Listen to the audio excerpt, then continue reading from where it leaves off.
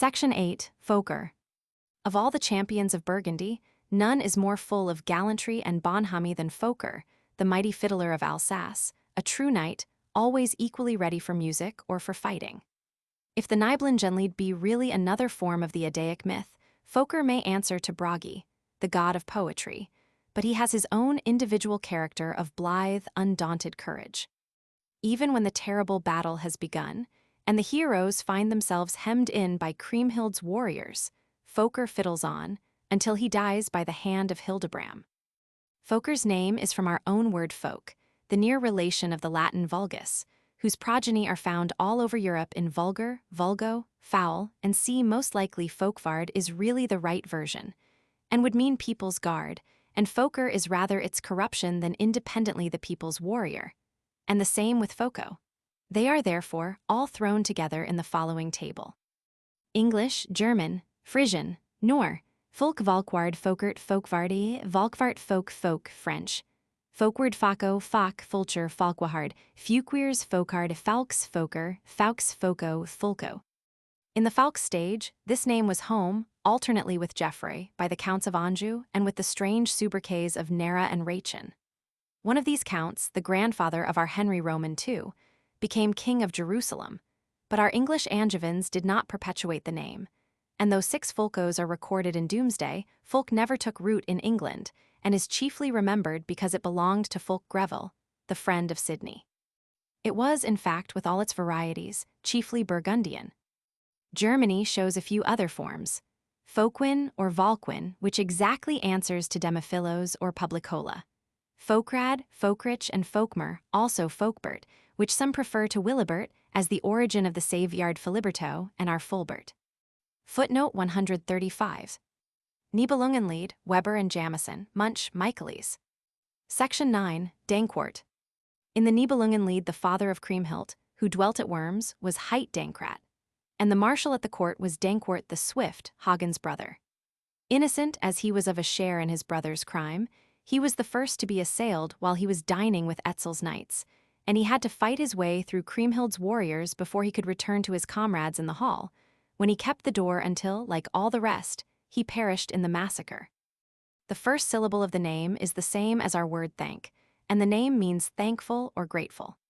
The father of Kriemhild was thus Thancreda, or grateful speech, and from him the Northmen seem to have taken their Thackrod, which in Normandy became Tancred, the knight of Hauteville, whose 12 gallant sons chased the Saracens from Apulia, and were the founders of the only brave dynasty that ever ruled in the enervating realms of the two Sicilies. The son of one of these gallant knights, Tancredi di Puglia, was the foremost in the First Crusade, and the favorite hero of Tasso, in whose epic he is a Christian Achilles. And Tancredi again was the last Sicilian king of the true Norman line, the same whose bickerings with Coeur de Lion make so unpleasant an episode in the Third Crusade. Dankwart, thankful guardian, lingered in Germany, and in 1668, a Yorkshire register records the baptism of Tancred, the son of a Turkey merchant, who had probably learnt the name from some of his foreign connections. Dankuri, thankful warrior, was in Normandy Tankar. Danker is the German surname and has even come to Tanzan, so that our surname Dance may have the same origin. Thangbrand was the German priest whom King Olaf Tryggvason of Norway sent to convert Iceland, but whose severity led to his expulsion. And Germany also mentions Dankmer, but the prefix is almost exclusively German. Footnote 136. Nibelungenlied, Munch, Pot. Section 10, Theodoric. Theodoric of Bern is hardly a genuine hero of the Nibelung, being really the main figure in a cycle of Germanic romances of his own. But as he, under the abbreviation Dietrich, is brought in to play a considerable part in the final action of the tale, this seems the fittest place for treating of him and the names in connection with him. He seems to have been brought into the Nibelungenlied because the Germanic mind could conceive of nothing considerable passing without him. He is represented as one of the 24 princes in King Etzel's train, and as anxious to prevent mischief to the visitors from Burgundy, warning them of Kriemhild's enmity, and refusing to attack them at her request. When the great slaughter began, it was Dietrich who conveyed the king and queen safely out of the mêlée, and withheld his men from engaging in it until almost at the end, when they could no longer be restrained. And rushing into the fray were all slain except old Sir Hildebrand, though on the other hand, Gunther and Hagen alone remained alive of the Burgundians. Dietrich then armed himself, and after a fierce combat, made them both prisoners and delivered them up to Kriemhild, fully intending that she should spare their lives. But when her relentless fury had fallen on them, he assisted King Etzel to bury the dead and to return the horses and armor of their fallen champions to their respective countries. Other German romances, however, elevate this prince to a much higher rank. The Book of Heroes, written by Wolfram of Eschenbach and Heinrich of Ofterdingen, makes Dietrich of Bern in Lombardy, son of King Dietmar. Hearing of Kriemhild's rose garden, which measured 7 miles round and was guarded by 12 champions, he was seized with a desire to do battle with them, for love of battle, not of ladies, though the victor was to receive a chaplet of roses and a kiss from the young lady. The wise old Sir Hildebrand of the Wolfing line conducted him and his 11 companion champions to Worms, where the single combats took place. Dietrich's knights were successful, and for the most part took the chaplets, but refused the kisses, because they disdained Kriemhild as a faithless maiden. A Danish ballad describes Kong Tidrich's tremendous battle with a lindworm, the progeny of one that had escaped his great-grandfather Wolfdietrich. He was led to enter on the battle by entreaties for help from a lion whom the dragon had seized, but at first he came by the worst, for his sword broke, and the lindworm took him on her back. His steed beneath her tongue bore them into the hollow hill to her 11 young. She bade them eat the horse to pass away the time while she rested, promising that on her awakening they should devour the knight. In the cave, however, Tidrich found the magic sword of Siegfried and 2 knives, and in spite of the threats of the young dragons and the promises of the old one, he killed them all. But the old worm fell so as to choke the mouth of the cave, whereupon the friendly lion dug him out, and supplied the place of the slain steed by carrying him to burn on his back. So much for romance. History mentions a real Theodoric, son of Theudemir and king of the Ostrogoths in Italy, from 475 to 527.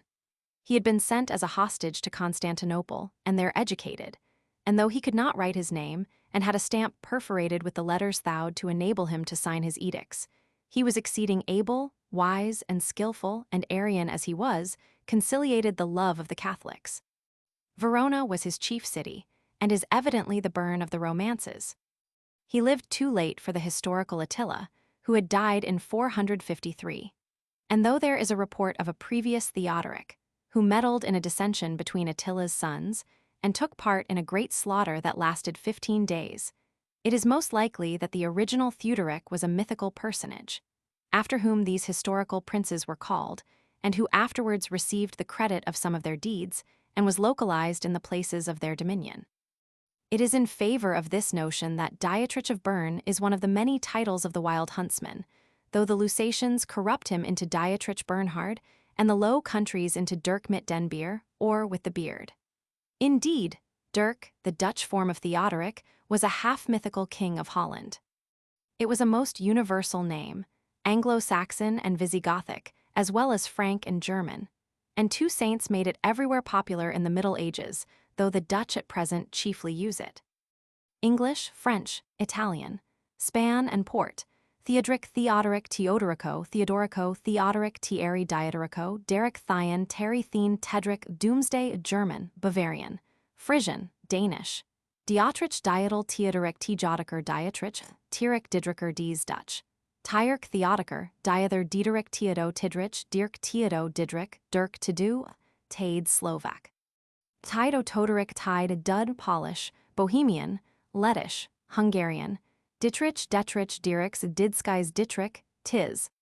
The name of Dietmar, the father of Theodoric, is to be found in many forms, in Theudemir, a Frank who faithfully served Constantius, in an Ostrogothic Theodomir, Spanish Theodomiro, and the modern Frisian Thyadmer, Tidmer, Tiadimir, Tidmer. It means people's greatness. Dietleb, his friend, is rightly Ditlev, and in the north, Jodleif, the people's relic or what is left to them. He, too, survives in constant Friesland as Tielef, Tiedlef, Tiedelef. The chief favorite of this class is, however, the people's prince, occurring both among the Frank and early Anglian kings, and belonging to 2 French hermits and 1 English archbishop. It took firm root in Provence and has an aroma of crusades and courts of love surrounding it. And though it is not in Doomsday, it and its contractions survive as English surnames. And in a Gloucestershire parish register of the 18th century, the feminine form occurs frequently in every variety of spelling. Tibalda, Tibala, Tibata, Tibal. English, French, Spanish, Portuguese. Theodebald, Theudebald, Theudebaldo, Theobaldo, Theobald, Thibault, Tybalt, Thibald, Tibble, Tibout, Dibble, Italian. German, Dutch, Netherlands. Teobaldo, Dietbold, Tibout, Dippolt, Tebaldo, Defold. The people's wolf was canonized as a Frank hermit, who gets called Saint Thaiwu. Our friend Theodulf, the Icelander, as Fouquet calls him, would have been in his own land Th Jodolf, and the contraction is their Kjold, or Kjol, as Kjoil or Kjoil is for Th Jodhild, the same as the Diethilt of the Germans, and Theudhilda, a nun sister of Clovis. Saint Ottard has undergone a still greater change. He was once Archbishop of Narbonne and called Theodhard, or Ward, the Tyrd of Friesland and Th Jodvar, or Kjavar in the north. The remaining forms are Jur Dietbert Frank, Theudebert People's Brightness Jur, Dietbrand People's Sword Jur, Dietberg People's Protection Nor German Frank, Th Jodger Toger Kjogger Dietger Theodokar People's Spear Kaiger Kyer Jur, Dietfrid Frank, Theodofrid People's Peace Jur, Theodegisalit, Teodisklo People's Pled Jur, Diether People's Warrior Nor, Th Jodjelm Jur, Diathelm People's Helmet Jur, Dietland, Lam, Theudelinda People's Snake Jur. Dietman People's Man Jur, Dietrat, Frank, Theodorata People's Council Jur, Diatram People's Raven Nor, Th Jodvold, K Jovel People's Power. Footnote 137. Weber and Jamison, Munch, Grimm, Butler, Nibelung. Section 11, Jutta Ortwin. Frau Jut was the mother of Kriemhild, who interpreted her dream and predicted the early death of her bridegroom. Ortwin, of Metz, was Truchsess or Carver, and was the nephew of Hagen and Dankwart, sharing, of course, their fate. They are not very interesting personages, but it is curious that they bear the only names, among all the Nibelungen, which have any genuine Anglo-Saxon likenesses. That is, if Jut is indeed from the word in Anglo-Saxon, Eid in the North Odd, in Meso-Gothic Otter, in High German Odd, everywhere meaning wealth. Some ascribe it to the same root as good and as Woden, including them with a del, noble, but its derivatives are more easy to follow than its forefathers. In the North, odel is the term for property to which an entire family retains an equal right, allod or allodial property. But when the warriors made incursions on their neighbors, they obtained, in addition, their share of spoil, originally cattle, fe or fio, i.e., their fee. So feod came to be the word for possessions gained by the individual by personal service to his lord, and thus passed from cattle to land itself, when held of the chief on condition of following him in war. And thus we have the feudal system, with its fiefs and, too often, its feuds. The feminine of this word probably named Jutta. It was popular everywhere. Oddur Diupodga, or Oddur the Deeply Rich, was a female Viking, one of the first Icelandic settlers, who called a promontory Campness, because she dropped her comb upon it. Nor has her name passed from her own country, while in Norman England it appears first as Odda and then as Alda, answering to Alda the wife of Orlando the Paladin, and Alda Queen of Italy in 926. Also to another Alda, a lady of the House of Est, in 1393. These are from the Gothic and Scandinavian Odd, but the High German form was also represented by Oda and the Low German by the Old Saxon Eid, which was soon translated into Ide, the most common of all the early feminines in the Cambrai register, together with its diminutive Idet. Ida was the name of King Stephen's granddaughter. The Countess of Boulogne was always used in Germany, and has of late been revived in England, from its sounding like the title of a poetical mountain of the Troad. It is not quite clear whether Ottilie, the Alsatian virgin of the 7th century, who is said to have been born blind, but to have obtained sight at her baptism, is a form of Odel, noble, or a diminutive of Oda, or whether she is Otthild, answering to our Edhild, one of the many sisters of Ethelstane. And there is the same doubt with Odilo and Odilin, the masculines. The masculine form of Odd was extremely common. We had it in the person of Ida, king of Bernicia. The North owned many an otter. The Germans used Odd, Ordo, and Otto, and when the gallant Saxon counts won the imperial crown, they took the old Latin Otho for the rendering of their name. France, meantime, had called her Burgundian Prince Eudon, but when a relay of Norman otters appeared, they were Odons. And in the needlework with which Queen Matilda adorned Bayeux Cathedral, her husband's dowdy episcopal half-brother is always labeled Odo Epps. But though we had previously had a grim Danish Archbishop Odo, and though Doomsday shows plenty of Eudos and Odos, neither form took root, and both are entirely continental. French, Provencal, Italian, German, Nor. Odon Orzel Otto Odo Otter Eudone, Otten Otto Odo Eudsledish. Ottorino Orto Otter Oths Ete Otho, the Tinch. Ortvin the Truchsess had his namesake in the Lombard Audun father to Albin, also in the Frank Audwine, blessed by St. Columbanus, beloved by St. Eligius, and Bishop of Rouen, whose loveliest church is that of St. Audunus, now transformed by French lips into St. Owen. And at home, we hail the same rich friend in Eadwine, the first Christian king of Northumbria, whose conversion is the most striking portion of Bede's history. His dominion extended over the Lothians, and he disputes with Eadward and the Eadwy the naming of Edinburgh. Beloved as he was, his name of Edwin never entirely died away, and became in modern times diffused by the popularity of Goldsmith's ballad and of Beattie's minstrel. It is just known upon the continent. Ortwin, or Adonius, is very possibly the Don or Dono of the early Spanish kingdoms, but Germany has chiefly dealt in the independent Odvin. Edwin, in spite of Mr. Taylor's tragedy of Edwin the Fair, is not the same as Edwy, namely Eadwig, Rich War, a name well remembered for the unhappy fate of the owner. Odocer, as the Romans called him, who was put to death by Theodoric, was properly Odvaker, treasure watcher. Not quite the same as the Germanic Ottokar, or Ortger, happy spear, which is identical with our familiar Eadgar or Edgar. This name, after being laid to rest with the Anglo-Saxon monarchy, came to life again with the taste for antiques, and Edgar Ravenswood, in his operatic character, has brought Edgar and Edgardo. Eadmund, or Happy Protection, is one of our most English names, belonging to the King of East Anglia, who, as the first victim of the Danes, became the patron saint of Bury St. Edmund S., and the subject of various legends. The sudden deaths of Sweyn, and afterwards of Eustace de Blois, when engaged in ravaging his shrine, made him be regarded as an efficient protector, and Henry Roman III, when he had the good taste to make his sons Englishmen, christened the second after this national saint, so that Edmonds were always to be found in the house of Plantagenet, and thence among the nobility and the whole nation. The Irish called it Emin, the Danes adopted it as Japmund. In addition to their own Odmund, the French occasionally use it as Edmund, and Italy knows it as Edmondo. The most really noted of all our own genuine appellations is, however, Eadvard, the rich guardian. It comes to light in our royal line with the son of Alfred, and won the popular love for the sake of the young king whom St. Dunstan and the English called the martyr, in their pity for his untimely fate. And again, little as the confessor had been loved in his feeble lifetime, enthusiastic affection attached to him as the last native sovereign.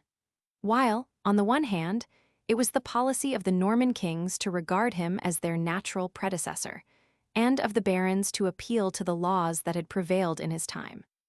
All parties thus were ready to elect Saint Edward to be the patron saint of England, and, in the ardor of embellishing his foundation of Westminster Abbey, it was natural to give his name to the heir of the crown, afterwards, the greatest of the Plantagenets. The deaths of his 3 children bearing Norman or Spanish names confirmed this as the royal name, and the third king so called spread it far and wide. It was carried by his granddaughter to Portugal, and there had its honor so well sustained by her noble son as there to find another home, and with us it has recurred continually in every rank. The contraction Neddy, common to all of these, is one of the titles of a donkey. English, Welsh, French, Italian, Edward Jorworth Edward Odordo Neddy Irish, Teddy Udberde Portuguese, German, Nor, Netherlands, Duart Eduard Joward Ada Odward Odvard. The other less celebrated parallel varieties are Eng, Eadbald Rich Prince Eng, Eadbur Rich Pledge Eng, Eadburge Nor Odbjerg Jur, Edburge Rich Protection Eng, Eadbrit Rich Splendor Eng Eadfrith Jur, Otfrid Prov Odifrey Rich Peace Eng Eadfold Fr, Odaffold rich increase nor German. Odgrim Ortgrim Odgrim rich helmet nor. Odgesel rich pledge nor German, French. Odgunner Odgund Oggen Augunna rich war Augunnas nor. Odkul Odkatla rich kettle fr. Odera rich warrior Odlog rich liquor nor. Odalif jur. Ortlape rich relic ang. Eadmer nor. Odmer jur. Otmer rich greatness nor. Odni rich freshness ang. Edred rich council ang. Edric Edric Idle Odrico rich king English nor German.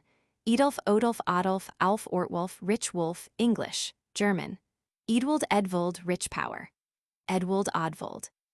Eatswith, Egifu, and Egith, all once separate names, together with Adelgifu and Aelfgifu, seem to have been all mixed up together by the Normans. Egith was undoubtedly the name of Earl Godwin's daughter, of whom Ingulf said, Sicut spina Rossum, genuit Godwinus Egitham. But in the roll of her lands in Doomsday, she is Edeva, Edid, and Edeva, and for some little time Edeva seems to have been used among the Normans, though the Queen of Henry I was not allowed to retain anything so Saxon. Aline and Edith were used in a few families, but Edith survived the others. Jayev or Give is not a very common commencement, but in the Vilkina saga, King Gijuko is the father of Gunnar and Gudrun, and the whole family are called Giukunger. In German, in the Book of Heroes, he is Gibicho, and there was really a historical Burgundian King Gibica, mentioned as a lawgiver, but in the Nibelungen Gibbich is only a vassal king of Etzels. The North had G. Jaflog, liquor giver, no doubt the Hebe of the Norse banquets, G. Javold in German, Jevold, and perhaps Gabillo and Gavel, the Jabelius of Latinists. Germany had likewise Gebehard, a firm or perhaps a strong giver, which still survives under the unpromising sound of Gebhard. Jida or Jitha, that most difficult name, sometimes sounds like Gith, the contraction of Egith, but it was evidently northern, having belonged to the proud damsel of Hordaland, who refused to marry Harold Harfager unless he was sole king of all Norway. Afterwards it was borne by the semi-Danish ladies of Earl Godwin's family and melted into Gjutha, then became confounded with Jutta, which was considered as short for Juditha. Section 12, Sintram. Sindolt was the shank, or butler, at the court of Worms in the Nibelungenlied, and in the Vilkina saga, Sintram is one of the heroes of Thidrek's following. The derivation of the first syllable is uncertain. Michaelis takes it from the old High German synths, a journey. Professor Munch refers cinder to a word meaning sparkling or spark, and mentions a mythological dwarf who was a famous smith and was yclept Cinder, also a poet in Harold Harfager's time, whose appellation was Guthorm Cinder, or the Sparkling. Sunder or Sonder is, the same authority tells us, more used in the Thelmarken in Norway than elsewhere, and another possible derivation for it is from Sondra to Sunder. The forms Sunrir and Sunris are there found, and Germany had a few others, such as Sindwald or Sindolt, Sinbald, the Sinibaldo of Italy, Sinbert, Sindolf, and the above-mentioned Sindram. Chiefly interesting to us as chosen by Fouquet for the name of his masterpiece, the wonderful allegory spun out of Albert Durer's more wonderful engraving. Section 13, Elberich. The elf king Elberich here brings in his own fairy kindred. In the Nibelung, he is watching over the fatal treasure when Siegfried comes to claim it, and, dwarf as he is, does such fierce battle over it that Siegfried was in bitter jeopardy. But he is at length overcome, sworn to Siegfried's service, and brought by him to Worms, where he has no more to do but to lament when Haghen makes away with the treasure. He is called very ancient, and well he may be, for he had appeared in the Book of Heroes long before the time of even Hudiotrich, when King Otnit of Lombardy had set forth to win the daughter of the king of Syria, and Elberich showed himself under a linden tree in the guise of a beautiful child.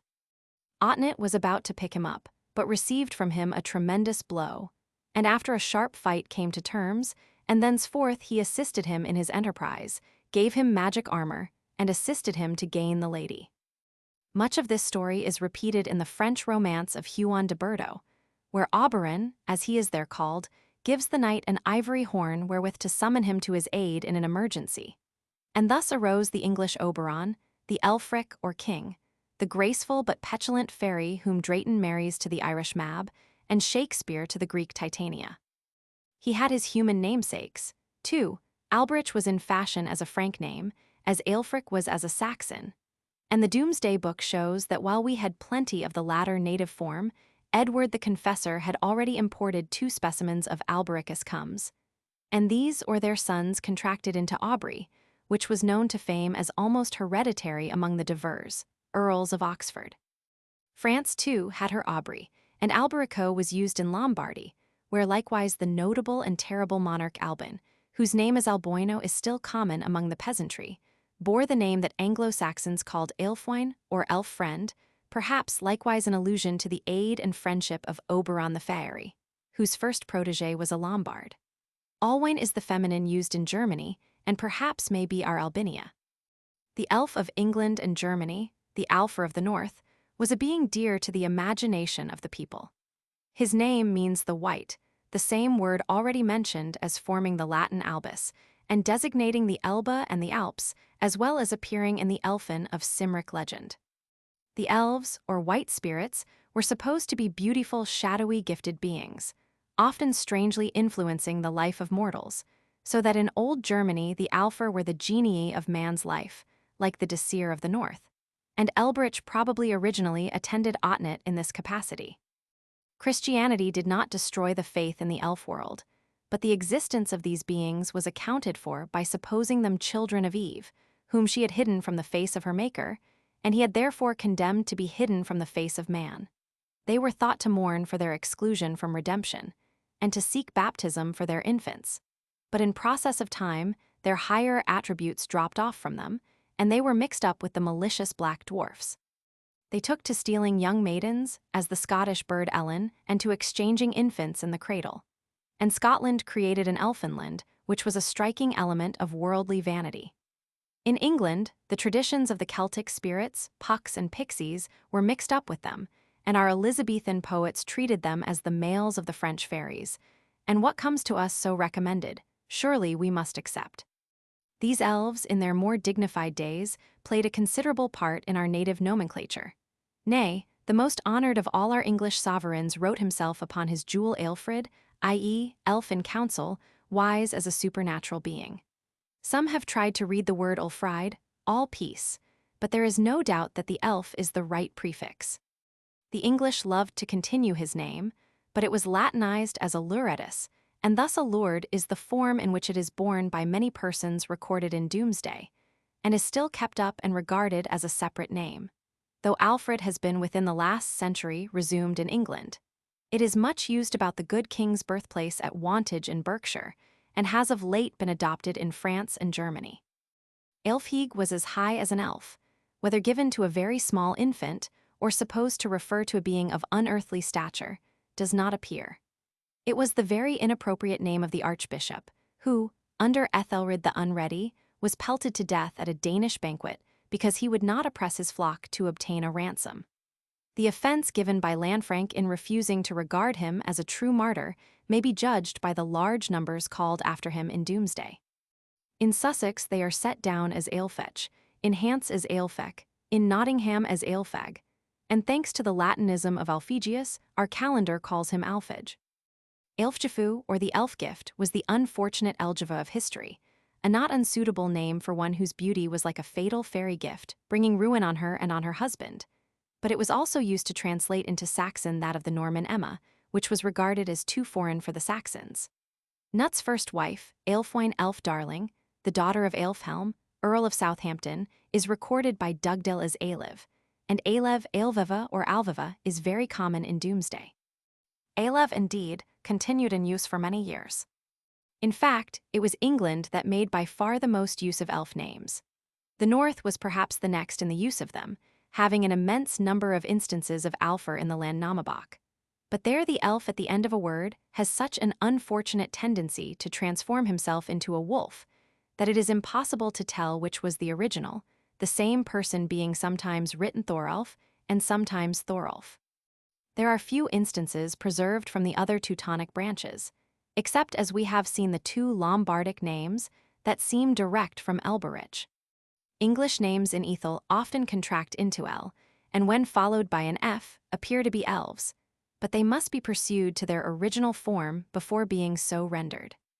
Nor Ulfdi's household fairy nor, Ulfjeger, Eng, Elfger Elfspear nor, Ulfjurdir Elfwoman nor, Ulfhadir elf cheerfulness eng, Elfhelm elf helmet nor, Ulfhild elf battle maid nor, Ulfleader elf terror eng. Aelfric elf king eng, Aelfthrith Elfrida threatening elf eng, Aelfold elf power. Alvaro and Elvira are the Spanish forms of these elf names. A bishop of Lichfield, whose name was Aelfwine, was always called Aela, and thus there is reason to suppose that elves named both the Ale of Dara, whose name caused Gregory the Great to say that Alleluia should be sung in those regions, and also the later Aela, who put Ragnar Lodbrog to death. Otherwise, these would be referred to the word in Gothic, Uljan, meaning battle, found in the old German Ellenhuri and Ellenparat.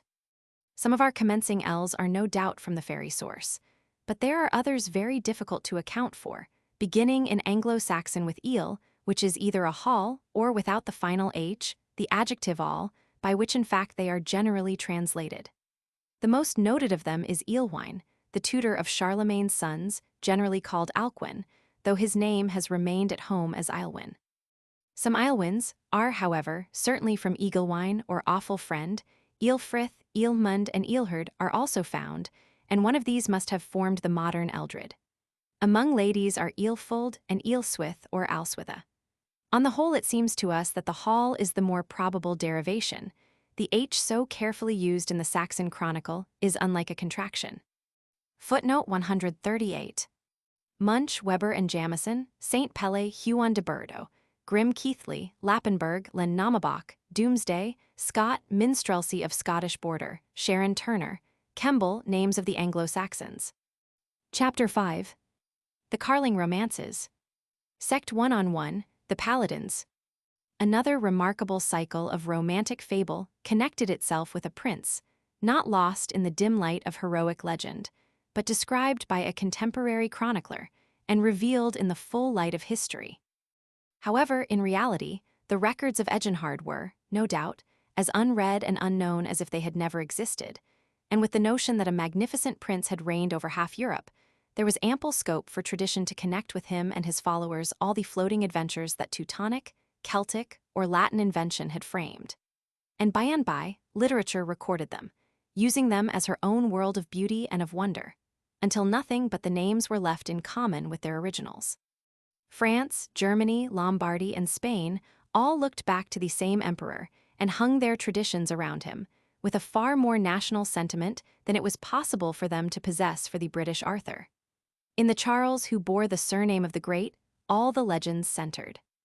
He was at once emperor, and, like his grandfather, champion of Europe against the Saracens, with whom in popular fancy, both his own Saxons and his grandson's Northmen were fused together. He was besieged, like his grandson, in Paris, and lost all his best followers in the pass of Roncesvalles by the treachery of the Navarrese.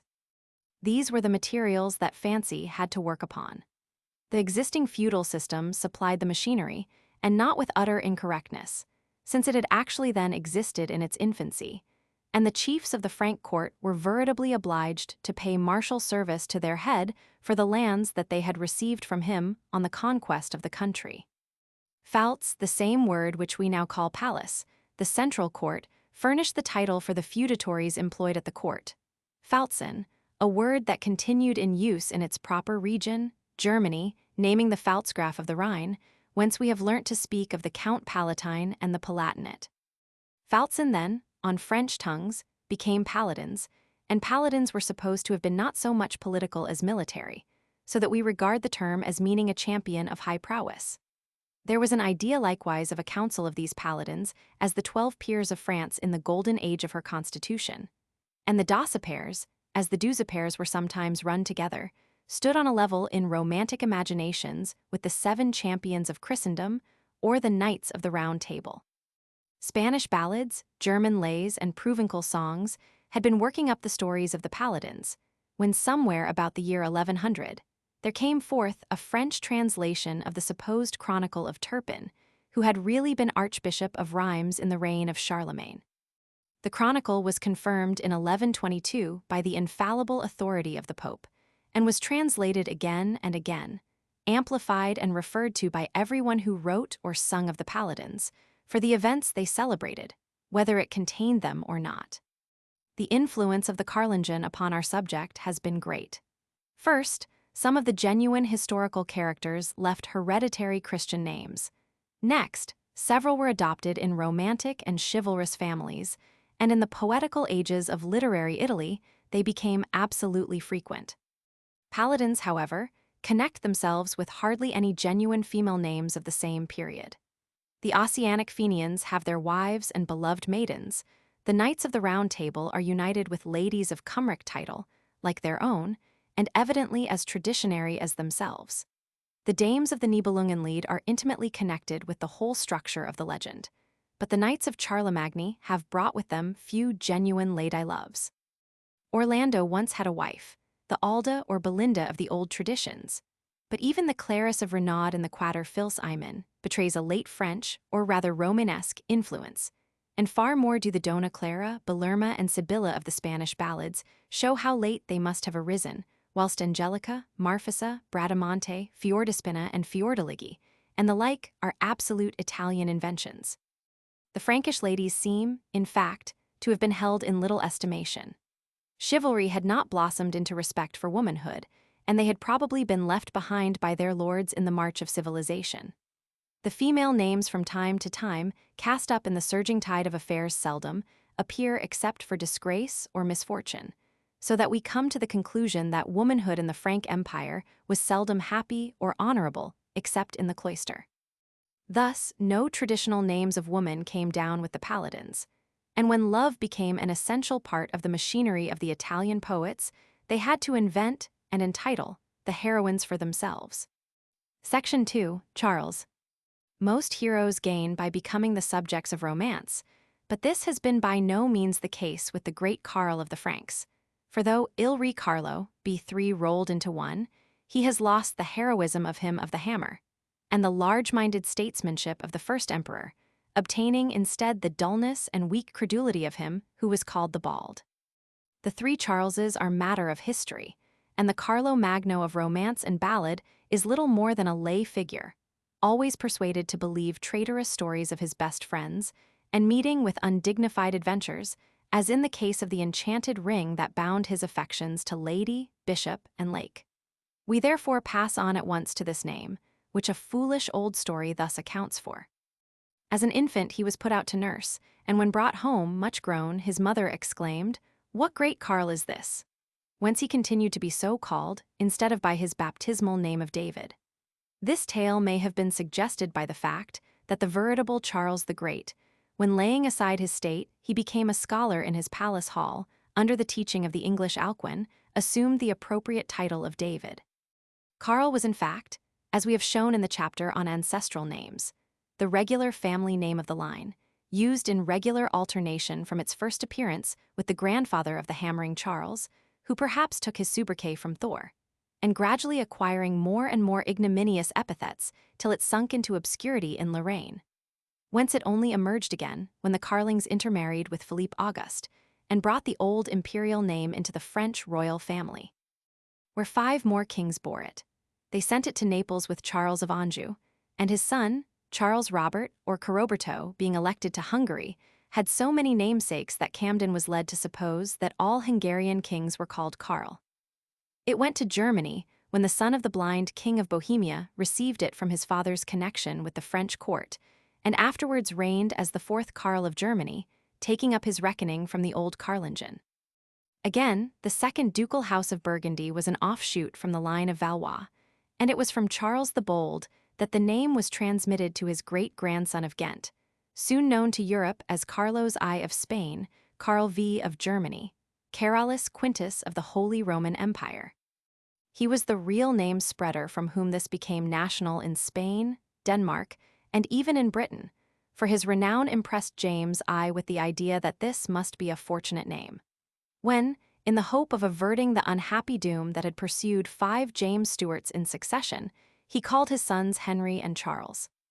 The destiny of the Stuart was not averted, but the fate of the royal martyr made Charles the most popular of all appellations among the Loyalists, and afterwards with the Jacobites, in both England and Scotland, so that rare as it formerly was, it now disputes the ground with John, George, and William as the most common of English names.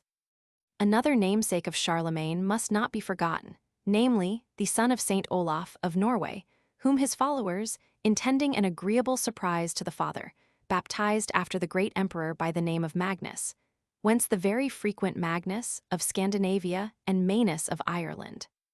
English, Celtic, French, Span and Port, Charles Gale. Charles Carlos Charlie Tierlach Charlotte German, Urs, Carl Searless Italian, Swedish, Danish, Dutch, Carlo Carl Carl Carolus Carolo Cal Carol Carol Carol Polish, Bohemian, Illyrian, Lusatian, Carol Carol Carlo Carlo Karolika Karlika Karlko Slovak, Karlik Karol Lettish, Esthonian, Hungarian, Danzig, Karls Karl Karoli Kash. The two feminines are of late invention.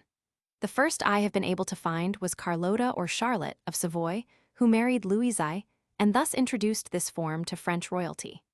Charlotte d'Albret had the misfortune to be given in marriage to Cesare Borgia, and had one daughter, who married into the house of La Tremoille, whence the brave Lady Derby carried it into England, and our registers of the 17th century first acknowledged Charlotte. The Huguenotism of the house of La Tremoille connected it with that of Bouillon, where the heiress Carola, or Charlotte, was married in 1588. The House of Orange probably thence derived it, and it became known in Germany, whence it was brought to us in full popularity by the good Queen of George Roman III. A sentimental fame was also bestowed on it, as the name of God's heroine in Werther. Carolina, the other form, seems to have been at first Italian, and thence to have spread to southern Germany and all over that country, whence we received it with the wife of George Roman II, by whom it was much spread among the nobility, and is now very common among the peasantry. English, French, Spanish, Italian, Charlotte, Charlotte, Carlotta, Carlotta, Lottie, Lola, Lola, Carlotta, Chatty, Caroline, Carolina, Caroline, Carrie, German, Swedish, Slovak, Lettish, Charlotte, Lotta, Carolina, Lotte, Lotchen, Karolinka, Caroline, Carla Danzig, Lena, Linushka. Ciorl was the name of an early king of Mercia, and of a thane of Alfred, who defeated the Danes, and Carloman was almost as common as Carl in the old Carling family. Footnote 139. Sismondi, Roscoe, Michaelis, Pott, Anderson, Genealogies. Section 3, Roland and C. When the army of Charles the Great was marching back from Spain, the Gascons, Navarrese, and Goths, who were afraid of being swallowed up by his empire, if they exchanged his protection for that of the Arabs, plotted together, fell on the rear of his columns as they were passing through the defile of Roncesvalles, close to the little town of Fuente Arabia, and slaughtered the whole division that were guarding the baggage. There was slain Rotlandus, prefect of the Armorican border. So says Eginhard, the contemporary chronicler, and as he mentions only two other nobles as having been killed, it is natural to conclude that this Rotlandus was a man of mark. Who was he? Certainly warden of the marches of Brittany, but was he a Frank Hruodland, the country's glory, the repressor of the Celts, or was he a Breton in the Frankish service? The Cymri have laid claim to him. They say that the rolling word is intended to render Toluch, a rolling or overwhelming torrent, the name of the father of Tristram. And in the later romances, this knight has actually been turned into Roland, which thus has become a favorite national Welsh name.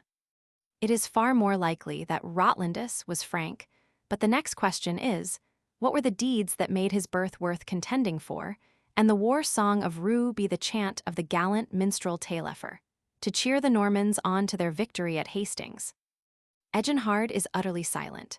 Turpin tells us that Rolandus was the emperor's nephew, the son of his sister Bertha, and of Milo de Anglers. With Turpin, the expedition to Spain is the prominent feature of the reign, and he gives us an account of a mingled battle and controversy between Roland and Ferragus, a giant of the race of Goliath and only vulnerable in one point, where, however, Roland managed to pierce him. Very soon after follows the ambush of Roncesvalles, the enemy being Saracens, not Christians, but conducted by the traitor Gainlon. After a terrible battle, Roland, sorely wounded, lay down under a tree, and apostrophizing his good sword Durenda in the most tender manner, thrice struck it upon a block of marble, and shattered it in twain, lest it should fall into the Saracen hands. Then he blew upon his horn, which had such wondrous tones that all other horns split at the sound, and this blast was with such effort that he burst all the veins in his neck, and the sound reached the king 8 miles off. He then commended his soul to heaven, and made a most pious and beautiful end. That block of marble is magnified by popular fame into the mountain itself, and La Brèche de Roland is supposed to be the cleft made by his sword. The northern lights, too, are said to be King Charles riding by and Roland bearing the banner. The Spaniards, so far as they were Christians and Teutons, felt with the Franks, so far as they were Celtiberians, against them, and the result was a collection of admirable popular ballads, all prime authorities with Don Quixote, in which Rey Carlos and his peers are treated as national heroes. Nevertheless, they are proud of his defeat at Roncesvalles, declare that the emperor broke his word to Don Alfonso of Leon, and that the attack was therefore made in which Don Alfonso's nephew, Bernardo de Carpio, was leader, and demolished the invulnerable Conde Roldan by squeezing him to death in his arms. It is the Spaniards alone who have transferred to Roldan the invulnerability of Achilles, Siegfried, and Diomed. The French and Italians bestow it only on Ferragus, who is, as already mentioned, an evident Celtic importation through the Breton poets, being either the Irish Fergus or the Welsh Freycfras, though he has since become a Moorish giant. The English, having their own Arthur to engage their attention, did little more than versify Turpin, but allowed Roland's sword to be carried away by his friend Sir Baldwin, and took vengeance for his death. But it was the Italians who did the most for their Orlando. Some floating Valkyr notion had attached itself in German fancy to his mother, who was at first Bertha the goose-footed, and then the large-footed, and romance further related that she was the emperor's sister, who had secretly married the knight Milon de Anglante, and therefore was driven out of the court, and forced to take refuge in a cave, where the hero was born, and was called Rodolando, from his rolling himself on the ground. His father went to the wars, and Berta became the diligent spinner before alluded to, but she was still so poor that his young companions each gave her boy a square of cloth to cover him, 2 white and 2 red, whence he always bore those colors quartered on his shield. Afterwards he was taken into favor, and became the chief paladin. Here Luigi Pulci took him up, and made him the hero of a poem called the Morgante Maggiore, from a giant whom Orlando converted, and who followed him faithfully about through all his adventures. Orlando is here a high-spirited Christian knight, brave, pious, and faithfully attached to his wife Alda. When slain at Roncesvalles, he mentions her in his last and very beautiful prayer, and his sorrow for his comrades, and parting with his horse and sword, are very touching. It was Bajardo who deprived Orlando of his old traditional character of the high-minded champion that crusading days had dwelt upon. Led, perhaps, by the idea of the frenzy of Amadis de Gaul, he made Orlando fall desperately in love with the fair and false Angelica, Princess of Cadé, and leave the court and all his duties just as the Saracen king Gradasso was invading France, to obtain possession of Durindana, Orlando's sword. The action of the poem is taken up with the adventures imposed upon Orlando by the mischievous beauty, and the pursuit of him by the other paladins. And finally it leaves off with the whole chivalry of Charlemagne besieged in Paris by the Saracens. Orlando was only innamorado according to Bajardo. Ariosto took him up and made him furioso. Continuing the poem where it had dropped from Bajardo's hands, Ariosto made Angelica fall in love with an obscure youth, and marry him, whereupon Orlando, after the example of Amadis de Gaul, went into the state of frenzy that Don Quixote tried to imitate. And the Christians suffered as much as the Greeks did without Achilles, till the champion's senses were brought back from the moon, when he returned to his duty, restored fortune to the Christians, and saved France from becoming tributary to the infidel. Charles Roman VIII, of France in his romantic youth, named one of his short-lived children, Charles Roland, by the way of union of the two heroes. English, French, Italian, Spanish. Roland, Orlando, Roldan, Roland, Portuguese, German, Netherlands. Rolando, Roland, Rolda, Ruland, Rudland. The derivation of the first syllable is the word Hruod in Frank, Atrother in the north, and in modern German room, meaning fame or glory. Hruod is a most prolific word. As Hruodger, famous spear, it figures in the Nibelungenlied, where the Markgraf Rudiger is the special friend of Dietrich, and for a long time, like him, refrains from the fray, though at last he plunges into it and is killed. There seems to have been a veritable Hruodger living in the time of Pepin, who married a lady whose father's name was Hector, whence it was taken for granted that she descended from Hector of Troy. Therefore the house of Est bore the white eagle in their coat of arms, because it was said he of Troy had a shield azure with a silver eagle. Roger, Olivier, and Roland are mentioned together as subjects of minstrel songs.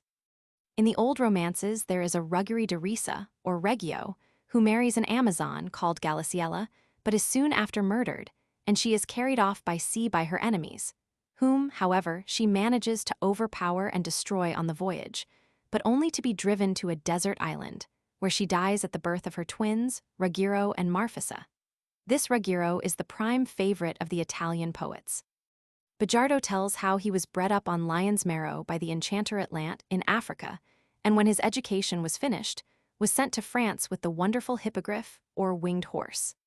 And Ariosto, probably in compliment to the House of Est, made his adventures the main plot of the Orlando Furioso, and completed it by converting him to Christianity and marrying him to the brave and amiable Amazon, Bradamante.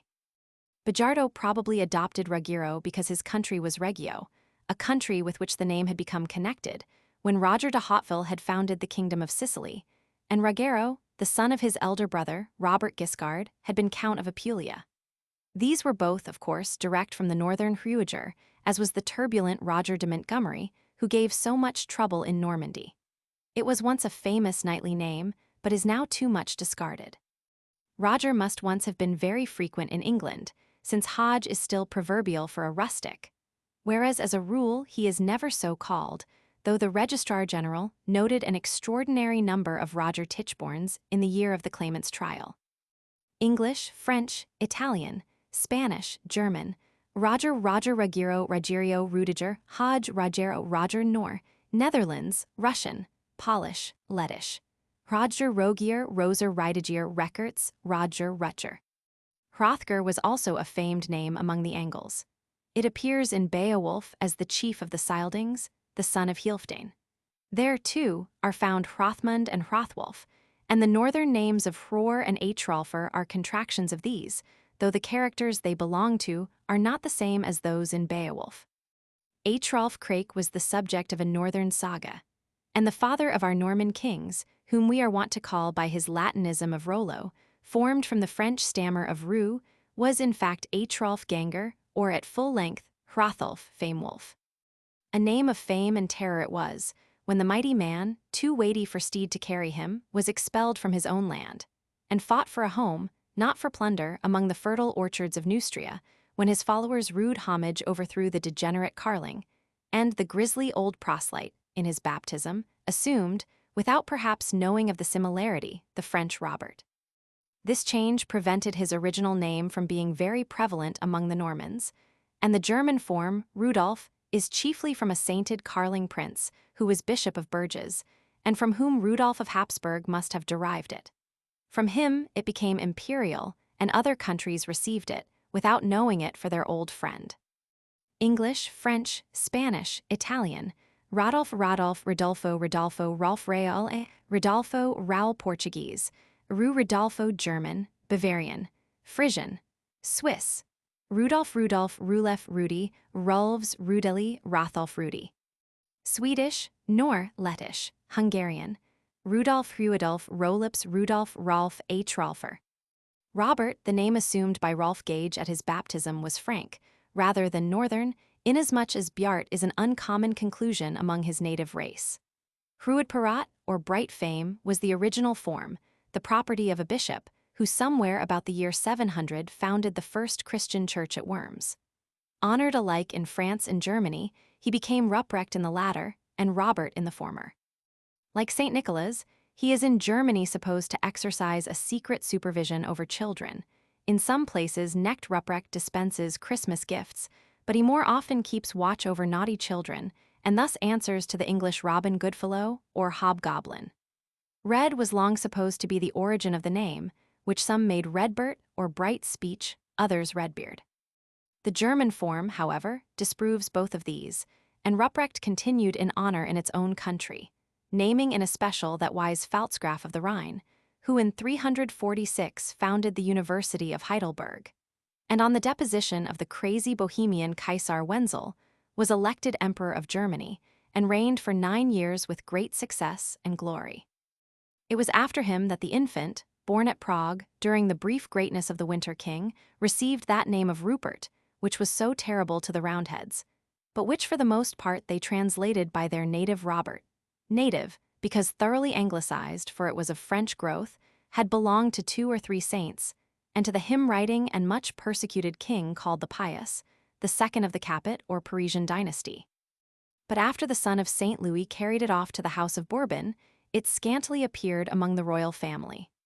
Normandy, however, cultivated it after it had been chosen at the baptism of her first duke, and sent it to Apulia with the astute Robert Guiscard, whence Roberto became national in the Neapolitan realms, and was adopted by the Angevin line, among others by the king who patronized Petrarch. The next Duke of Normandy who bore it was that wild pilgrim, whose sobriquet varies between the devil and the magnificent. The disinheritance of his equally wild, but more unfortunate grandson, Robert Corthos, diverted it from the English throne. But a flood of knights and nobles had poured in and established it so completely that in a few generations Morhob was one of the established peasant names in England. Robin was its more gracious contraction. Let our dearly beloved archer be who he will, either as ballad tells, the outlawed Earl of Huntingdon, or as late critics would have us believe, only another manifestation of Robin Goodfellow or of the wild huntsman. Robin was the epithet by which Queen Elizabeth was wont to address the 2 earls, stepfather and stepson, who so long sunned themselves in her favor. And though it has now acquired a homely sound, and the popularity of the full name has somewhat waned, it is still frequent. To Scotland it was brought by the Anglo-Norman barons, and when the English Bruces had made their distant drop of royal Scottish blood float them to the throne, Robert the Bruce became a passionately beloved national hero, and his name one of the most favored in the Lowlands. In Ireland it is called Roybin, a gentleman called in English Robin Lawless being in Irish Roybin Leglaise. English, Scotch, French, Italian. Robert Roberto, Robin Robbers Ruberto, Hob Robbie Robi Ruperto, Bob Rab Robinet, Rupert. German, Bavarian, Slovak, Lusatian. Rupert Ruprecht Prechtel, Rupert Rudbert Robert. Not behindhand in glory is the northern Hrothrecker, or Germanic Hruodrich, famous ruler. In Gothic Spain, it was indeed Rodrigo, who lost his country to the Moors, but became in his people's minds the center for pity as much as for blame, and the subject of the beautiful legends that Southey has embodied in the finest of his poems.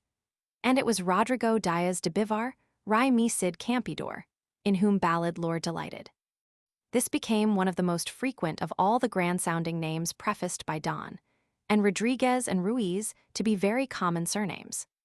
The northern Hrothrecker was not long in being shortened to Hrorker, and thence came the name of that Norseman, who, according to Russian historians, was invited by the slaves to be their protector, and founded the Norman dynasty of Rurik, which continued on the throne during the troubled days of Tatar supremacy. Rorik and Godwold were the first Northmen to obtain fiefs in France. In Wales, Scotland, and Ireland, Roderick has a sort of false honor, being adopted as the equivalent of the native Celtic names, the Welsh Ridderk and the Gadhailic Rued, for Roy and Rory, though rightly and traditionally so called by their friends, would now all make Teutons of themselves, and use the signature of Roderick. English, French, Italian, Spanish, Roderick Rodrigo German, nor Russian, Rodrich Rothrecker Rurik, Hrorek. There are numerous other forms from this prolific source. Rother, who figures in Lombardic history, is the German Hruidhari, or famous warrior, and in the north divides with Hrothgar the property of the strange abbreviation, Roar, and in the harsh old Latinisms of Frank names is Cracharius. There too is found Crodovaldus, which in German was once Hrodoald, and afterwards Rudold perhaps too, the Danish and Scottish Ribolt, and in the north Rold, and in Italian Roldo, the founder of an order of monks. Nay, Romeo de Montecchi himself, the Montague of Shakespeare, bore a common Lombardic name, softened down from the Crotomaris of Frankish Latin, as in Germany Hruotmer is Rudmer and Romer. Hramund, or Ramund, must not be confused with the derivatives of Rajan, though it is most likely that the Irish Redmond is a Danish legacy from this source. Nor Hrodburn famous Bear Frank. Crotagang famous Progress nor, Hrothilde jur, Hrodhilda frank, Crodhilda famous heroine jur, Hrodfrid famous peace jur, Hrodhard famous strength jur, Hrudo frank, Crodo nor, Hroy fame nor, Hrodni famous freshness nor, Hrolog famous liquor nor, Hrolleif relic of fame nor, Hrodsund frank, Hrodaswintha famous strength jur, Hrodstein famous stone. Ruad must have been evolved from the word meaning speech, Rasda in Gothic, Rodo in Anglo-Saxon, whence advice became read in Old English and Scottish, and wrath in modern German. Rad is chiefly a Frankish prefix, though we had one king Redwold. Raedgond, or war council, was a Frankish queen who became a nun at Poitiers, and left a name still used by French girls in that neighborhood. King Ordono of Galicia married, about the year 910, a lady recorded as Raedgonda, or Araganda, or Araka, so that the perplexing Araka may possibly be a contraction of this name. In the Spanish vernacular, a magpie is called Araka, but probably from the likeness of the word to the note of the bird. Raedgist or Radelchise and Raedger were princes of Beneventum.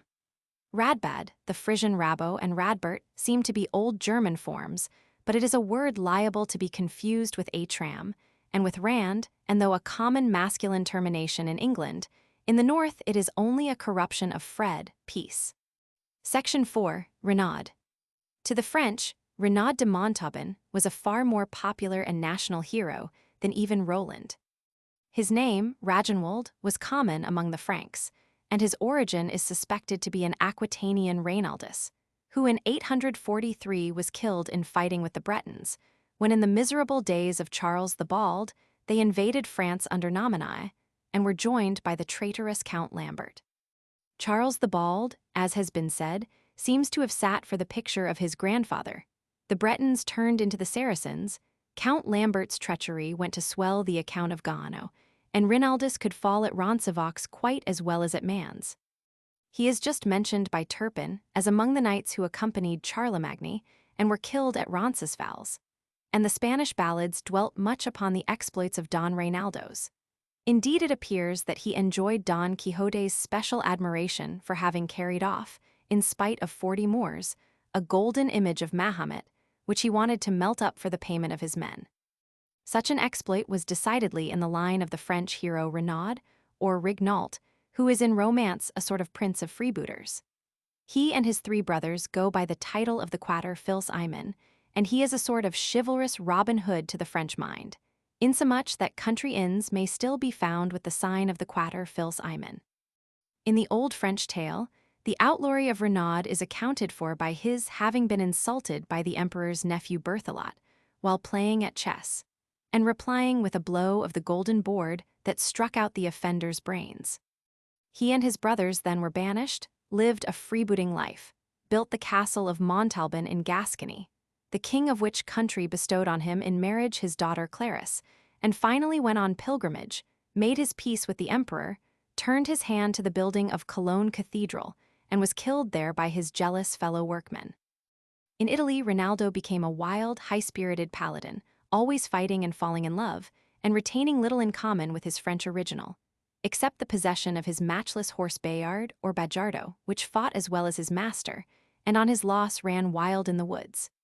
In the Morgante, Rinaldo mistrusts Gano, and avoids the ambush of Roncesvalles, but is afterwards carried with his brother Rixardetto by 2 devils, to revenge the slaughter, which they do most effectually.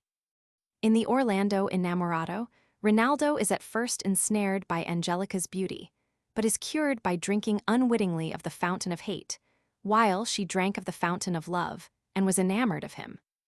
He is carried off by Malagigi to an enchanted island of delight, but returns during the great siege of Paris, takes a counterdraft of the fountain of love, fights in single combat with Pharaoh, but is interrupted by Bajardo straying into a wood, whither he pursues the animal, and is there deserted by Boiado, to be taken up by Ariosto, and after many adventures brought to relieve the Christian army in the utmost danger, and to give his sister Bradamante in marriage to Ruggiero. Some have thought that Tasso's one fictitious hero, Rinaldo, was partly borrowed from the paladin, going as he does to the enchanted gardens of Armida, and being only brought back when the crusading host was in the utmost jeopardy. The chief mission of this latter Rinaldo was, however, it may be suspected, to be a compliment to the House of Este. Some even think Roland himself only another version of Reginald, but the one paladin is undoubtedly traceable to Hruoland, as is the other to Reginwald, though I am inclined to think that the Rolandsollen that accompany the Irminsollen at the gates of old cities may perhaps be rightly from Raginwald, judgment power.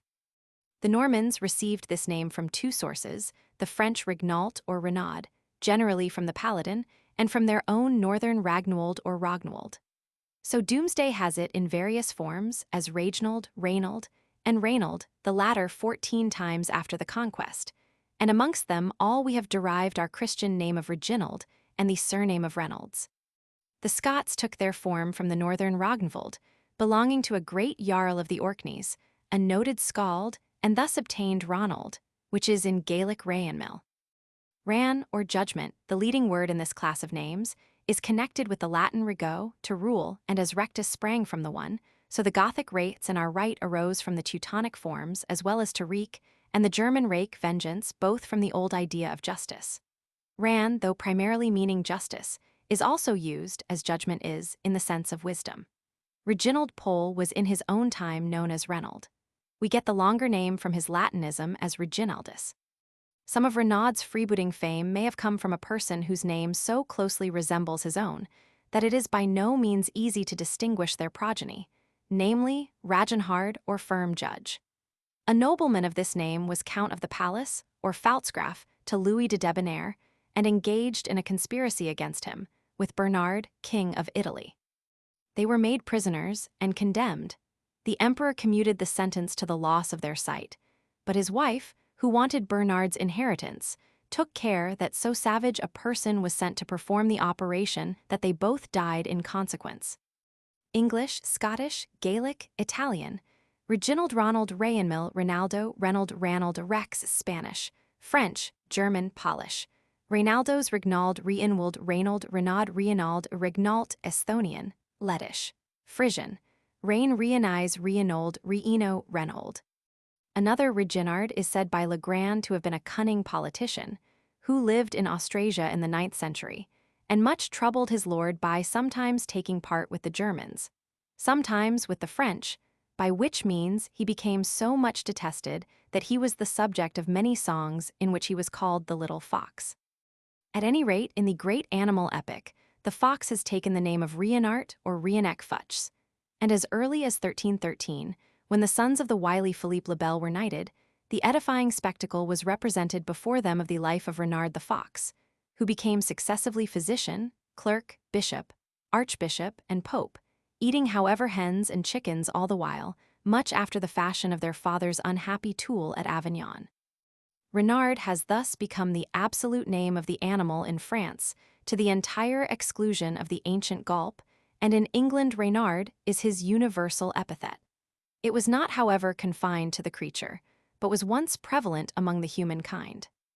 English, French, Provençal, Italian, Reynard Rignard Reynard Reynardo Renart German, Frisian, Polish, Hungarian, Ragenhart Reinert Reynard Reinhard Reinhard Reinert Reynard Reinhard Reinica Renart Renk Renit Rents.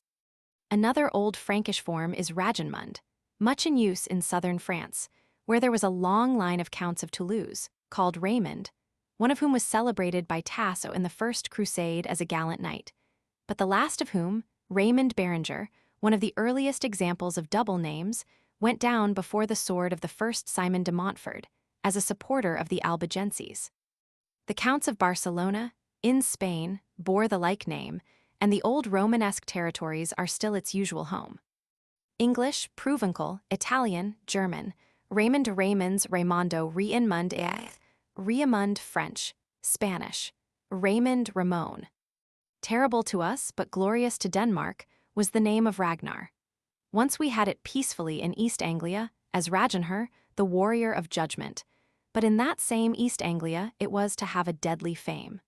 The historical Ragnar seems to have been decorated with a few mythical exploits of some more ancient hero, for he is one of the dragon killers.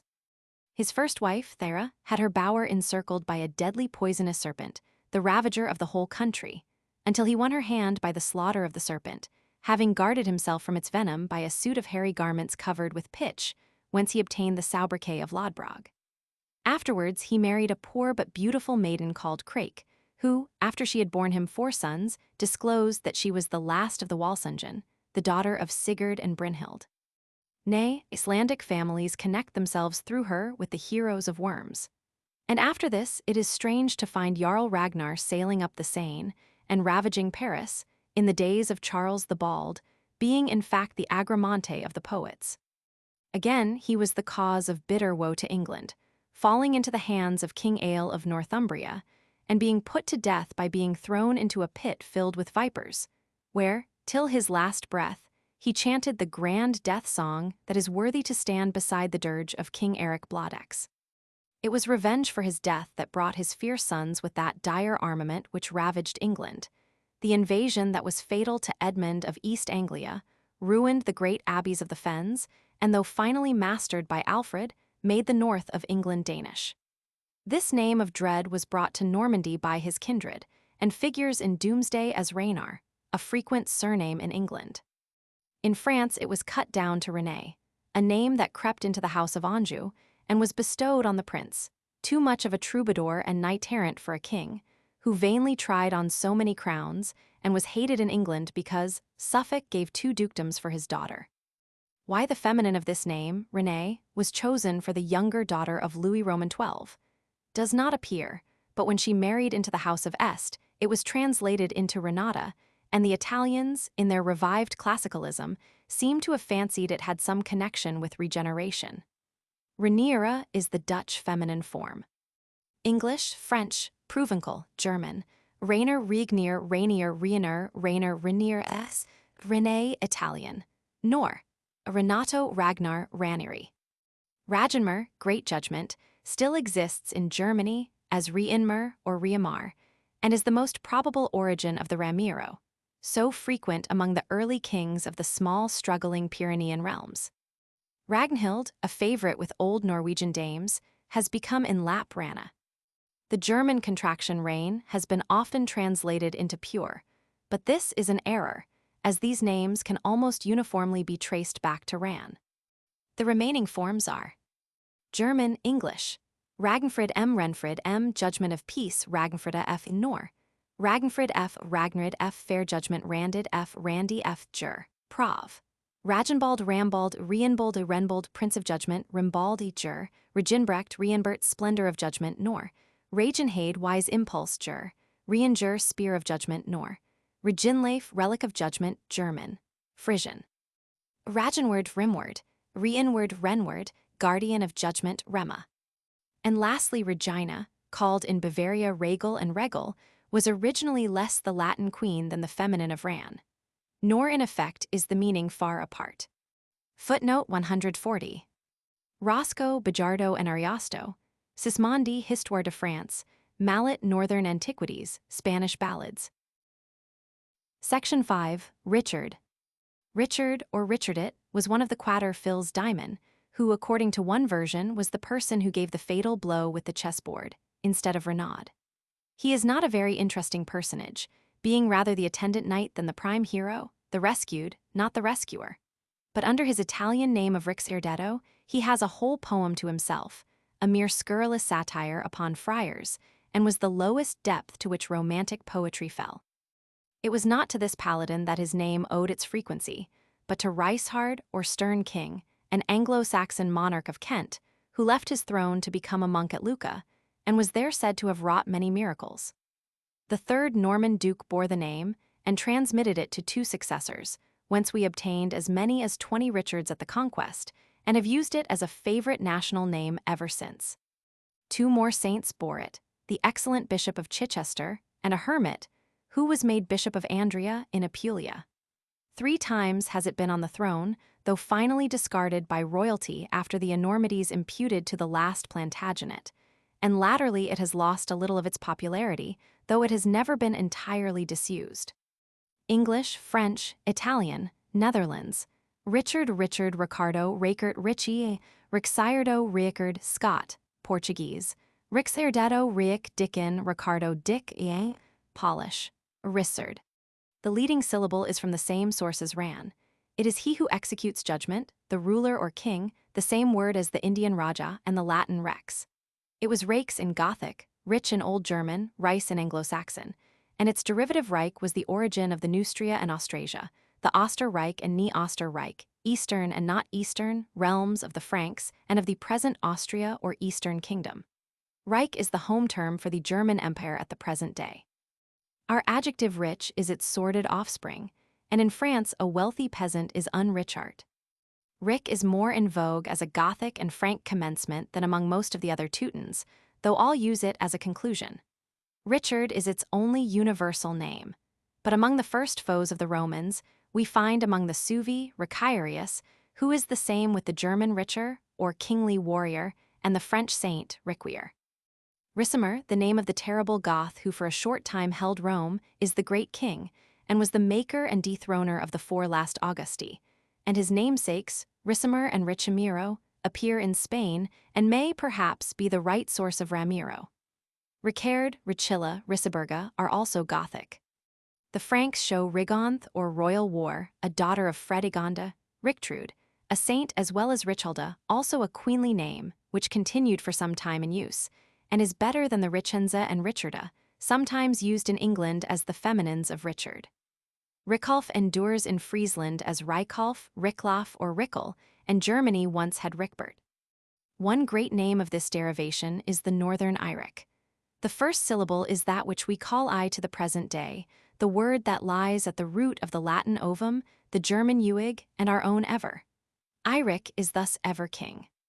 An ancient Eric was said to have been admitted among the gods, and Eric was the second name of Esk, the son of Hengist. But it was the northern people who really used Iric, which comes over and over in the line of succession of all the northern sovereignties, figures in their ballads, and, in the person of King Eric Blodex, is connected with their finest poetry. In the present day, it is scarcely less popular than in old times, and has the feminine Irica. English, French, German, Nor, Swedish, Eric, Erich, Eric, Polish, Slovak, Lettish, Esth, Lap, Eric, Kara, Are, years. Two other names of the North have the same commencement, Eimund, ever-protecting or eternal guard, commonly called Emund, and Eilif, the ever-living, answering to the Greek Ambrosios. Eilif is also written Eiliv, Eliv, Elef, and even Elaf, and Latinized in Elavis. Footnote 141. Roscoe Munch, Butler, Michaelis. Section 6, Astolfo. Astolfo is to the paladins what Conan is to the fiend, the butt, or grazioso. In his full-blown perfection, he is first cousin to Orlando, being the son of Milon's brother Otten, and was also related to Rinaldo, according to the quaint genealogies of the chivalrous heroes that exact heraldry loved to draw up. He joined the four sons of Aymon, when they left the court after the quarrel at chess, and shared in their wild exploits, but apparently permitted no meaner interlopers in the trade, for when he caught a party of robbers, he insisted on some unfortunate hermits being their executioners, declaring such an office was quite as pleasing to heaven, ci dire il pater nostro, and finally pummeled them into compliance. In Bugiardo, Astolfo gained possession of a magic lance, brought by Angelica from Cade, which unhorsed all its antagonists and, secure in its aid, refused when he was required to deliver up to Gradasso, Bajardo, and Durindana, which had been left in his charge while their masters were wandering after Angelica, but challenged Gradasso to single combat, defeated him, and then went in search of his cousins. Ariosto conducts him into the enchanted palace, where everyone was pursuing something lost.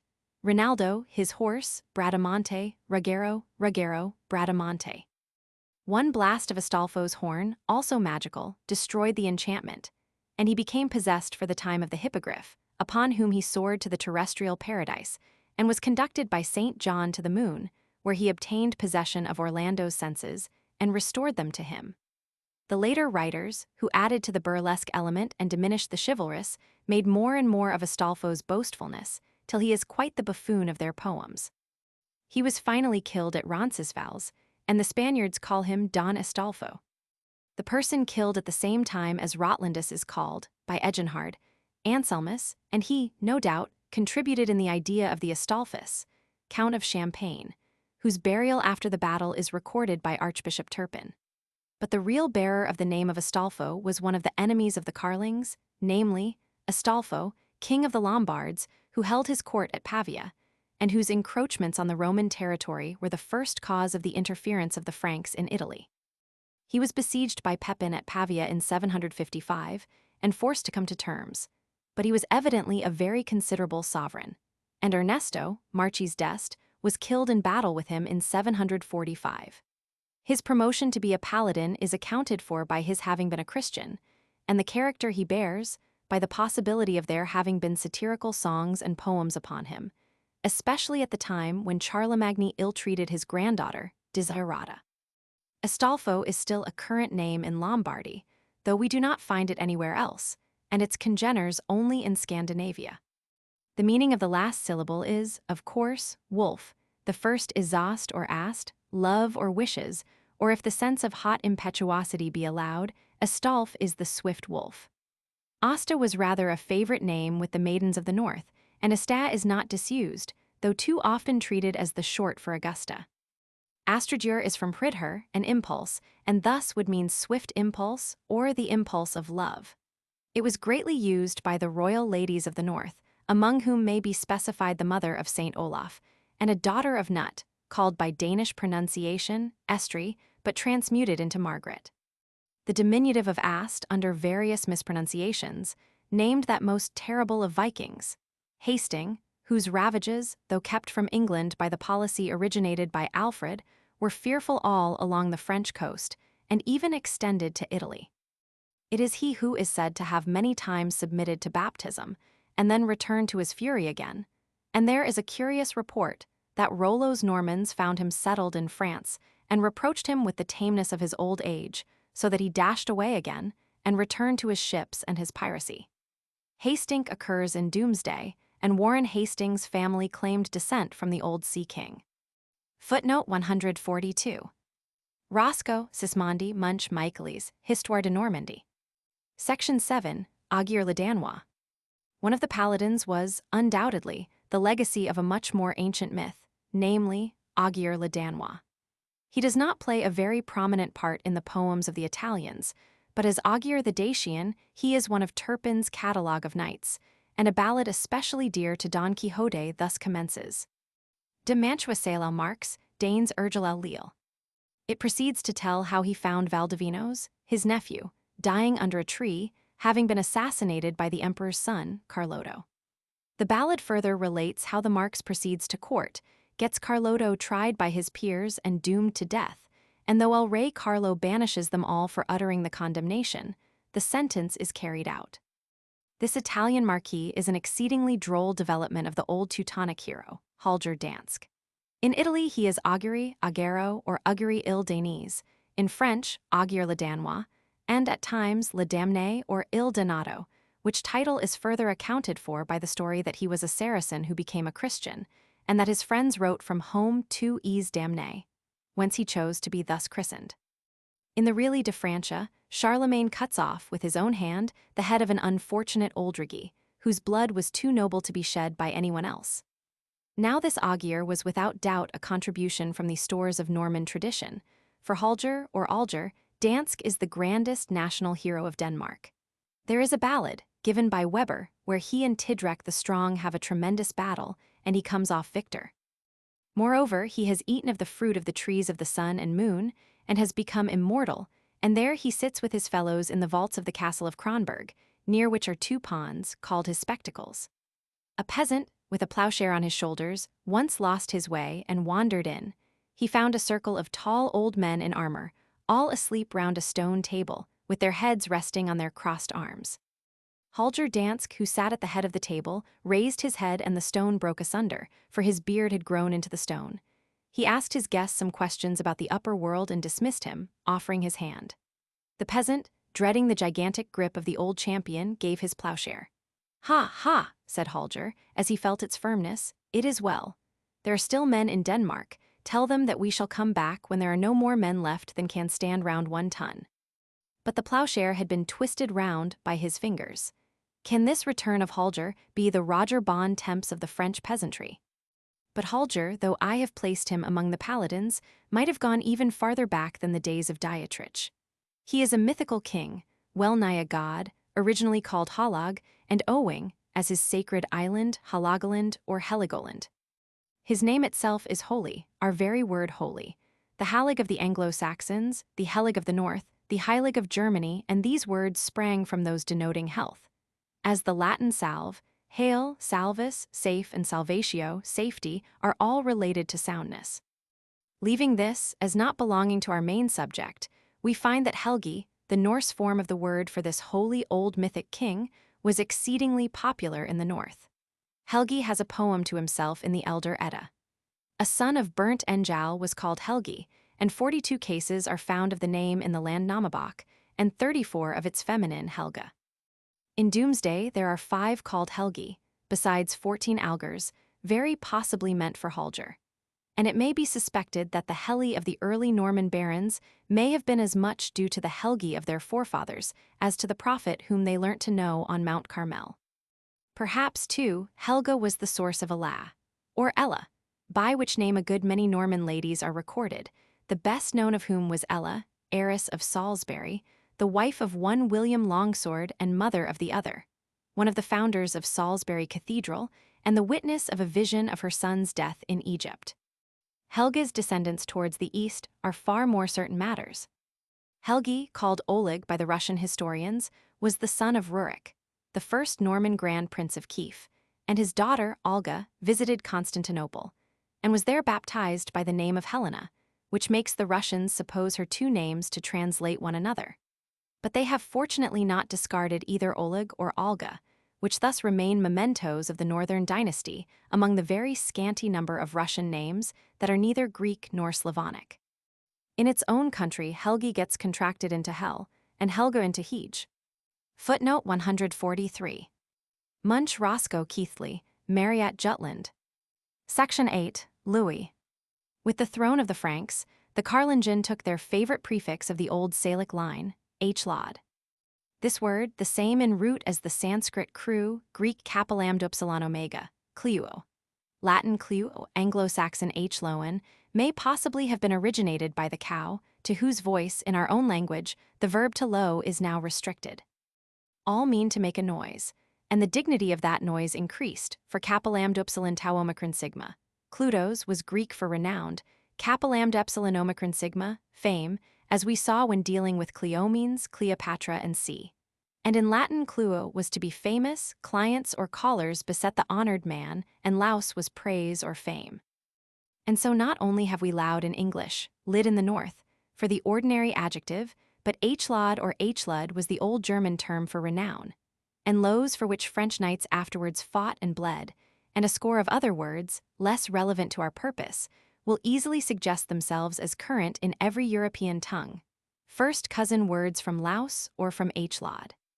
The rough aspirate at the beginning was once an essential portion of the word, and among the Franks it must have been especially harsh, since their contemporary Latinists always render it by ch. Clodio, as they call him, is numbered as the second of the long-haired Salians, the father of Meroveus, and leader of the incursions of the Franks about 428. His grandson married the Burgundian maiden, called by the Valkyr title of H-Lodhild or Clochilda, as the Latin civilization of her day called her, when it hailed her with delight as the converter of her husband to Christianity. Although canonized, her name was not in great use for a good many generations, and to this she probably owes it that, when it was revived as belonging to a royal saint for the benefit of the daughter of the good Dauphin, son of Louis Roman XV, it had not been shorn of its aspirate like all the cognate ones. It has since become a favorite with French ladies. French, Italian, German, Clotilde, Clotilde, Clothilde. The husband of Clotilde was known to his own fierce Franks as H-Leudoeg, or famous war, or consecration. But when his success after his prayer to the god of H-Leudhild had brought him to abjure his Teuton gods and receive baptism from Saint Remy, the Pope accepted the only Orthodox sovereign of Europe as most Christian king and eldest son of the Church by the appellation of Clodovisus, or Clovis, the retranslation into French. Among his successors was found many a faineant who had nothing of him but his prefix and his long hair, and one who is counted as Clovis Roman II. When these had passed away, Charles the Great gave the name of the great founder of the former line to one of his younger sons, the only one who lived to succeed him. What H. Lodwig Hammond's war was called in his own day may be seen by the curious barbaric Latin poem sung by his soldiers in honor of their exploit in setting him at liberty, when he had been treacherously made prisoner by Adelgiz, Duke of Beneventum, a song that shows Latin in its first step towards the tongues of southern Europe. Audite omnes fines ter error cum tristitia, qual cellis fuit factum in civitas Beneventum Ludovicum comprenderunt, Sancto Pio Augusto. Ludovicus is now known to the French as Louis le Debonair, a title that some ascribe to his piety, others to his weakness. The Germans took him as Ludwig, and thenceforth these two varieties held a double course, while the softer Provencals made him Alois, which is now regarded, owing to a saint of its own, as a separate name. 3 monarchs of the Carling line bore this favorite name, and the 5th descendant of Hugh Capet brought it in again, to come to its especial honor with the saintly crusader, 9th king so called, from whom it became so essentially connected with French royalty, that after the succession of the Bourbons, no member of the royal family was christened without it. Indeed, hardly anyone of rank or birth failed to have it among their many names, till its once beloved sound became a peril to the owners' heads in the Revolution, and it has in the present day arrived at sharing the unpopularity of Francois. Elsewhere it is chiefly a French importation. The Welsh use Lewis as an anglicism of Llewellyn, and the Irish of Lachna, and the Scots make rather more use of it from their old alliances and connection through the Scottish Guard. The Scottish Lodowick is probably taken from the northern form of the original word. Just as with the Italians, Luigi is the mere Italian version of Louis, Lodovico the inheritance from the Lombards or Germans, and in this shape was long current in northern Italy, belonging in particular to the unfortunate Sforza of Milan, who perished in the first shock between France and Italy. English, Breton, Scottish, French, Ludovic Lois Lodowick Clovis Louis Loisic Louis Louis Provencal, Italian, Spanish, Portuguese, Alois Lodovico Clodovo Luis Clodobu Luigi Louis Lizoic Aloisio German, Swiss, Swedish, Dutch, Ludwig Ludi Ludwig Lodwig Luz Lud Lotzi Bavarian, Wickel Polish, Bohemian, Slovak, Hungarian, Ludwig Ludwig Lajos Ludvis Ludovic. The Provencal Alois apparently was the first shape that threw out a feminine, the Alois or Helois, whose correspondence with Abelard was the theme of so much sentiment, and whose fame, brought by the archers to Scotland, no doubt was the origin of the numerous specimens of Alison found in that romantic nation. According to Dugdale, the wife of the Norman William Mallet was Hesilia or Helwise, no doubt the same as Helais. Helais had nearly died away in France when Rousseau's romance of La Nouvelle, Helais brought it, as well as Julie, into fashion again. The Vauderces of St. Louis had, however, chosen to come much nearer to his name, and by the end of the 15th century, Louise was in great vogue at the French court. It traveled everywhere with French princesses, came to us with the House of Hanover, and has now a thorough hold of all ranks. English, French, Italian, Spanish, Luisa Louise Luisa Louis Lysette Elisa Lulu Portuguese, Scotch, Helis Luisa Liet Luisin Ha Alison Ali German, Swedish, Polish, Lettish, Ludwig Ludovica Ludvika Lush Luis Lovisa Ludoisia Lash Lova Laduska. The eldest son of the great Clovis was H. Lodmir, or Clodomir, great fame, made more euphonious in German as Ludimir, and furnishing such surnames as Lutmer and Lummers. All his sons were murdered by their uncles, except one, who was shorn of his long locks to save his life, and was put into a convent where he became a holy man, was canonized, and his harsh name of H. Lodowold or Clodvold became the pleasant one of Saint Cloud, best known for the sake of the palace near Paris. Another Saint Clodvold of Metz is commonly called Saint Cloud. One of the uncles who killed the poor boys was H. Lidhari, or Clodachari, famous warrior, a terrible savage, but the last survivor of the brothers, and counted in the Frank history as Clother or Clotaire. Others of his race likewise were so baptized, and when the name passed to the Carlingen it was as Lothar. So was called the son of Louis le Debonair, whose portion, known at first as Lotharingen, came to be in Latin Lotharingia, and still remains Lorraine. Lothar did not pass away from Germany. One emperor, after the separation, was so called, and it fell into many forms of surnames, in especial into Luther. And when Martin Luther had rendered this almost saintly to his countrymen, they over-hastily explained it by Luther, pure, while the Bohemians found a similar word in their own tongue, meaning a swan. Oddly enough, Huss signified a goose, and the saying arose that the Bohemian goose had let fall a quill, which had been picked up by a swan of far more distant flight. Luther has a few namesakes in his own country on his own account, but in general, Clotaire has died out of Christian nomenclature. English, French, German, Spanish, Lothario Clotaire, Lothar Clotario, Lother Lotera, Luther Lettish. Italian, Luthers Lothario. Clodiswintha, or famous height, was a Frank princess, without namesakes beyond her own race. In fact, the use of this prefix seems to have been exclusively Frank. Footnote 144. Sismondi, Histoire des François, Littérature du Midi de l'Europe, Friedrich Pott. Michaelis, Thierry, Récits des Temps Mérovingiens. Section 4, War. In Ulfilas' Bible, the multitude of the heavenly host is translated, Haris Huniacundis Manage. In Anglo-Saxon, an army is here, in Old German Harry in the North her, all perhaps coming from the ear, and to hear, as having been summoned, like the legion from being chosen.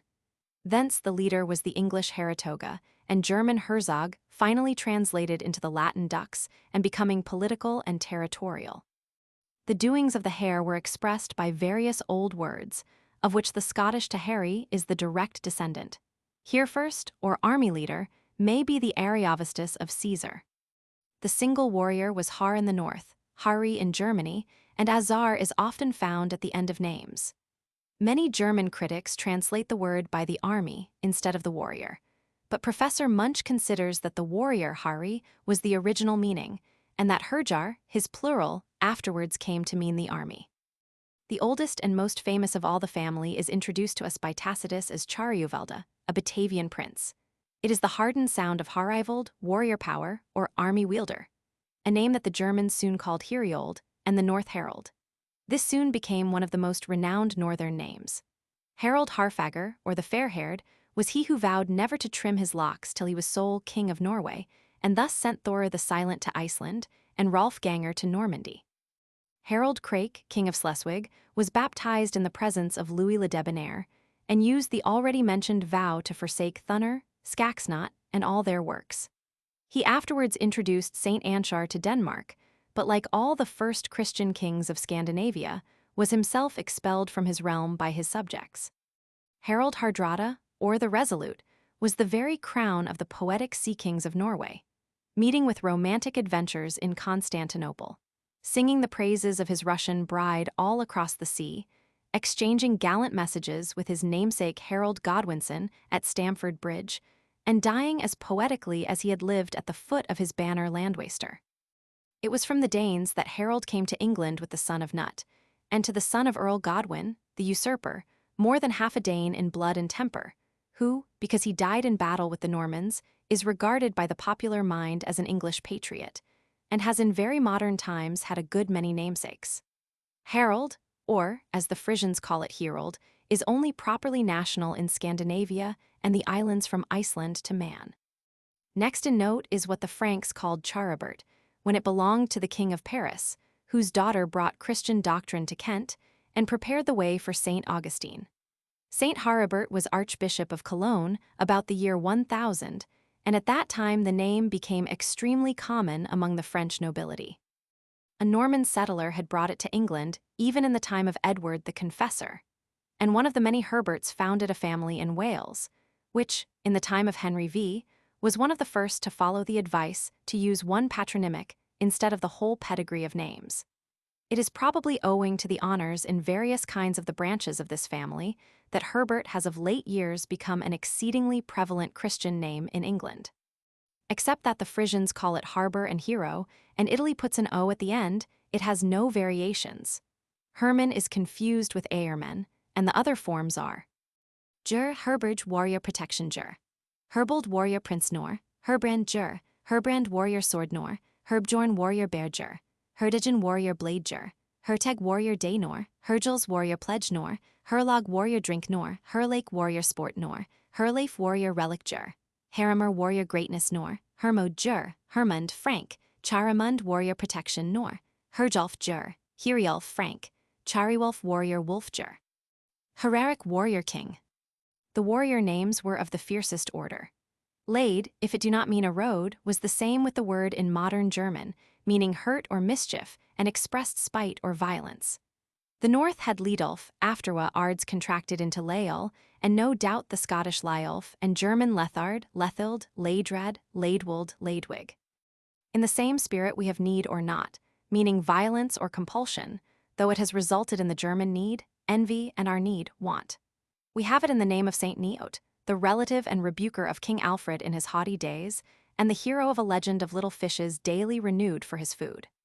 Also Nidhard was a great chronicler of Frank history, and left a name surviving as Niddert in Friesland and cut into Nitz in Germany. There too were Notberg and Notcher, Nidbert in France, and in the north, Notulf, afterwards written Notto. The terminal not is, however, more common. Wig or Vig is war itself, and is found in the genealogy of Odin. Wiegdig or Warday is an ancestor of the Darren kings. Viglake still subsists in the north, and so does Wiglaf, relic of war, the same as that of Wiglaf, the chronicler. The other forms are Jur, Wigbert, Friss, Wickbo, Bright War Nor, Vigbrand Warsword Jur, Wigbald War Prince Jur, Wigberg War Protection Nor, Vigfis War Eagerness German, Frisian Nor, Wighard Wygard Vighard Wichard Wyert Wykard Weert, Wigo War Firmness Wiggy Viga Wigher Witcher Warrior Wighelm War Helmet, Wigland War Serpent Jur, Wigman Witchman War Man Wigmer War Fame, Wigram War Raven. These are almost all German. The terminations in wig are often owing to German pronunciation of the word ve, or v, consecration, and sometimes of the northern vague, liquor.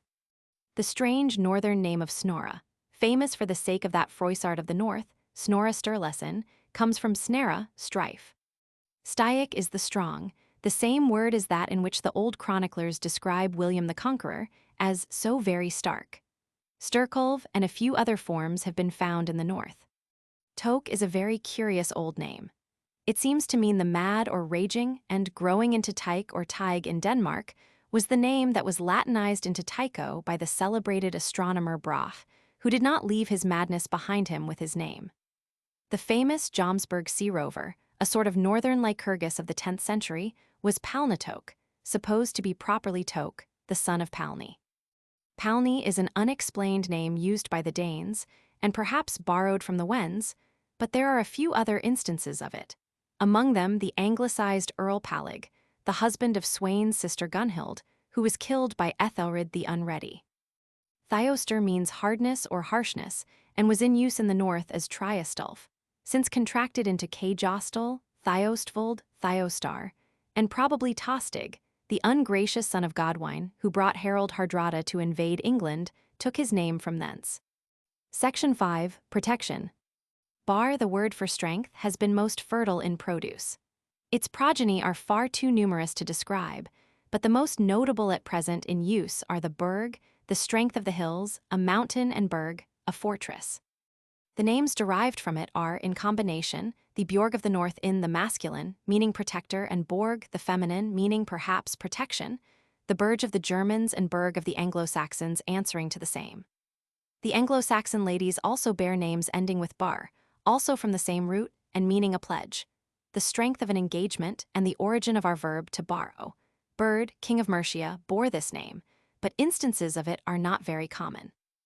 Berger, Byager, Burge are the masculines much used in Scandinavia, and the combinations were Bjorgulv, Bergthor, Bergthora, the faithful wife of Enjal, and Bergliot, the daughter of Thorir the Silent. The same name that has been already mentioned as the northern one that has been mixed with the Irish Brigid, and which would mean protecting ugliness. Other forms are Bergswain, protecting youth, Bergild, answering to our Mercian princess Bergenhild, and Borgny, apt to be cut down to Borny. This is the word to which the Burgundians owed their title, as dwellers in burgs, instead of wanderers on the open plain. Another large race of names comes from the Gothic Wargen, Anglo-Saxon Warian, the ware of rustic shouts in England like the gare of France, the latter syllable of beware and aware, and the ware of Germany. The quality of precaution furnished the North with its favorite terminations var and vara, indicating the possession of the prudent virtue that makes a man wary. It does not begin names, but it often ends them, both in the north and Germany, as Gervar, Hervar, Amulvara, Hildewara, and C. The inhabitant was the natural defender, and in Anglo-Saxon and Norse where became synonymous with the dweller, as Kentwara, the defenders of Kent for the Kentish men, Burgwara, the burghers, and in the north Vikvarjar, bay defender. Where, a defender, is thus a commencement in the German Wehrmund, guarding protection, the Voermund of the Mercian genealogy, and Vermund of the north, while its surviving representatives in France are Geiermund and Vermont. Wernhuri, or protecting warrior, is the Guarnier of Tasso, the Garnier of France, whence this form came to England as a surname after the Edict of Nantes, whilst Warner had been the legitimate descendant of the native Voernher. Warand, the German participle name, may have assisted in forming Geidrin and Warren, unless there was a Werwine to account for it. Warnfrid or Warno, Warenhold and Warnibold are also German. The defender was with us the Ward, Guardwarden, and Wardian was to ward or guard, as in French guard and garter in the Northvorder, in Germany wart. This is the favorite termination, the ward of England passing the ward of Germany, the Vard of the North, but of rare appearance as a commencement, though there is an instance of a German Wartger or guardian spear. These are extremely like the words taken from to gird, like Gerda, guard, and see, but they are essentially different. Watching is here the idea of safety, as enclosure is there. The termination mund, so common among all the Teuton nations, has been a very great difficulty. Some regard it as the German mund or months, a mouth. The fact, however, appears to be that mund means a hand in the elder languages, and from a hand was early transferred to him who used his hand in protection. All the best authorities agree in translating mund as protection, but as mund, a hand, is a feminine noun, the derivation from this source is a little doubtful, as the only lady's name thus terminated is Rosamund. It is never a prefix. Names ending in mund, hand, are often confused with those finishing in mod or muth, meaning courage or wrath, the mood of England and muth of Germany. Even in very early times, Thurismund or Thurismod would be indifferently written, but mod is not very common and is apt to shorten into mo, as Thormod, Tormo. The Germans used to imagine that all their names ending in hulf meant help, but this pleasant faith was destroyed by the northern wolf, and only one real help name is extant, the Helfrich of modern Germany and Heilfrek of the north, which own an ancient precedent in the Old Frank Heilperich or Chilperic. The pronunciation of ward runs so naturally into hard that many names, which when traced to their roots, turn out to terminate with ward, are spelt in German and French as if they were hard. The word hard does, however, really enter into the composition of a few names, chiefly German. There is, however, a semi-mythical northern lady called by the amiable name of Hearthgreppa, Firm Grip, or Hardclaw, and Harthicnad, or, as we call him, Hardicanute, seems to have had this distinguishing epithet added to his father's name. The most noted of the other forms was Hardwine, Firm Friend, the Harduin of old French chroniclers, called in Italy Arduino. Harding, Firm Hartrich, Firm King Hartwig, Firm War Hartmund, Firm Protection Hartmod, Firm Spirit. The names in Rand have likewise been a difficulty, but the word is best referred to the Gothic razon, a house, and likewise a shield, from the protection both afford. Rand is a northern prefix, and its derivatives are not easy to distinguish from those of Regin and Raven. Rondolfer, or House Wolf, was certainly a northern name, and the same seems to have belonged to Saint Radulfus, Bishop of Bourges in 888, and to 38 Radulfs in Domesday Book, then to the good justiciary, Ranulf de Glanville, under Henry Roman II, to the crusading Earl Randall of Chester, and subsequently to many a Randall, Randolph, and Ralph, or, as we foolishly spell the word, Ralph. The North had Ranvaig, houselicker, by way of a lady, and have shortened her into Ranog and Rano, also Ranmod, Randvid, Randv, or Ranver, house consecration. Fast, in the sense of firm, not of quick, is found in the northern Fastolf, in the Frank Queen, Fastrade Firm Council, in Fastburg Fastman, Fastmund. Lidvard, an Old Norse name, that with us has run into Ledyard, in its own country into Lever, is the gate ward. Trigv, a favorite Old Northern name, is the true or trusty. The same word sometimes serves as a termination, as in Sigtrig or Sitrick. Section 6. Power. Magan is the Gothic and Saxon to be able, whence our defective may, and a number of other words in all the various northern tongues, in especial main or chief. The names from it are chiefly of German origin. Magenfrid, or powerful peace, was a fine old German name, which, by the time it came to the brave but unfortunate Sicilian, son of Frederick Roman II, had been worn down to Manfred, whence he was called by his subjects Manfredi, by his French foes Mainfrey, and by his English contemporaries Mainfrey. Meginhard, main power, was a chronicler of the early ages, and in 1130 appears in the Cambrai registers. The Germans used it as Mainhart, and the English surname Maynard is from it. Meginrat made Mainrad, or powerful council, and Magenhild is still in use in the north as Magnhild. The main land is, in fact, the chief land, the main, the chief sheet of water or sea, and might and main are so closely connected together that Magenhild is the most natural step to Mothild, main heroine to might heroine, for Mott is really the modern German Macht, and our own might, and both these mighty names were in early use in Germany. Mothild was the wife of the Emperor Henry the Fowler, and afterwards became the sainted abbess of Quedlinburg.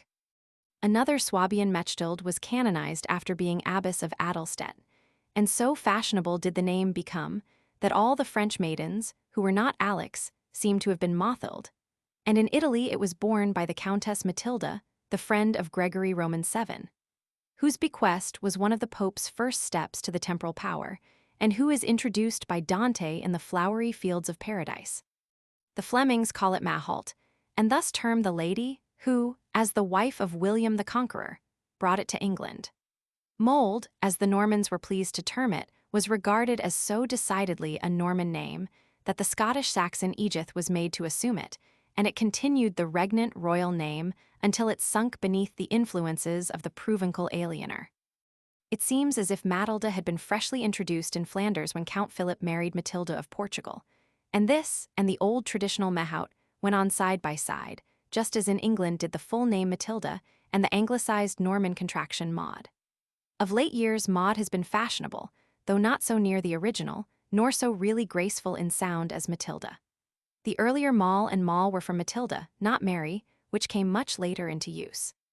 English, French, Italian, Bavarian, Matilda, Mathilda, Matilda, Mechthild, Mold, Mahade, Mechel, Mal, Mahout, German, Melchel, Maud, Mathilda, Tilda, Tilly, Ham, Tilda, Till. Motfrid and Modulf were old masculines. From may and might we pass to our other defective auxiliary can. Knowledge is power, is an idea deeply rooted in our languages, for the difference between I can and I can is well nigh imperceptible. The Sanskrit na, forming the Greek verb gamma iota gamma nu omega sigma kappa omega, gignosco, reappears in the Latin nosco and the Anglo-Saxon sinawen. Another Anglo-Saxon form is kunnan, answering to the Danish kjend, Iceland kunna, German kennen. Thence our word cunning, knowing, and cuth, the past participle, known, noted, or dexterous, whence came several North Anglian names, Cutha, Cuthwheel, noted power, Cuthard, noted counsel, Cuthwine, noted friend, Cuthber, noted pledge, and chief of all Cuthbert, the great saint of Lindisfarne in his lifetime, of Durham after his death, when the wanderings of his relics rendered his fame so great that Cuthbert is still national among the peasantry of Northumbria and the Lothians. Can seems to have been originally a past tense of ken, and the Teutonic mind concluded that to have learnt is to be able, for all adopted the word can without an infinitive and varied it into past tenses. To be able was likewise to dare, whence the old Teuton Kuoni, Frank Chuan, Saxon scene, German Kuhn, bold. Be this as it may, a large class of names has arisen from these words of knowledge and action, earliest of the bearers of which should stand Cunimund, king of the Gepidae, and Chunamund, king of the Suevi, both meaning able protection. Chunrath, able counsel, or bold speech, was also Suevic, and in the form of Conrad, afterwards a worldwide name in the Swabian house of Hohenstaufen, till the last of their generous though impetuous blood was shed on the scaffold of Corradino, as Naples fondly termed its unfortunate young heir, the Conradin of history. Pity for his untimely fate assisted to spread the name through all the German dependencies, and it has become so common that, like Vasily, Tom, and Heinz, Kuntz has descended to cats. It has the feminine Kunzilla, and our old Mercian King Senrid represented it in England. English, French, Provencal, Italian. Conrad Conrad Kohat Corrado Senrid Queens Corrado German, Bavarian, Swiss, Swedish. Conrad Cattle Chudley Conrad Kuntz Kunel Kudley, Kurt Kuentz Chudler Netherlands. Kuno Kunnel Corried Konrad Cordley Court Cheward Danish. Russian, Bohemian, Slovak. Court Conrad Kunid Kunsch Kunrat a Kondratij Lusatian. Kunat. Kunigund, or Bold War, was the name of a daughter of the Counts of Luxembourg, who was wife to Henry of Bavaria, the sainted emperor, and shared in his canonization, rendering her name national in Bavaria. Another royal saint reigning in Hungary added to its honors, nor has it ever sunk into disuse. French, Italian, Portuguese, German, Bavarian. Kunigund, Kuniganda, Kunigundis, Kunigund, Kunnel.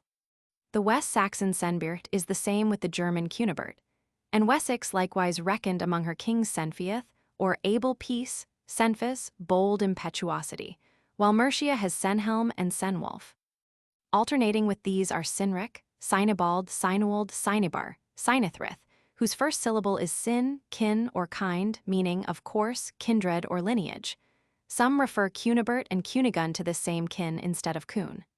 This word sin is one of those regarded as the root of king, signing, the son of his race or kindred.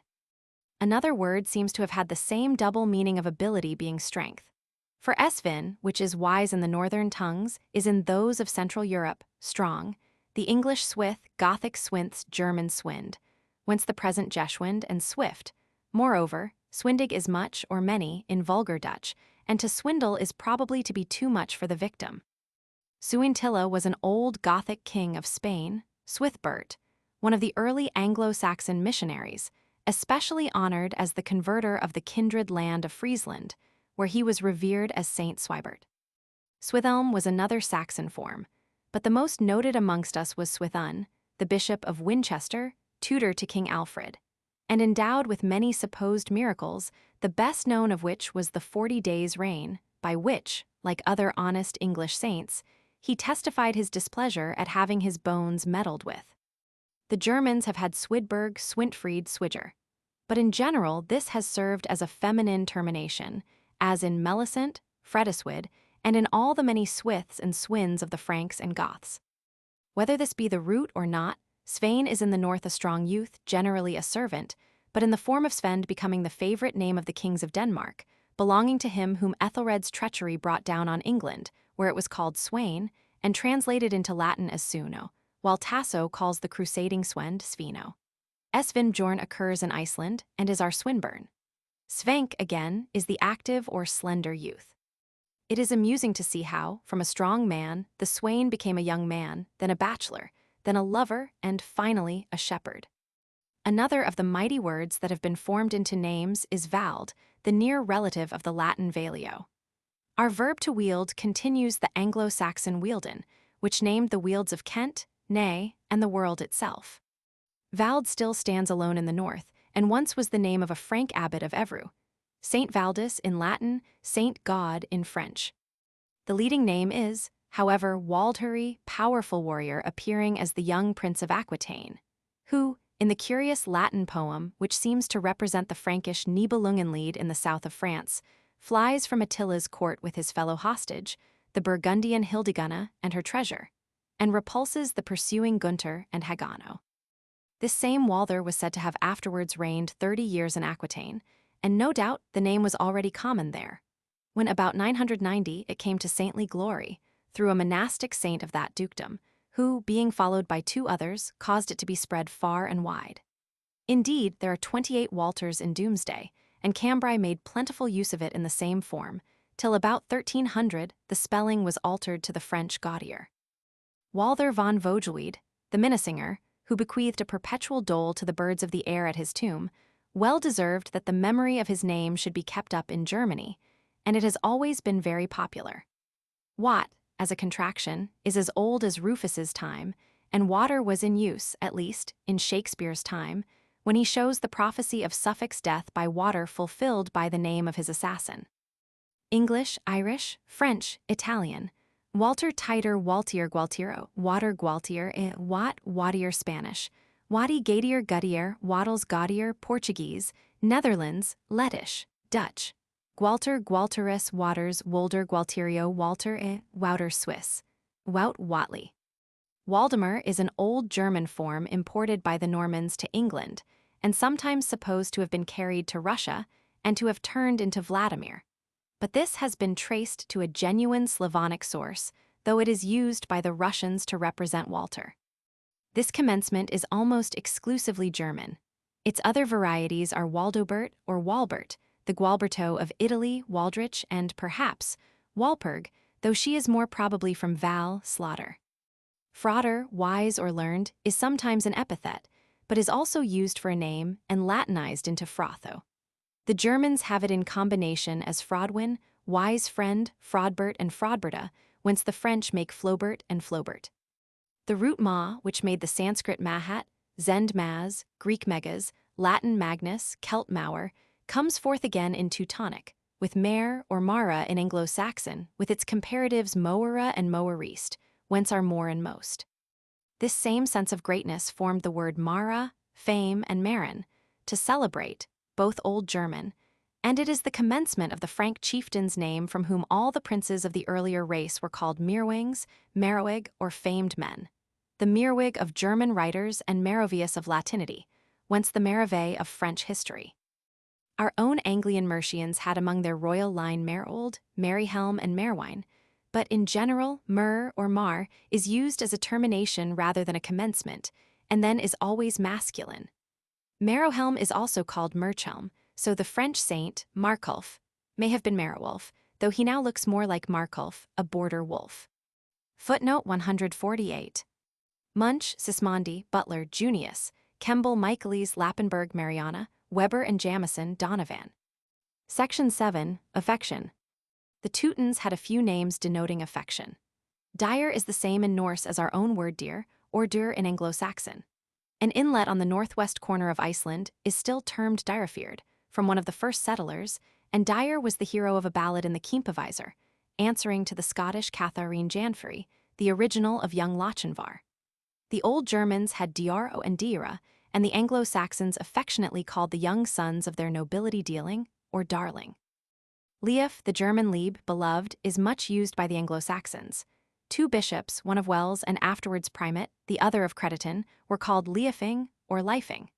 The first was certainly properly Aelfstin, so it is probable that in both instances Leifing was merely an endearing name that grew up with them and displaced the baptismal one. But its Latin translation, Livingus, shows the origin of the surname of Livingstone. England also had Leofwine, beloved friend, the only native name borne by any of the sons of Earl Godwin. An earlier Leofwine was a member of Saint Boniface's mission and converted many of the heathens on the banks of the Weser. And as Saint Lebwin is patron of Deventer, probably occasioned the name of Lubin, which, from being borne by French peasants, crept into pastoral poetry.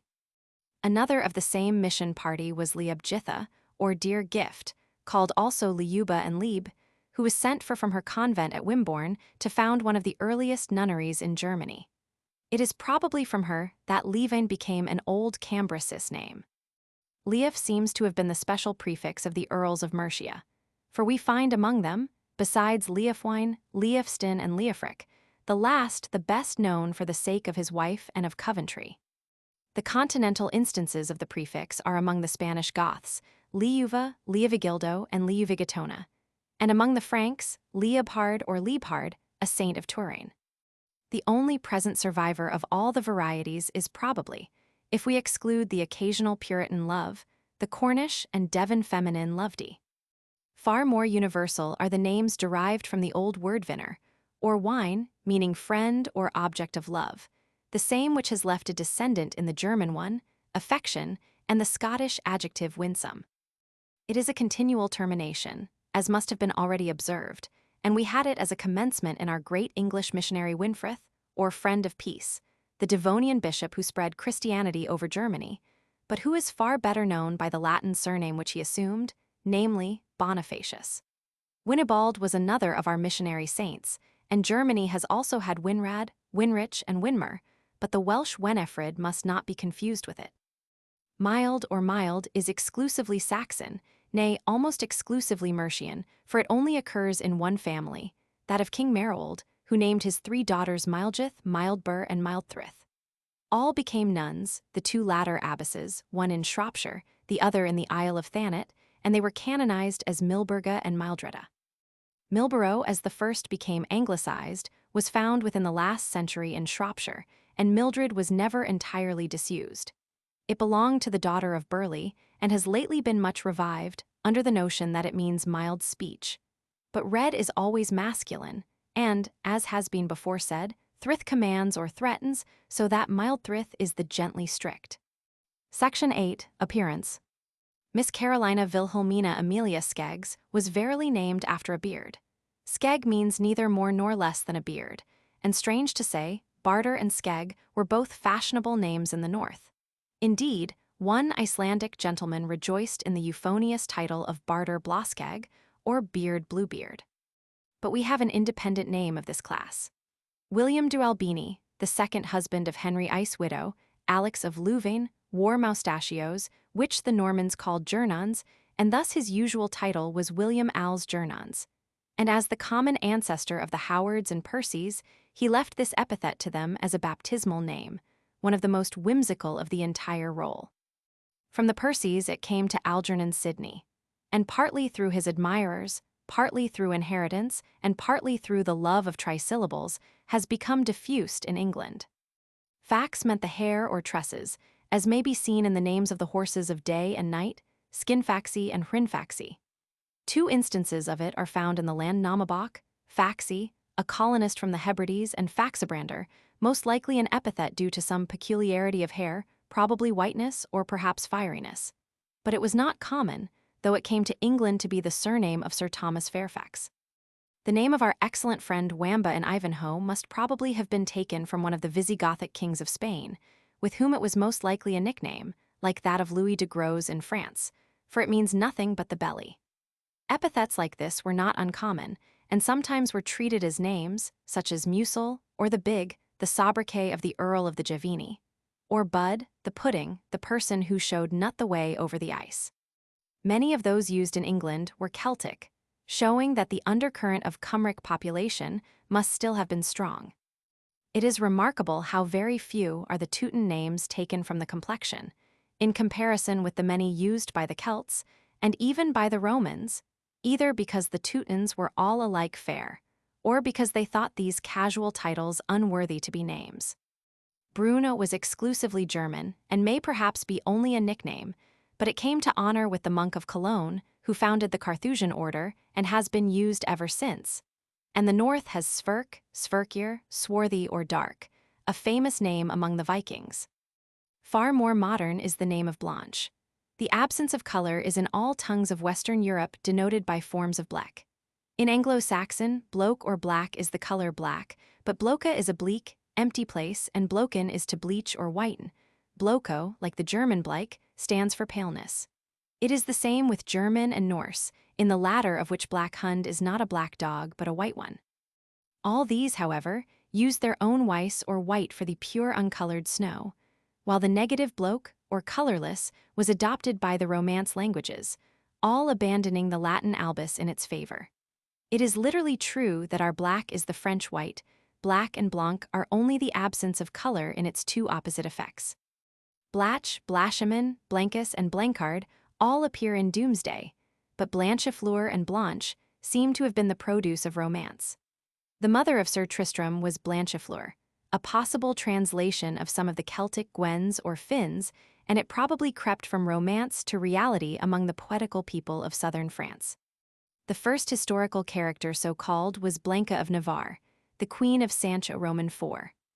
Of Castile, from whom it was bestowed on her granddaughter, that child of a leaner Plantagenet, whom her uncle, King John, employed as the lure by which to detach Philippe Auguste from the support of Arthur of Brittany. The treaty only bore that the son of Philippe should wed the daughter of Alfonso of Castile. The choice among the sisters was entrusted to ambassadors, and they were guided solely by the sound of the name borne by the younger, that of the elder sister, Araca, being considered by them hateful to French ears and unpronounceable to French lips. John was punished for his policy, for Blanche's royal English blood was the pretext of the Pope in directing against him her husband, Louis the Lion, But no choice could have been a happier one for France, since Blanche of Castile was the first and best of her many queen regents. From her, the name became very common in France. One of the daughters of Edward I was so called, probably from her, in honor of his friendship for her son. It became usual among the English nobility and is most common in Italy, though it is somewhat forgotten in Spain. English, French, Italian, Spanish, Portuguese, Blanche, Blanche, Bianca, Blanca, Branca. A Swedish heroine called Blenda made this name, from Blenden to dazzle, common in her own country, but it is not known elsewhere. Karl, with a double L meaning head, is sometimes used in northern names, but far less commonly than Karl, cool, or rather in the act of cooling after great heat. The great blast bellows with which the gods charitably refresh the horses of the sun are called in the Eddaic poetry Isarnkal or iron coolers, and there may have been some allusion to this in the names of Kal and Kale, which alternated in one of the old northern families. But as the cooling of iron involved its turning black, Kalbrun meant a black breastplate, and was thus used as a byname. And it may be in this sense of black that Kal enters into the composition of Kalbjorn, black bear, Kalgrim, Kalgrima. Kalskeg would thus be Blackbeard. But Kalbein can hardly be blackleg, so perhaps it may refer to the bones being strong as wrought iron. And Kalfin and its feminine are either cool white or refer to Finn's strength. Colbrand is in English romance the name of the Danish giant killed by Guy of Warwick at Winchester, but the Heptarchy displays a very perplexing set of calls as they have been modernized, though they used to be spelt Kjol.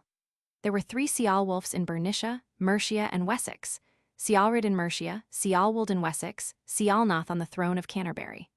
Are these the relatives of the northern call, Cool, or are they Kjol, keel, meaning rather a ship than merely the keel as it does now? Or, on the other hand, are both these and the northern call adaptations of the Celtic call or Gaul, like those already mentioned of Finn? Their exclusive prevalence among the Scandinavians and Anglo-Saxons would somewhat favor the notion. The northern feminine terminal, frid, belongs to this class, and means the fair or pretty from the old northern fritter, though it is most deceitfully like Fred or Frey, peace, and is probably from the same root. Tater is a northern man's name, meaning cheerful. Zeiss answers to it in Old German, and though the analog in Anglo-Saxon does not otherwise occur in any Anglo-Saxon work, yet we find from Bede that Ethelbar, the daughter of Ethelbjort and Bertha, of Kent, who carried her Christianity to her husband, Eadwine, was also called Tate, by which we may gather that she was particularly lively and cheerful. Section 9, Locality.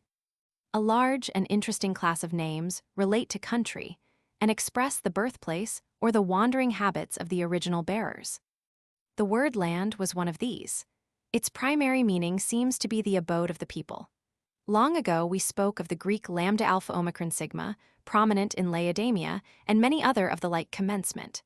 An almost similar term runs through the Teutonic tongues, the Saxon leod, German lute, Frank liod, northern litter.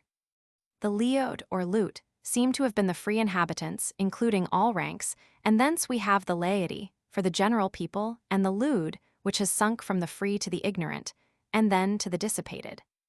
The great region of these names taken from the people is Germany.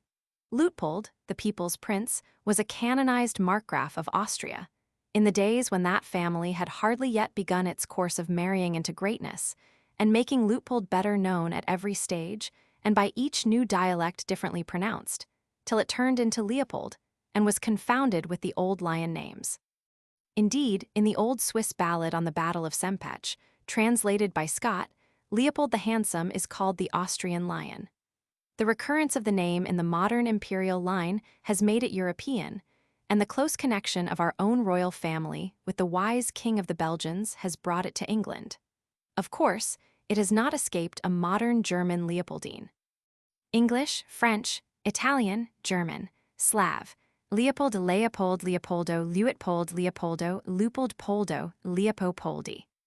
Lutger, the people's spear, was a good bishop of Antrim, who was speared by the people, or, at least, murdered by them in the furious wars of the long-haired kings, and was revered as a martyr under the Latin form of Leodigarius. A priest of Chalons was canonized by the same name, which is in France Leguire, and was brought as a territorial surname to England as Saint Leger. Liutgard seems to have been a Frank saint, but there is no account of her in Alban Butler, but hers is one of the favorite old names at Cambrai. Liutprand, the people's sword, is one of the chief chroniclers of early French history, and the other forms are Liuther, the only one accepted by the North, and that in the form of litter. Jur, Liutbert, Fries, Liubert people's brightness Jur, Liutberga people's protection Fr, Liudefrid Lufroy people's peace Jur, Liutmer, Fries, Lutmer Lummer Fr, Liudimir people's greatness Jur, Luthold Liutold Ags, Liudwold people's power.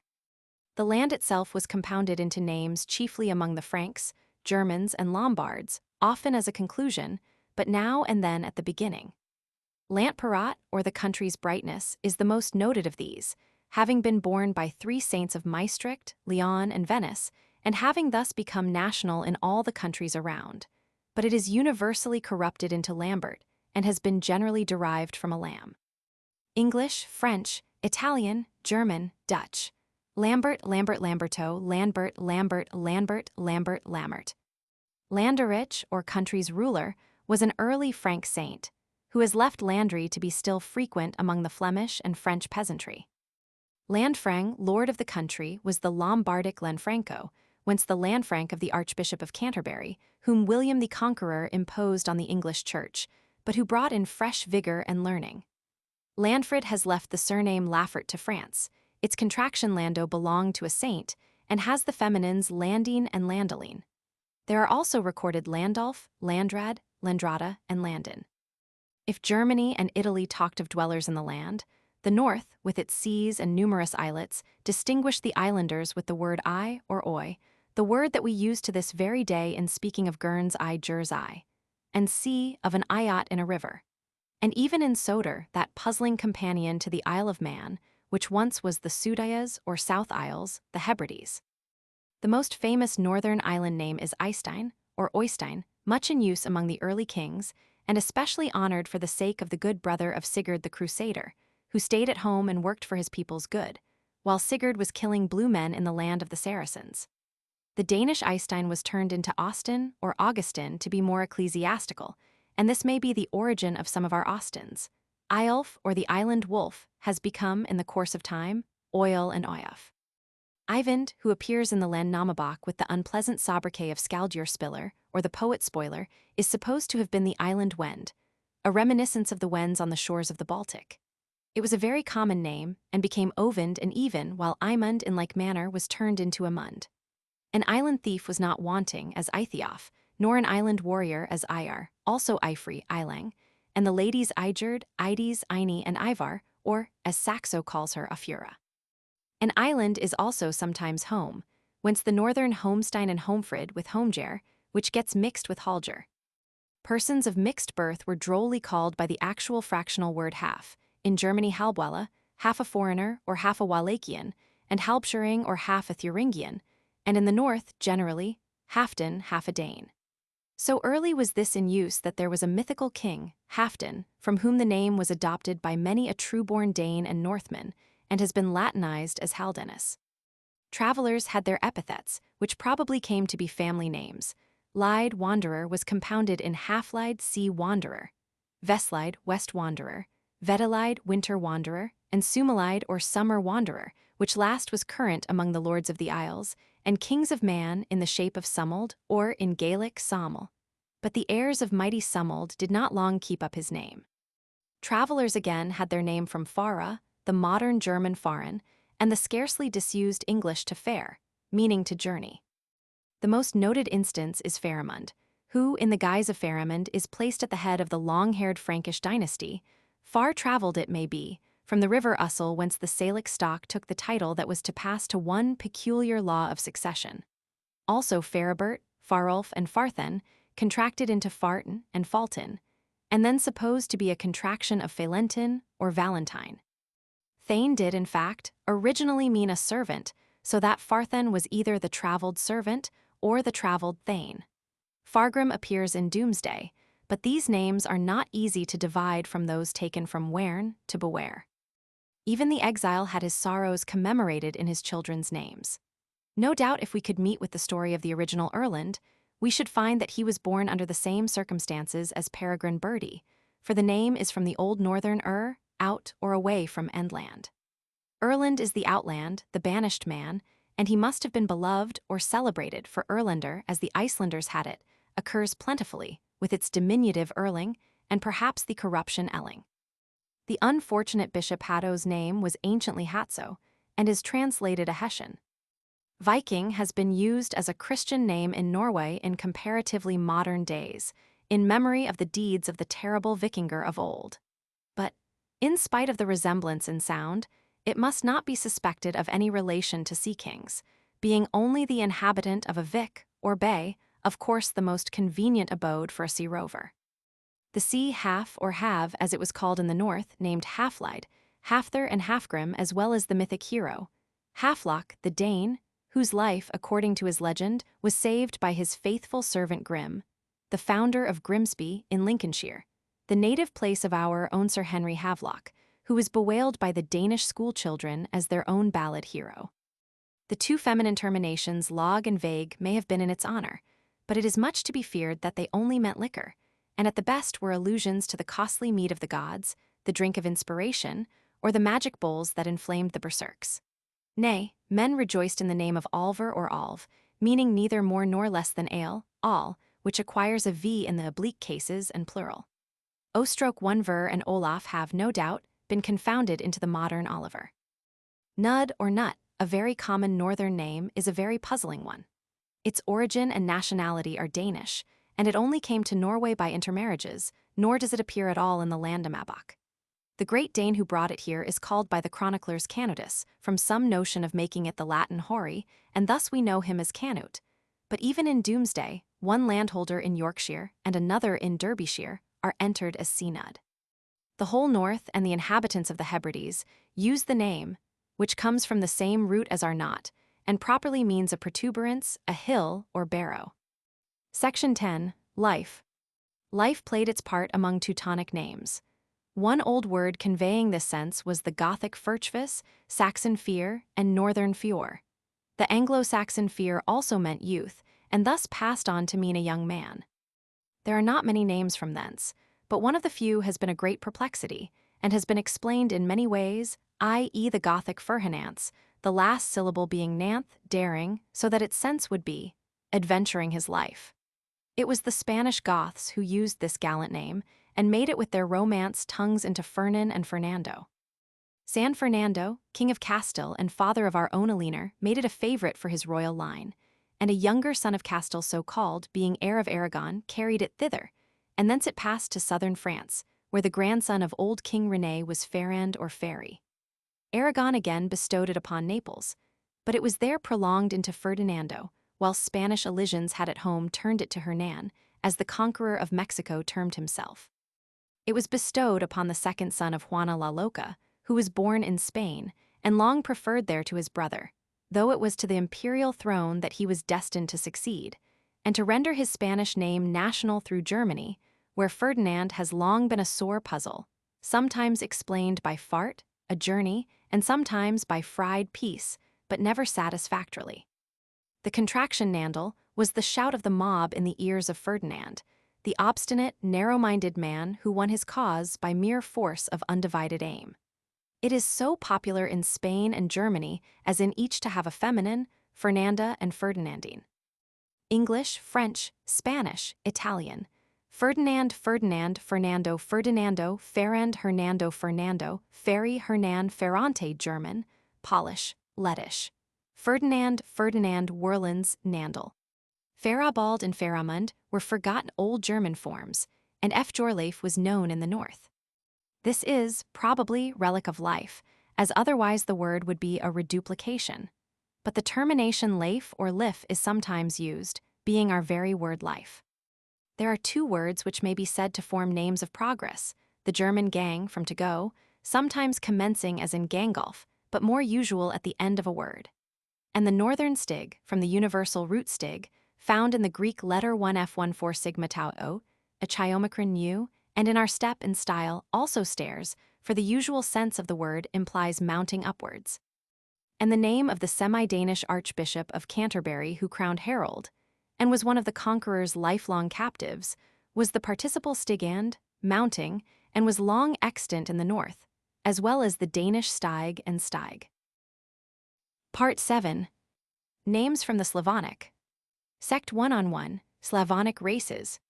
The last class of names that have had any influence upon European nomenclature are those borne by the Slavonic race dwelling to the eastward of the Teutons, and scarcely coming into notice before the period of modern history. Nor, indeed, have they been ever very prominent. Slipping into the regions left empty by the Teutons, or depopulated by the forays of the Tatars, these nations have carried on a life for the most part obscure and industrious, though now and then drawn, either by Mongol fury on the one hand, or by Teuton ambition on the other, into gallant exertions. But a genuine Slavonian has seldom or never extended his power far beyond his own country. Imaginative and poetical, they have nevertheless few ancestral traditions. They have no history previously to coming under the influence of other countries, and their migrations are even less known than those of the early Celts and Teutons. All that we do know is that by the time the 10 horns of modern empire were developing themselves, there was a long strip of Slavonians, or Wends, extending from the White and Baltic seas down to the Black and Adriatic, making a division between the Teutons and the Tatars, but utterly unable to oppose a barrier when periodical fits of fury and invasion seized upon the wild hordes to the eastward of them. Wends or Veneti seems to have been one universal national term, Slava furnished another. The word, like the Greek kappa-lambda-upsilon alpha and Teuton h-lod, is from the root crew and denotes fame or glory, and it is constantly employed in the personal names, commencing Slavoljub, glorious love, Slavomir, glorious peace, Slavomil, friend of glory, and terminating Siroslav, far-famed, and many others, usually rendered as Slaws and Slaus. But just as Geta, the Goth, stood for a bondsman in classical literature, so when the Slav became the captive of the German, his once glorious epithet became the generic term of the thrall, bought and sold, while the derivatives of the Latin service were reserved for the free hired domestic.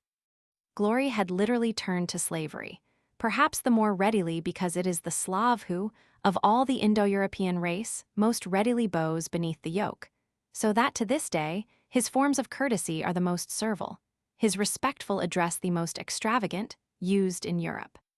At our first glimpse of the Slavonic nations, the Danube flowed through the midst of a considerable settlement of them, known to classical writers as Bulgarians, and most savage foes to the Eastern Empire, who lost army after army in expeditions against these barbarians. In the north, 2 great merchant republics at Kiev and Novgorod were conducting the trade of the north, and apparently living an honorable life of industry and self-government. All around the east and south of the Baltic were other large territories occupied by Slavonians, from Finland to Jutland, and, with few exceptions, most of these lands still own a Slavonian population, though only one has a native government. The Mongols have perhaps chiefly influenced the changes undergone by the slaves. The great and terrible Tatar invasion of Attila trod them down, but by ruining the Roman Empire established homes for them, especially round the Danube. In the kingdom now called Hungary, there is a large Slavonian population, called Slovak from the term Slav, a word living mixed with the remains of the Huns, but keeping a separate language. The mountain-girt lozenge of Bohemia was also a separate kingdom, with its own language, not the same, though nearly related, and more resembling that of the fierce elective kingdom of Poland. The migrations of the Teutons drove most of the Wends out of Denmark into the marshy and sandy lands at the mouth of the Vistula. And, somewhat later, home quarrels and fears of the Tatars impelled the republics of Russia to call in the aid of the Northmen, who quickly put an end to the freedom of the cities, and set up the principality that was the germ of the Russian Empire. The Greek Church converted the Bulgarians about the year 870, and the translations of the liturgy and scriptures, made for their benefit, have been the authorized version of the Slavonians ever since.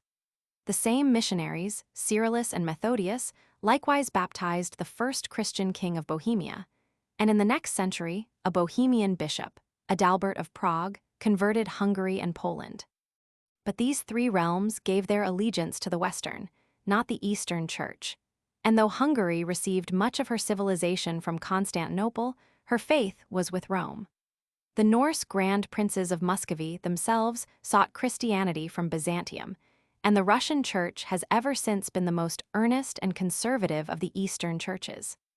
The Baltic Slavonians held out longest against the gospel.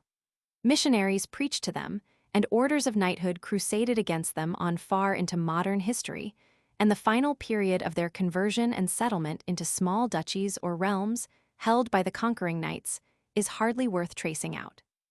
The next step in general Slavonic history is the Great Turkish Outbreak, which almost crushed Muscovy and infused a strong Tatar element into the Russian population, and, finally, conquered the Greek Empire, and with it the Bulgarian lands, which, though never Mahometanized, have ever since remained under Turkish dominion.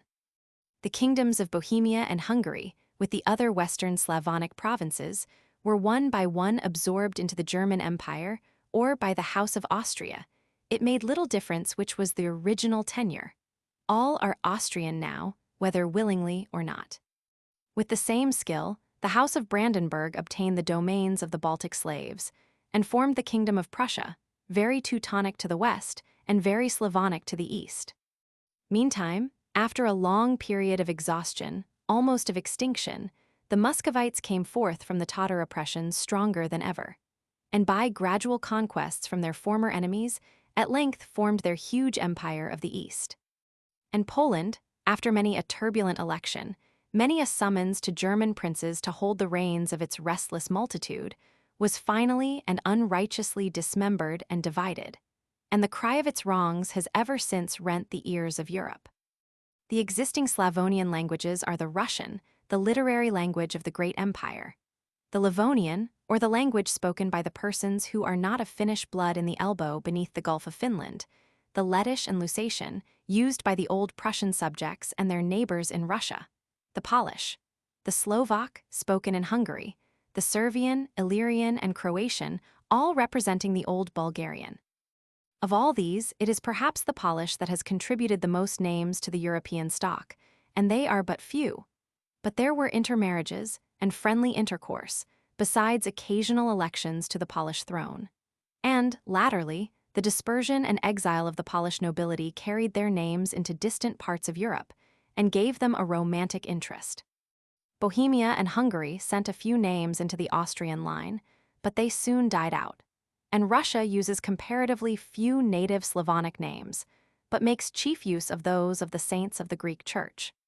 Slavonian languages are said to be soft in their own speech, but our letters clumsily render their sounds and make them of cumbrous length, and the few names that have been adopted have been severely mangled. They are, for the most part, grand and poetical compounds, often exactly corresponding to Greek or Teutonic names, and with others more poetical than those in either of these other languages, such as Danica, the morning star, Zvezdana, or in Russian, Svetlana, a star, Zora, Zorana, Zorica, the Slovak aurora, and Zorislava, the dawn of glory, Golubika, the dove, Lala, the tulip. The slaves use likewise the amaranth, or everlasting flower, as a name both for men and women, namely Smiljan and Smiljana. And while a man may be called Dubislav or Oakfame, the Servians and Illyrians call their daughters after fruits, Grizdana, rich in grapes, Jagoda, the strawberry, and Cupina or Cupiena, the gooseberry. Footnote 149. Comst in Johnson's Physical Atlas, Max Muller lectures Lebeau, Bas Empire, Schleicher, Sprachen Europen, Zeus, Deutschen und die Nachbarstam. Section 2, Slavonian Mythology. The Slavonians had a polytheistic religion, answering, in spirit, to that of the other Indo-European nations. But as they had no mythic literature, like Greece and Scandinavia, we are dependent for information upon popular ballads and superstitions, eked out by the notices of missionaries and statements of conquerors. And it is not easy to perceive whether their myths were an independent branch of the general stock, or only the Teutonic religion under another dress. The divine word in all the various nations is Bog.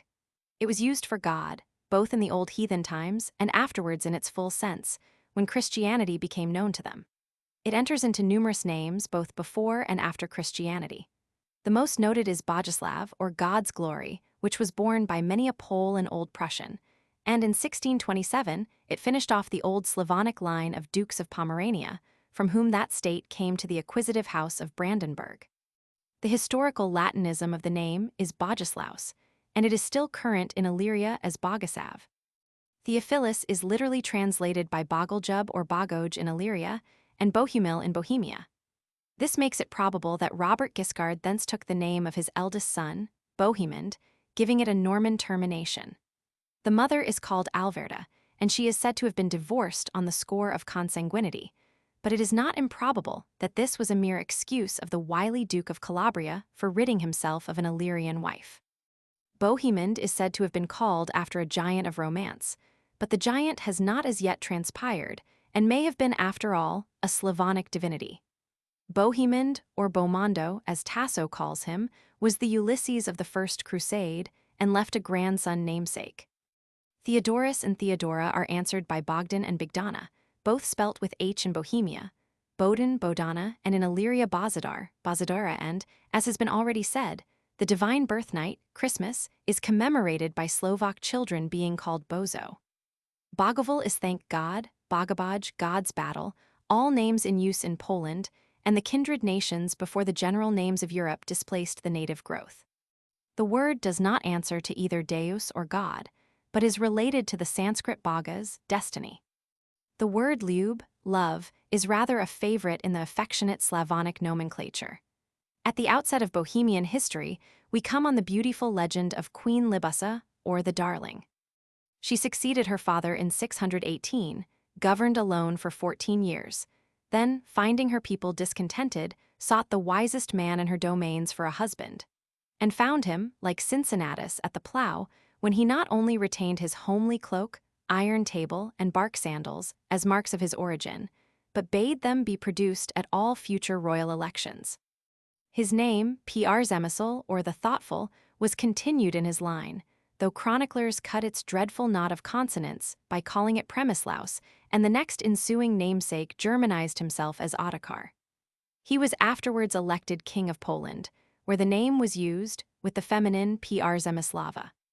Russia has the feminine Lyubov, love, fondly termed Lubuika, and in families where French is spoken, called Aimee, though this more properly translates Lyubka and Lyubnia. The Slovaks have Lyuboslav and its feminine, and the Polish Lubomirsky is peace-loving. The Russian Lyubov is chiefly used in allusion to the Christian grace of love, and faith, or Vijira, and hope, Nadzna, are both, likewise, very popular at the present day, the latter usually Frenchified into Nadine, while the Serbs have Nada or Naden. The slaves of Rugen had a terrible deity called Sviatovid, or the Luminous, who was considered to answer to Mars or Tyr, and had a temple at Akron, and an image with 7 heads, which must have much resembled Indian idols. A white horse was sacred to him, and was supposed to be ridden by him during the night, and to communicate auguries by the manner in which it leaped over lances that were arranged in its path. Human sacrifices were offered to this deity both in Rugen and Bohemia, and when his image was at length overthrown, Saint Vitus, from the resemblance of sound, was confounded with him by the populace, and Svantovit, as they called both alike, was still the tutelary genius of the place. Svetozar, Dawn of Light, and Svetlana, a Russian lady's name still in use, are connected with light, the first syllable of his name. Conjoined with Sviatovid, and lying on a purple bed in the temple in Rugen, was the 7-headed Rujavid, or Ranavid, whose name is explained by reference to the Sanskrit Rana, bloodthirsty, and likewise Radgast, the god of hospitality, from Rad, prosperous, and Goza, a guest, the word so often encountered. Several names began with the first syllable: Rada, Radak, Radin, Radinko, Radmir, Radovaj, Radko, Radmin, Radmil, Radoj, Radislav, and the Illyrians have the hospitable name of Gostomil, or guest love. Indeed, Gost forms the end of many Slavonic names, in accordance with the ready and courteous welcome always offered by this people. Davor is another war god, whose name seems a very near kindred to Mavers, or Mars, and who left Davorin, Davroslav, and Davroslava as names. Tikla was the old Slavonic goddess of good luck, and being confounded with Saint Thecla, made this latter name popular in Poland, Russia, and Hungary, and in like manner Zenobia, the huntress goddess, conduced to make Zenobia, and Zizi, its contraction, common in Russia. The fire god was Zenich, and though he does not show any direct namesakes, yet there are sundry fire names in his honor, such as the Slovak Vatroslav and Illyrian Ognislav, both signifying fire glory. Possibly, too, the Russian Mitrofan may be connected with the old Persian Mithras, or sacred fire, though in history it figures in Greek ecclesiastical guise as the Patriarch Metrophanes. Footnote 150. Took Russia, Eichhoff, Tableau de la littérature du Nord au Moyen Age, Zeus, Deutschen und die Nachbarstam, Universal History. Section 3. Warlike names. Few more Slavonic names remain to be mentioned, and these more for their correspondence with those of other races than for much intrinsic interest. Very few are known beyond their own limits. Stanislav, or camp glory, is the most universal, and is one of the very few found in the Roman calendar, which has 2 Polish saints thus named. The first, Stanislav Szczepanowski, Bishop of Krakow, was one of the many prelates of the 11th century who had to fight the battle of church against king, and he was happy in that his cause was that of morality as well as discipline. Having excommunicated King Boleslav for carrying off the wife of one of the nobles, he was murdered by the king in his own cathedral, and Gregory Roman VII. Being the reigning pope, his martyrdom was an effectual seed of submission to the church. The wretched king died by his own hand, and the bishop became a Slavonian Becket, was enshrined at Krakow, and thought to work miracles. His name was, of course, national, and was again canonized in the person of Stanislav Kostka, one of the early Jesuits who guided the reaction of Roman Catholicism in Poland. The name has even been used in France, chiefly for the sake of the father of the Polish queen of Louis Roman XV, and afterwards from the influx of Poles after the partition of their kingdom. English, French, Portuguese, Italian, Stanislaus, Stanislas, Estanislaus, Stanislaw, German, Bavarian, Polish, Illyrian, Stanislav, Stans, Stanislav, Stanisav, Stanisl, Stash, Stanko, Lettish, Stanil, Stas, Stanislavs, Stanirl, Stashis. Much in the same spirit is the Russian Boris from the old Slavonian Borach, to fight. It has never been uncommon in Muscovy, and belonged to the brother-in-law of Ivan the Terrible, Boris Godunov, who was regent for his imbecile nephew Fyodor, and, after assassinating the hopeful younger brother, Dmitri, reigned as Tsar, till dethroned by a counterfeit Dmitri. Borka and Borinka are the contractions, and Borever was the first Christian Duke of Bohemia. Bran, a weapon, forms Branislav and Branislava. Vaj is the general Slavonic term for war, and is a very frequent termination. Vajtach, the Polish Vajsach, and Lithuanian Waitkis all mean warrior. It is a curious feature in nomenclature how strongly glory and fame are the leading notion of the entire race, whose national title of glory has had such a fall. Slav is an inevitable termination, Vaj almost as constantly used, and even the tenderest commencements are forced to love war and to love fame. The Old Russian Mstislav glories in vengeance, mest, but is usually recorded as Mistislaus. Rostislav increases glory. Vratislav, glowing glory, names not only the Radislaus of history, but the city of Breslau. The Slovak Vekislav and Vekislava are eternal fame. The 2 animals used in Slavonic names are warlike, Vuk, the wolf, and Bravak, the wild boar, but both these are very possibly adopted from the German wolf and Eber. Section 4. Names of might. Bolj, strong or great, answers to the Teuton Mur, and Boleslav is great glory. Boleslav Chrabry, the second Christian prince of Poland, was a devout savage and great conqueror, both in Russia and Bohemia. He was the first Pole to assume the title of king, and after his death in 1025, there are many instances of his name in both Poland and Bohemia. In this latter country it had, however, a far more sinister fame. Borever and Ludmilla, the first Christian prince and princess of that duchy, had 2 grandsons, Boleslav and Vestislav or Venceslav, the first a heathen, the latter a Christian. Boleslav stirred up the pagan population against his brother and murdered him while praying in church at Prague on the 28th of September, 644, thus conferring on him the honor of a patron saint and center of legends. The House of Luxembourg obtained the Kingdom of Bohemia by marriage, and Venceslav was introduced among their appellations in the form of Wenzel. And the crazy and furious Bohemian king of that name sat for a few unhappy years on the imperial throne.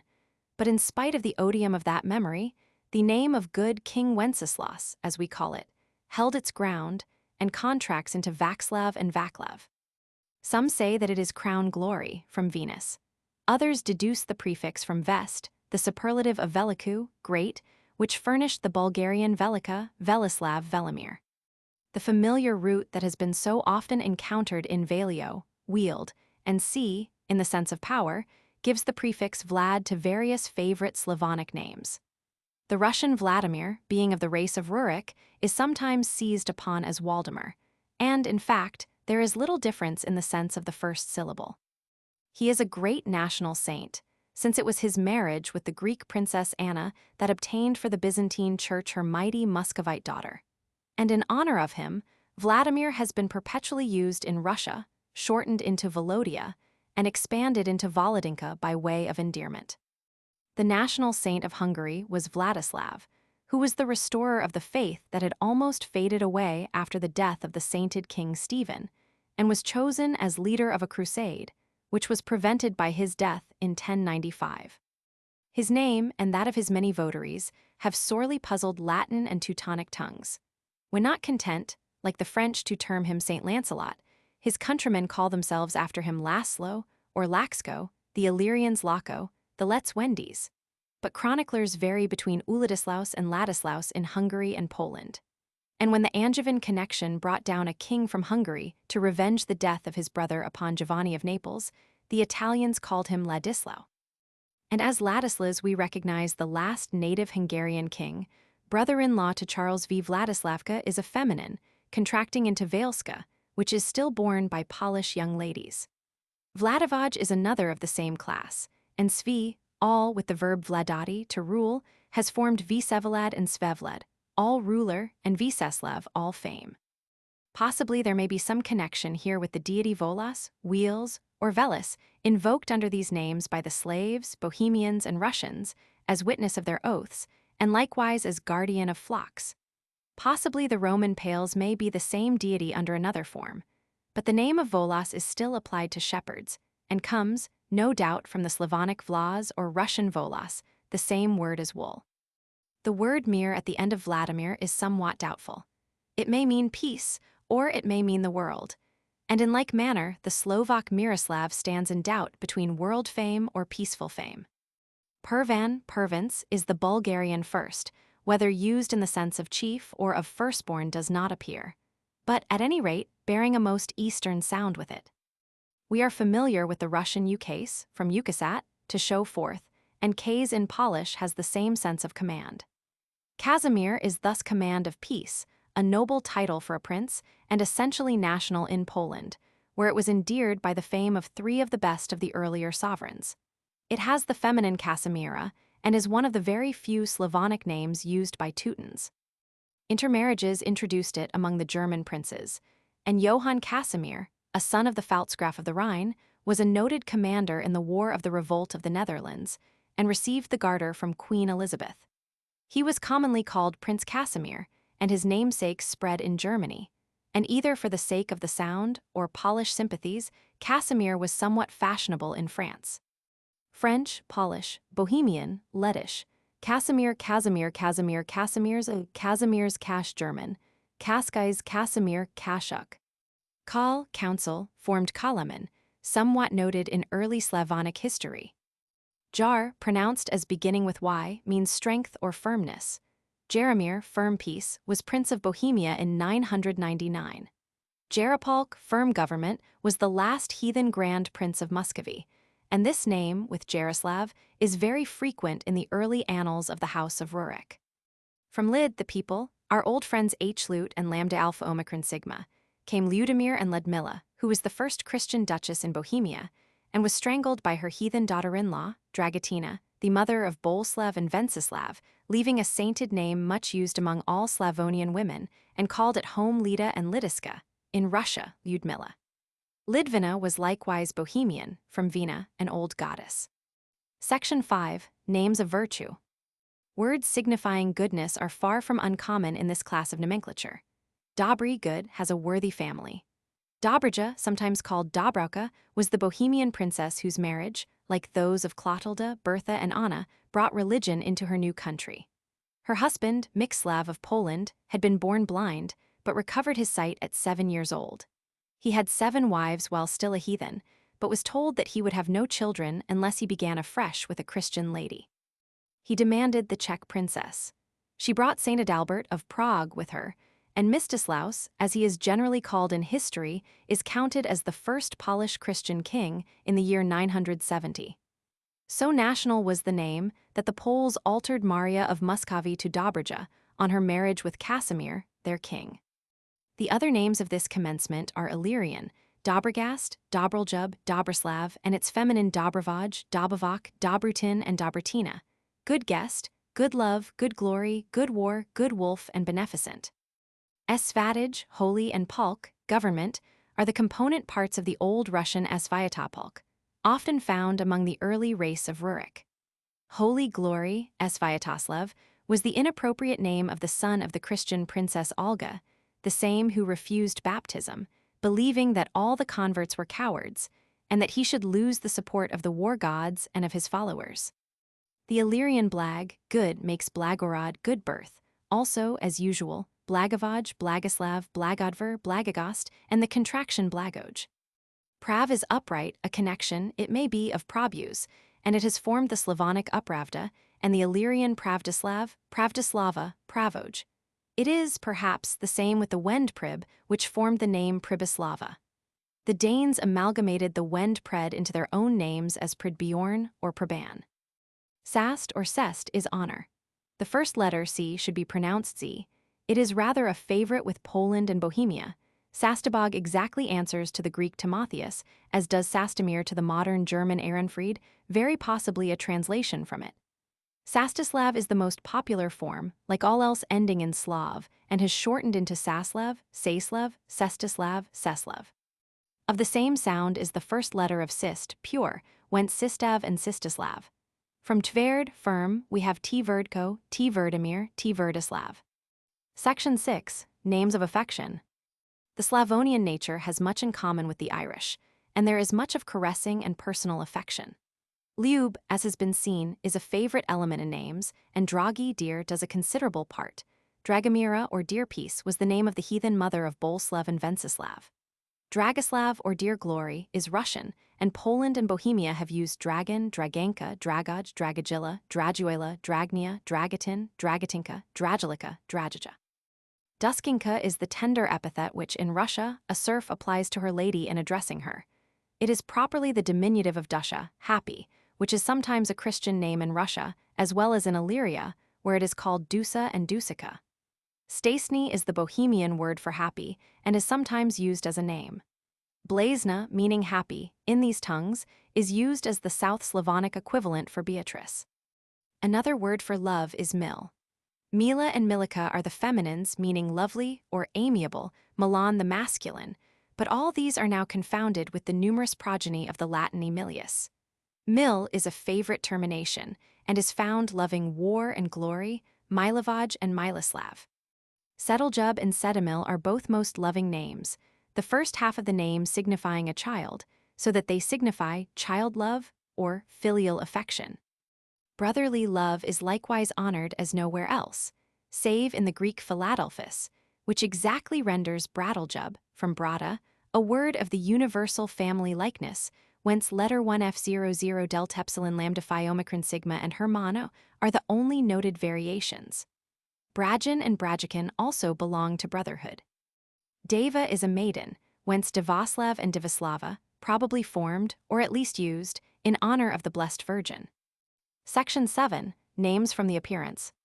A few names of extremely personal application exist, such as the Servian Emrana, white in the eyes, and Laden, young, and the highly uncomplimentary Illyrian Smoljan and Smoljana, from Smoljo, an overhanging nose, probably a continuation of the nickname of some favored individual.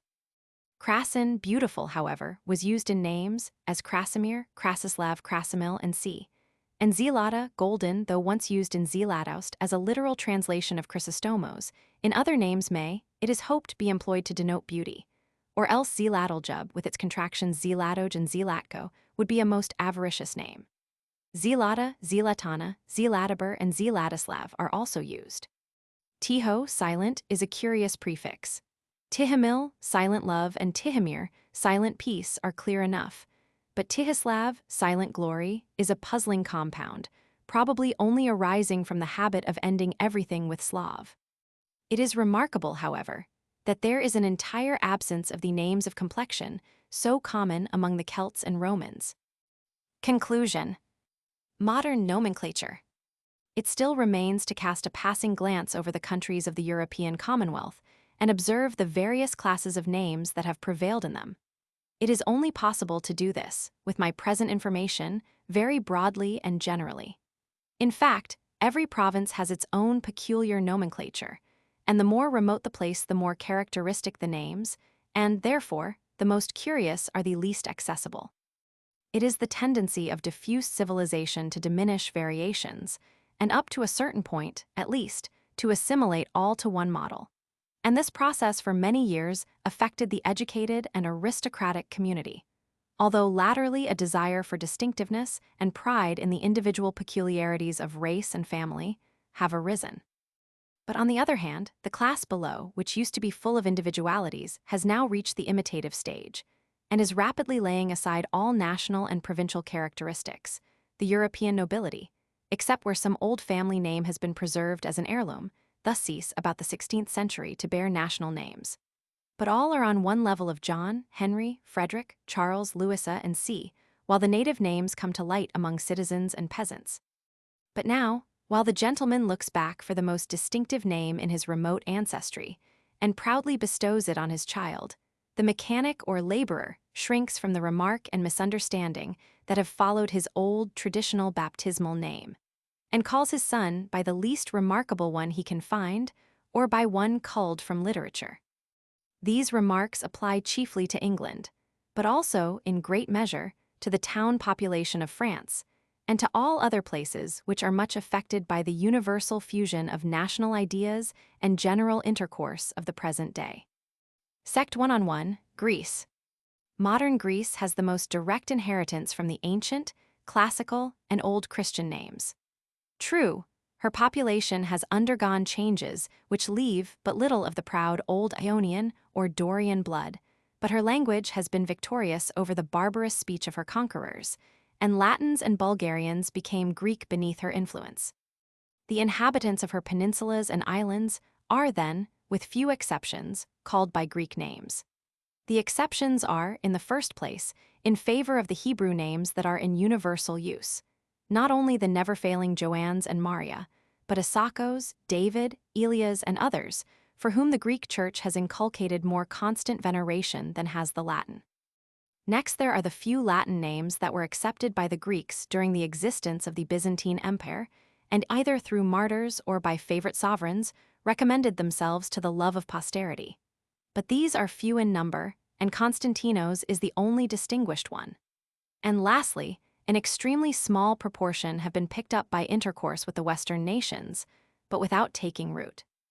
The mass of Greek names belongs to the class that I have called Greek Christian, being those that were chiefly current in the years of persecution and martyrdom, some old hereditary ones from ancient time, others coined with the stamp of the faith.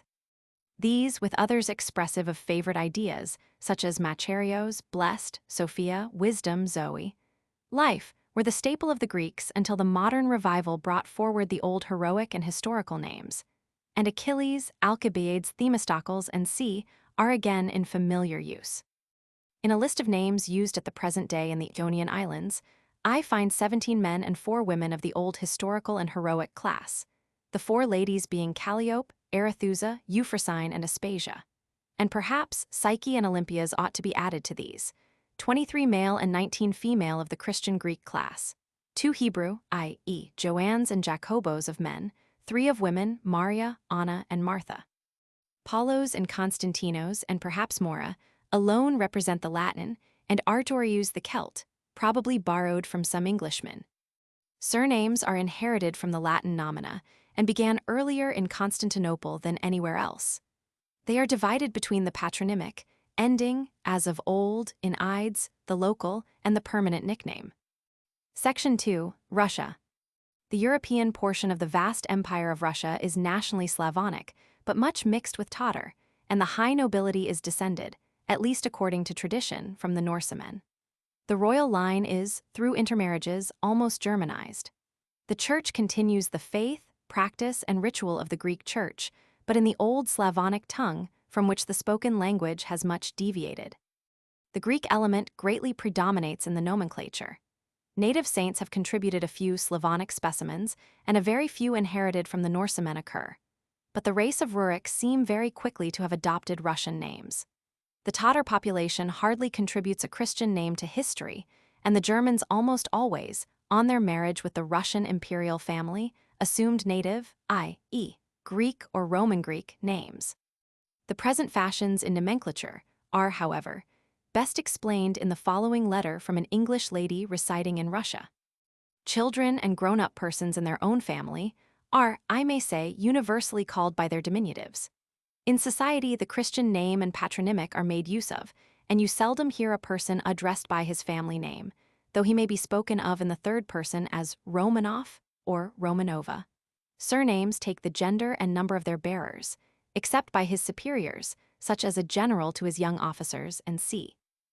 The patronymic is formed by the addition of Vich or Evich to the Christian name of a person's father, as Konstantin Petrovich, Alexander Andreevich in the masculine, and of Ovna or Evna in the feminine, Olga Petrovna, Elizaveta Andreevna.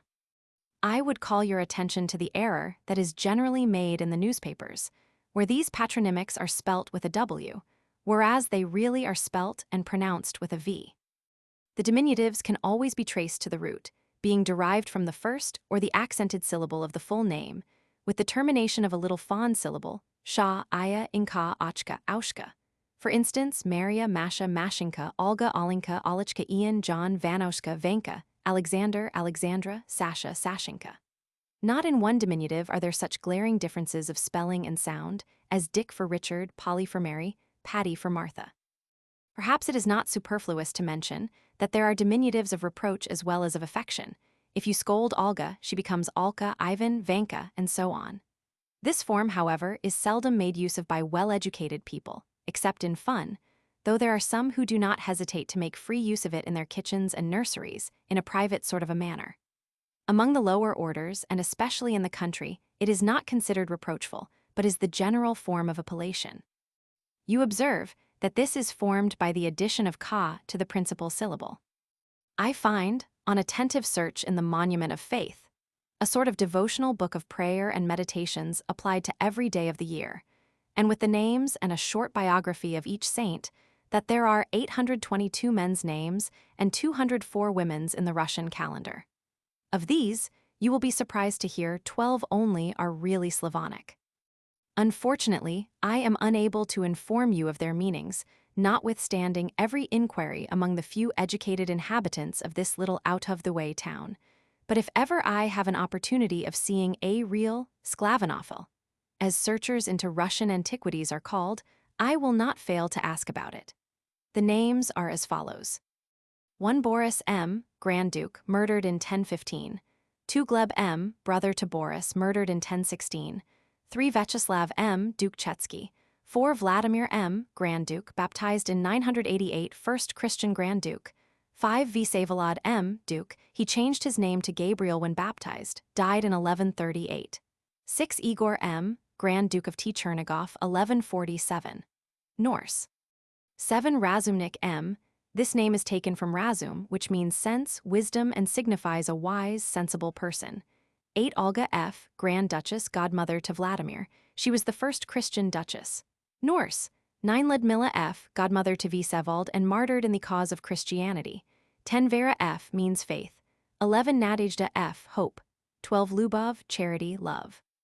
All the other names are of Greek, Latin, or Hebrew origin, with a very few exceptions of which I will speak afterwards, and though they generally differ in termination, yet they are to be recognized instantly. I observe that in Greek names K is used, and not the sound of S, as in Kirill, Cyprian, Cyril, Cyprian. Also that TH takes the sound of F, as Feodora, Foma, Theodore, Thomas. But the TH is represented by a letter distinct from that by which PH or F are represented, the former being written theta and the latter O stroke, but both have exactly the same sound. U sometimes becomes V when used in the middle of names, as Evgenia, Eugenia, Evstafi, Eustace. B in many instances becomes V, as in Vasily, Basil, Varvara, Barbara, Vartholomew, Bartholomew. The names of other origin are very few, viz. Avenir Indian Arisa, Arabian Daria, Persian Sadaf, Persian Ermenigeld Gothic. German names, I may say, are not to be found in the Russo-Greek calendar. When I say that there are 1026 Christian names in the calendar, I must explain that the number of saints is infinitely greater, there being from 2 or 3 to 20 or 30 every day of the year, the 29th of February included. There are 61 St. John's days, 30 St. Peter's, 27 St. Feodor's, 24 St. Alexander, 18 St. Gregory's, 16 St. Vasily, 12 St. Andres, 10 St. Constantines, and c. Sometimes the same saint is feted 2 or 3 times in the year, but the different saints of the same name are very many. The female saints are in less number. Maria and Anna each occur 10 times in the year, Euphrosynia 6 times, Feodora 8, and so on. In proportion to the number of saints, so are the names of the population, so that Ivan is the most common. Next, I think, comes Vasily, Andrei, Petr, Nicholas, Nikolai, Alexander. The lower orders have no idea of dates, they always reckon by the saints' days. Ask a woman the age of her baby, she will say, well, I suppose it is about 30 weeks old. What is its name? Ivan.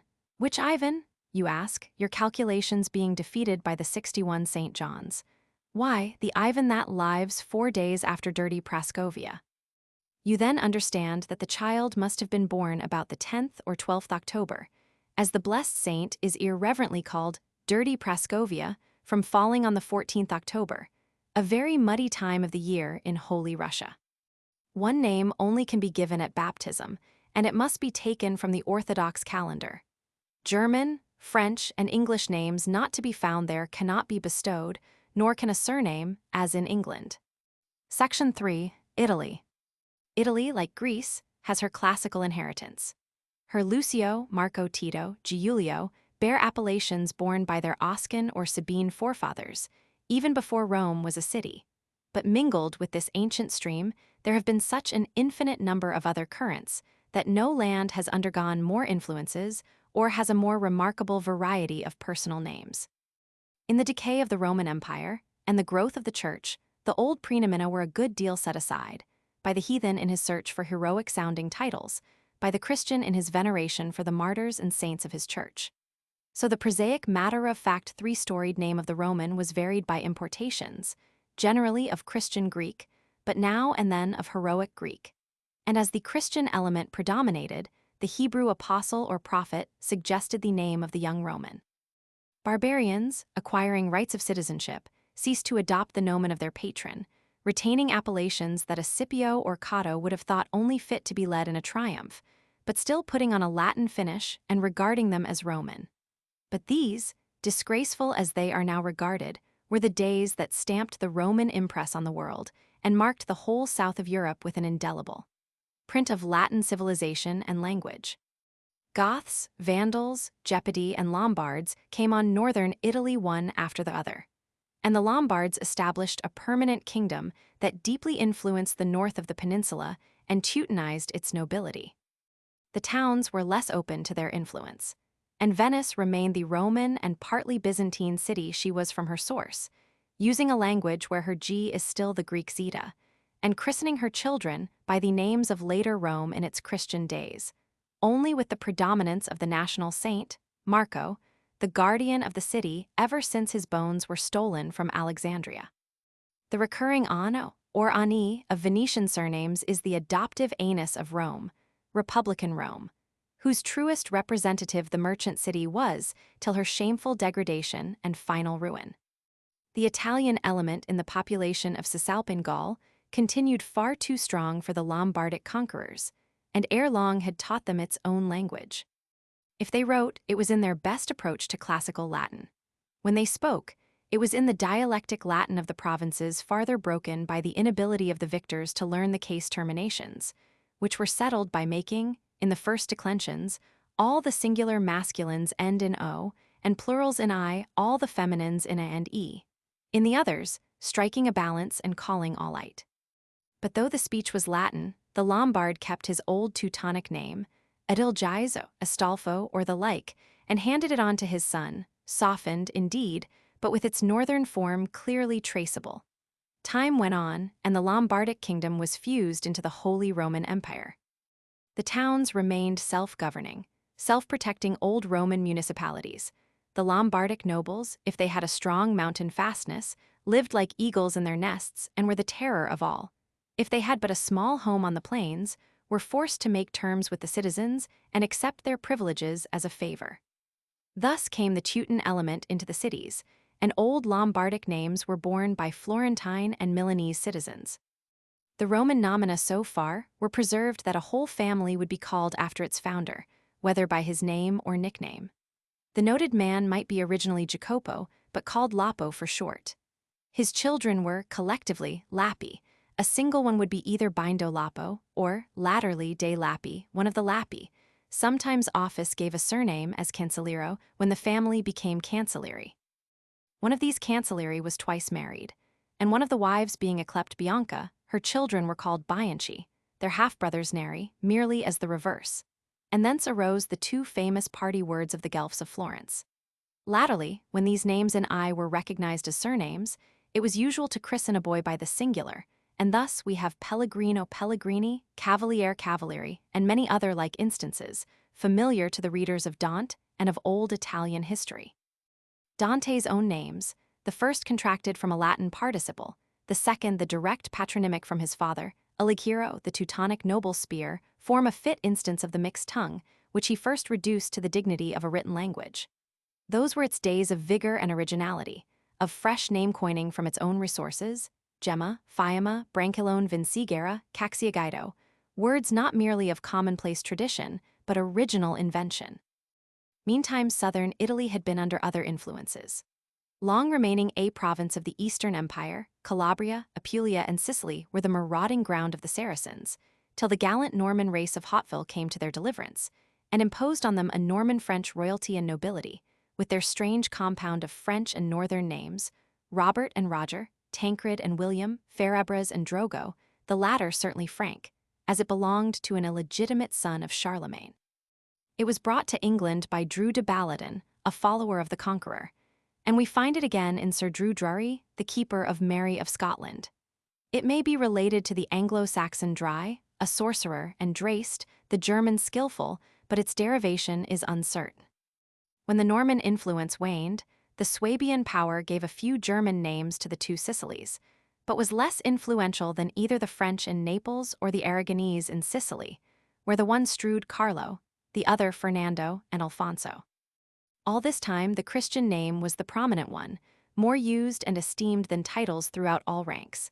Men and women would be simply spoken of as Giovanni or Beatrice, or more often, by contractions, Vanni or Bice, Mashuccio or Secca, now and then with Sir or Mana, Signor or Madonna, added as titles of respect. All the time, what may be called the Roman Catholic influence on nomenclature was growing in its great center. The city of martyrs was filled with churches where the remains of the saint gave the title, and was thought to give the sanctity, and these suggested names to natives and pilgrims alike. Cecilia, Sebastiano, Lucia, and C, and more than can be enumerated, won their popularity from owning a church that served as a station in the pilgrimages and thus influenced the world. Relics brought to Rome, and then bestowed as a gift upon princes, carried their saints' epithets far and wide. And when Constantinople was in her decay, and purchased the aid of Western sovereigns by gifts of her sacred stores, the Greek and Eastern saints had their names widely diffused, as Anna, Adriano, and C. Moreover, the feasts of different events in the life of the Blessed Virgin Mary began to tell on Italian names, and Annunziata and later Assunta were the produce. Francesco is the most universal name of native Italian fabrication. It is one of what may be called the names spread by religious orders, all of which originate in Italy. Benedetto, oldest of all and universal in Romanist lands. Agostino, never very popular. Domenico, not uncommon in Italy, but most used in gloomy Spain. Francesco and Clara, both really universal in Protestant as well as Roman Catholic lands. The revival of classical literature, produced partly by the influx of Greek scholars after the fall of Constantinople, partly by the vigor of Boccaccio and Petrarch, brought a classical influence to bear on Italy, of which her names are more redolent than those elsewhere. Emilia, Virgilio, Olympia, Ercole, Fabrizio, all arose and flourished in Italy, and have never since been dropped, though the Romanist influence has gone on growing, and others have affected parts of the country. Romance had some influence. Orlando, Olivero, Rinaldo, Ruggiero, and the more remote Lancelotto, Ginevra, Isolde, Tristano all became popular through literature. And the great manufacture of Italian novels, no doubt, tended to keep others in vogue. The French and German wars in Italy, the erection of the Lombardic republics into little tyrannical duchies, and the Spanish conquest of Naples all tended to destroy much of the individuality of Italian nomenclature and reduce that of the historical characters to the general European level. And this tendency has increased rather than diminished as Spain devoured the north, and balance of power struggled for Austrian interests and established Bourbon kingdoms and duchies. The old national names were not utterly discarded. There was still a Lombardic flavor in the north, a classical one in the old cities, a Norman one in Sicily. But the favorite commonplace names predominated in the noblesse, and titles began to conceal them. Moreover, the women were all Maria, and many of the men likewise. And the same rule at present holds good, though of late the favorites have become Philomena and Concetta, in honor, the one of the new saint, the other of the new dogma of Rome. The House of Savoy, which is just now the hope of Italy, always had its own peculiar class of names. Humbert, Aimé, Filiberto, Emmanuel, Vitter, and these are likely to become the most popular in liberal Italy. Section 4. Spain. Spain has many peculiarities of her own, to which I would fain do greater justice than is in my power. Celtiberian at first, she seems to have become entirely Latin, except in those perplexing Basque provinces, where the language remains a riddle to philologists. One Spanish name is claimed by Zamacola as Basque, i.e. Muno, with its feminine Muna or Munilla, and for want of a more satisfactory history, one is inclined to suppose that Gaston or Gaston must be likewise Basque. It first comes to light as Gascon among the counts of Foix and Béarn, from whom the son of Henry Roman IV derived it and made it French. Rome Latinized the Spanish speech forever, and left many an old Latin name, which, however, went on chiefly among the lower orders, while the Suevi and the Goths ruled as nobles and kings, bringing with them their Teutonic names, to be softened down to the dignified Romance tongue, which took the Latin accusative for its stately plurals in os and des. It is likely that the Latin element was working upwards at the time of the Mahometan conquest, since the traitor Julian, his daughter Florinda, the first patriot king, Pelleau, all have classically derived names. And some of these occur in the early royal pedigrees of the Asturias and Navarre, and the lords of Biscay, as these small mountain territories proclaimed their freedom and Christianity. Here we find Sancho, Sanctus, Enico, Ignatius, Lope, Mance, Fortunio, Adoncia, Teresa, Felicia, all undoubtedly Latin and Greek. And curiously, too, here are the first instances of double Christian names, probably the remnant of the Latin style. Enico Aristo, Inigo Sancho, Garcia's Sancho, and the like are frequent before the year 1000, and the Cid's enemy, Lane Calvo, is supposed to be Flavius Calvus. The Goths, however, left a far stronger impression on the nomenclature than on the language. Alfonso, Fernando, Rodrigo, Berengario, Frula, Ramiro, Ermesinda are undoubtedly theirs. But other very early names continue extremely doubtful, such as Zymen and Zymna, Araca, Elvira or Gelvira, Alvaro, Bermudo, Ordono, Velasquita, all appearing in the earliest days of the little Christian kingdoms, though not in the palmy times of the Gothic monarchy. These names have been already mentioned, with the derivations to which they may possibly belong, but they are far from being satisfactorily accounted for.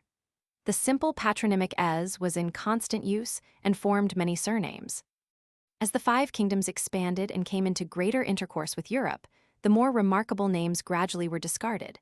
But Alfonso, Fernando, Rodrigo, Alvar, Gonzalo were still national, and the two first constantly royal, till the House of Trastamare brought Enrique and Juan into fashion in Castile. The favorite saint was James the Great, or more truly, Santiago de Compostela, in honor of whom Diego and his son Diaz are to be found in very early times. Maria, too, seems to have been in use in Spain sooner than elsewhere, and Pedro was in high favor in the 14th century, as it has continued ever since. Aragon and Portugal had variations from the Castilian standard of language, and Portugal now claims to have a distinct tongue, chiefly distinguished by the absence of the Moorish guttural, and in nomenclature by the close adherence to classic spelling, and by the terminations which would in Spanish be in on or un, being in au, the contraction of nho. Aragonese has been absorbed in Castilian, and Catalan is only considered as a dialect. After Aragon and Castile had become united, and, crushing the Moors and devouring Navarre, were a grand European power, their sovereigns lost all their nationality. French, or rather Flemish, Charles, and Greek Philip, translated as Carlo and Felipe, reigned on their throne as the House of Austria, while the native Fernando went off to be the German Ferdinand. Isabel, the Spanish version of either Jezebel or Elizabeth, did retain her popularity, but hardly in equal measure with the universal Maria. And as the Inquisition Romanized the national mind more and more, the attribute names of Merceds and Dolors, and even the idolatrous Pillar and Guadalupe from a famous shrine, were invented. These were given in conjunction with Maria and used for convenience sake. Literary names seem to have been few or none, and the saint, or rather the Romanist, nomenclature was more unmitigated in Spain and her great western colonies than anywhere else, even in Italy, where the classics and romance always exerted their power. In the Spanish colonies, even divine names are used, without an idea of profanity. The use of the Christian name in speech has, however, never been dropped, even under the French influence of the Bourbon monarchy. And Don Martin, Dona Luisa, and C. would still be the proper title of every Spanish gentleman or lady. The Spanish names that have spread most extensively have been Fernando in Germany, Inigo and Teresa throughout all Roman Catholic countries, for the sake of the two Spanish saints who revived their old half-forgotten sound. Section 5. France. France, the most influential of European countries for evil or for good, can hardly be properly spoken of as one, in nation or language. Yet that one dialect of hers that has contrived to be the most universal tongue of Europe, that character, which by its vivacity and earnestness, and perhaps above all by its hard, rigid consistency, has impressed its ideas on all other nations, and too often dragged them in its wake, though both only belonging to a fraction of the population, are still, in general estimation, the French, and their importance undeniable. Dislike, despise, struggle as we will, we are still influenced, through imitation and vanity, and the deference of the weaker majority, in matters of conventional taste. Old Gaul had its brave Celtic inhabitants, and its race in Brittany, unsubdued by even Rome, were only united to the rest of the country by the marriage of their heiress, only subdued by gradual legalized tampering with their privileges. Even in the Celtic province, however, genuine Celtic names are nearly gone, though Hervé, Genelay, Yvain Arzer are still found in their catalogues, and in France, Genevieve, by her protection of Paris, left her ancient name for perpetual honor and imitation. The Roman overflow came early and lasted long. It left a language and manners strongly impressed, and the names seem to have been according to Latin forms and rules. Dionysius, Pothinus, Martinus, Hilarius are all found among the Gauls in the end of the Roman sway.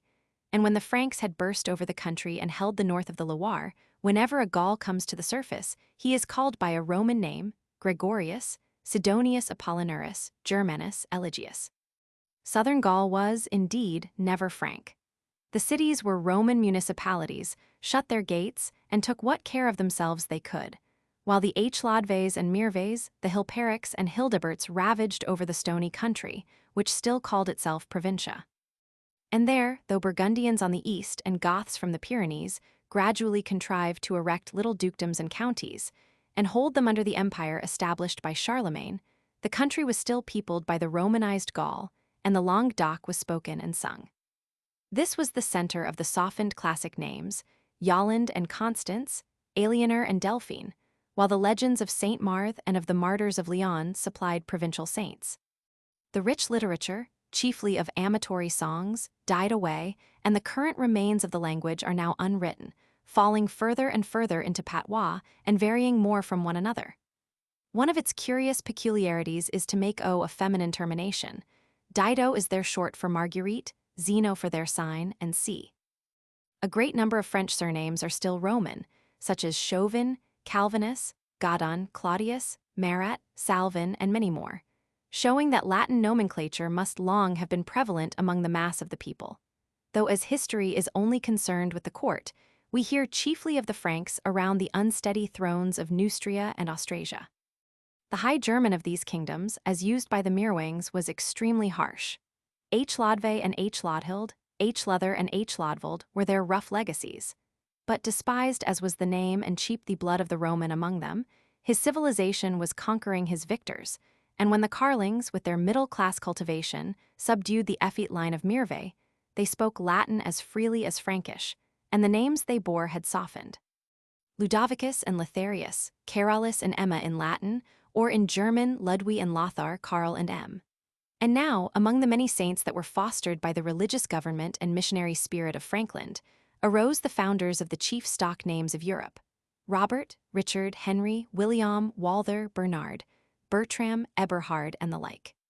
When, in the next generation, Germany, Lorraine, and France fell apart, the latter country was beginning to speak the langue d'oil, retaining the Latin spelling, but disregarding it in speech, as though the scholar had written correctly, but the speaker had disregarded the declension and dropped the case endings alike of Latin and Teutonic.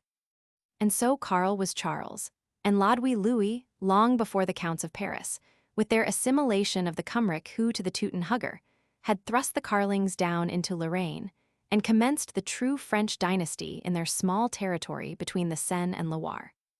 Already had the Northmen settled themselves in Neustria, and, taking the broken Frank names and mangled Latin speech for badges of civilization and Christianity, had made them their own, and infused such vigor into the French people, that from that moment their national character and literature begin to develop. Then it was that France exercised a genuine and honorable leadership of Europe. Her language, being the briefest form of Latin, was, perhaps, the most readily understood of the broken Romance dialects, and though Rome had the headship of the Church, and Germany the nominal empire of the West, France had the moral chieftainship. The Pope did but sanction the Crusades. It was France that planned them.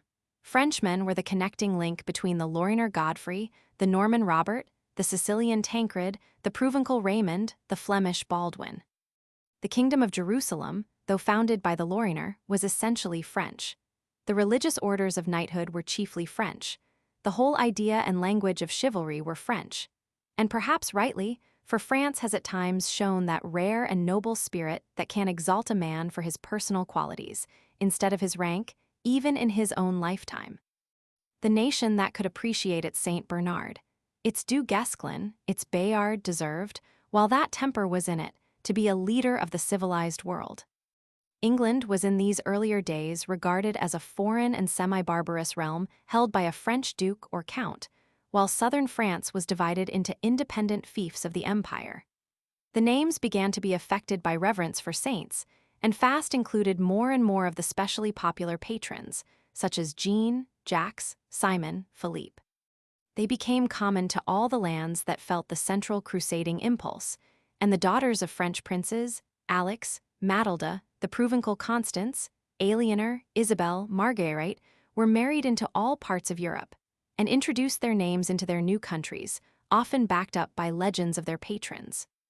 Normandy lapsed to France through King John's crime and weakness, and the persecution of the Albigenses and the narrower views of the popes changed the Crusades to a mere conquest of the Languedoc by the langue d'oil, completed by the marriages of the brothers of St. Louis.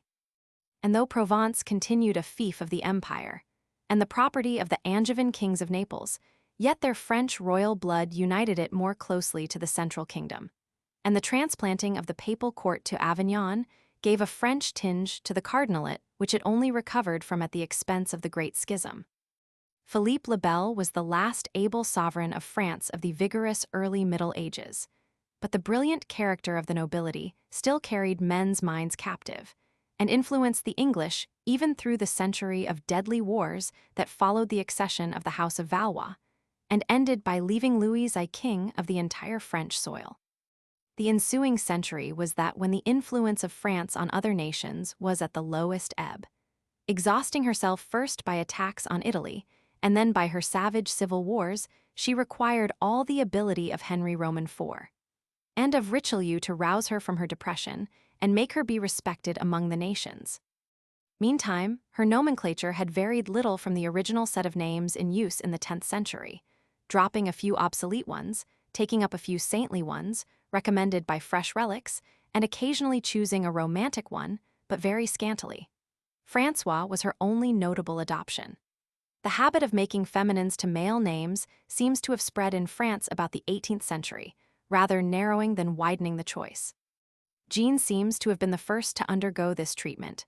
Philippine was not long after, then Jacqueline, and, indeed, it may have been the habit, as it is still among the peasantry of the South, always to give the father's name to the eldest child, putting a feminine to it for a girl.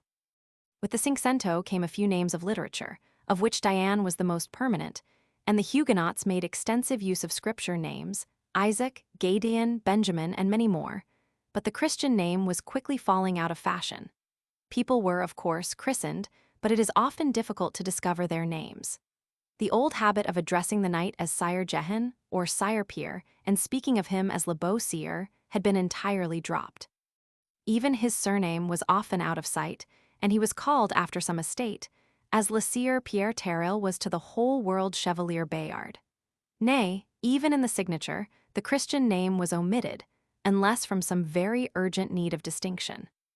Henry de Lorraine, eldest son of the Duke of Guise, signs himself Le Guissard in a letter to the Dauphin Henry. Son of François, I married ladies wrote themselves by their maiden joined to their married title. And scarcely were even little children in the higher orders called by one of the many names that it had become the custom to bestow on them, in hopes of conciliating as many saints and as many sponsors as possible, sometimes a whole city. As when the Fron-born son of Madame de Longueville had all Paris for his godmother, and was baptized Charles Paris. Now and then, however, literature, chiefly that of the ponderous romances of the Scudery school, influenced a name, as Athenais or Sylvie, but in general, these magnificent appellations were more used as sobriquets under which to draw up characters of acquaintances than really given to children. Esther is, however, said to have been much promoted by the tragedy of Racine.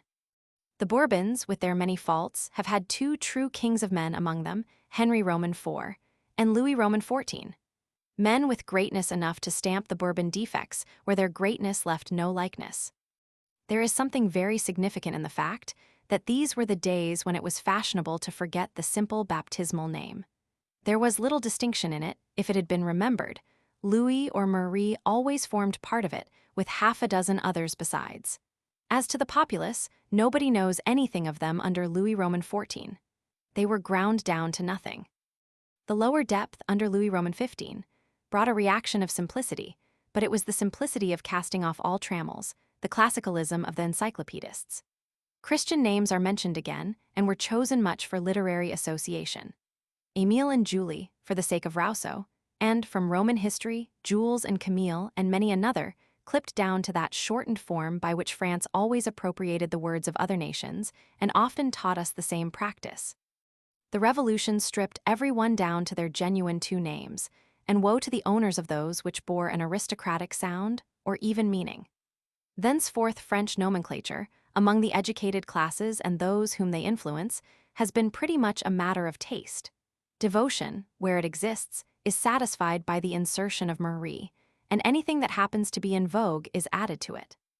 Josephine flourished much in the first Bonaparte days, but Napoleon was too imperial, too peculiar, to be given without special warrant from its owner. Nor are politically given names numerous.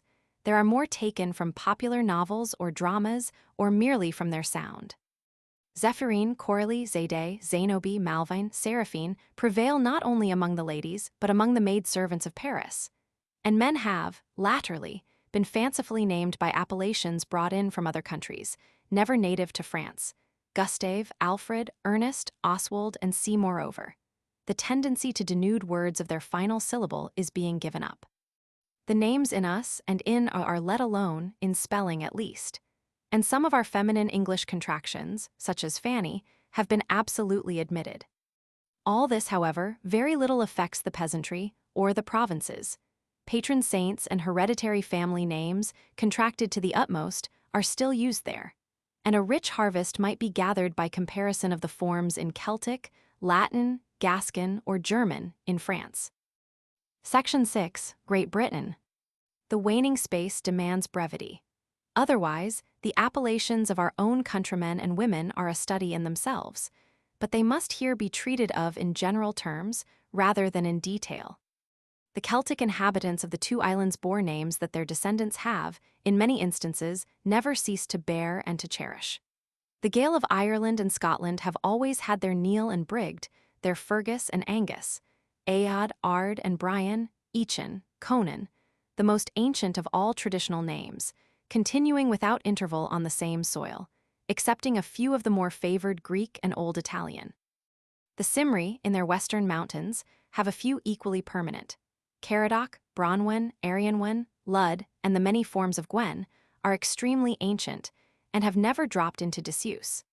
In both branches of the race, there was a large mass of poetical and heroic myth to endear these appellations to the people, and it is one of the peculiar features of our islands to be more susceptible than any other nation to these influences on nomenclature. Is it from the undercurrent of the imaginative Celt that this tendency has been derived? Rome held England for 400 years, and though Welsh survived her grasp and retained its Celtic character, instead of becoming a Romance tongue, it was considerably imbued with Latin phraseology.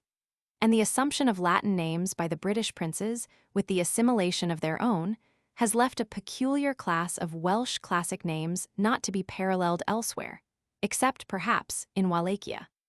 Sistinian, Elin Emrys, Iolo, Anarin, Ermin, Griffith, Kay are of these, and there are many more, such as March, Tristram, Einion, Geraint, which lie in doubt between the classic and the Cymric, and are probably originally the latter, but assimilated to those of their Latin models and masters. It was these Romanized Celts who supplied the few martyrs and many saints of Britain, whose Albinus, Aaron, and Julius left their foreign names to British love, and whose Patricius founded the glorious missionary Church of Ireland and made his name the national one. His pupils, Brigd and Columba, made theirs almost equally venerated, though none of these saintly titles were, at first, adopted in the Gadhalic churches without the reverent prefix Gil or Male, which are compounded with all the favorite saintly names of the Celtic calendar. Again, the semi-Roman Celts were the origin of the Knights of the Round Table. Arthur's own name, though thorough Celtic, is claimed by Greek.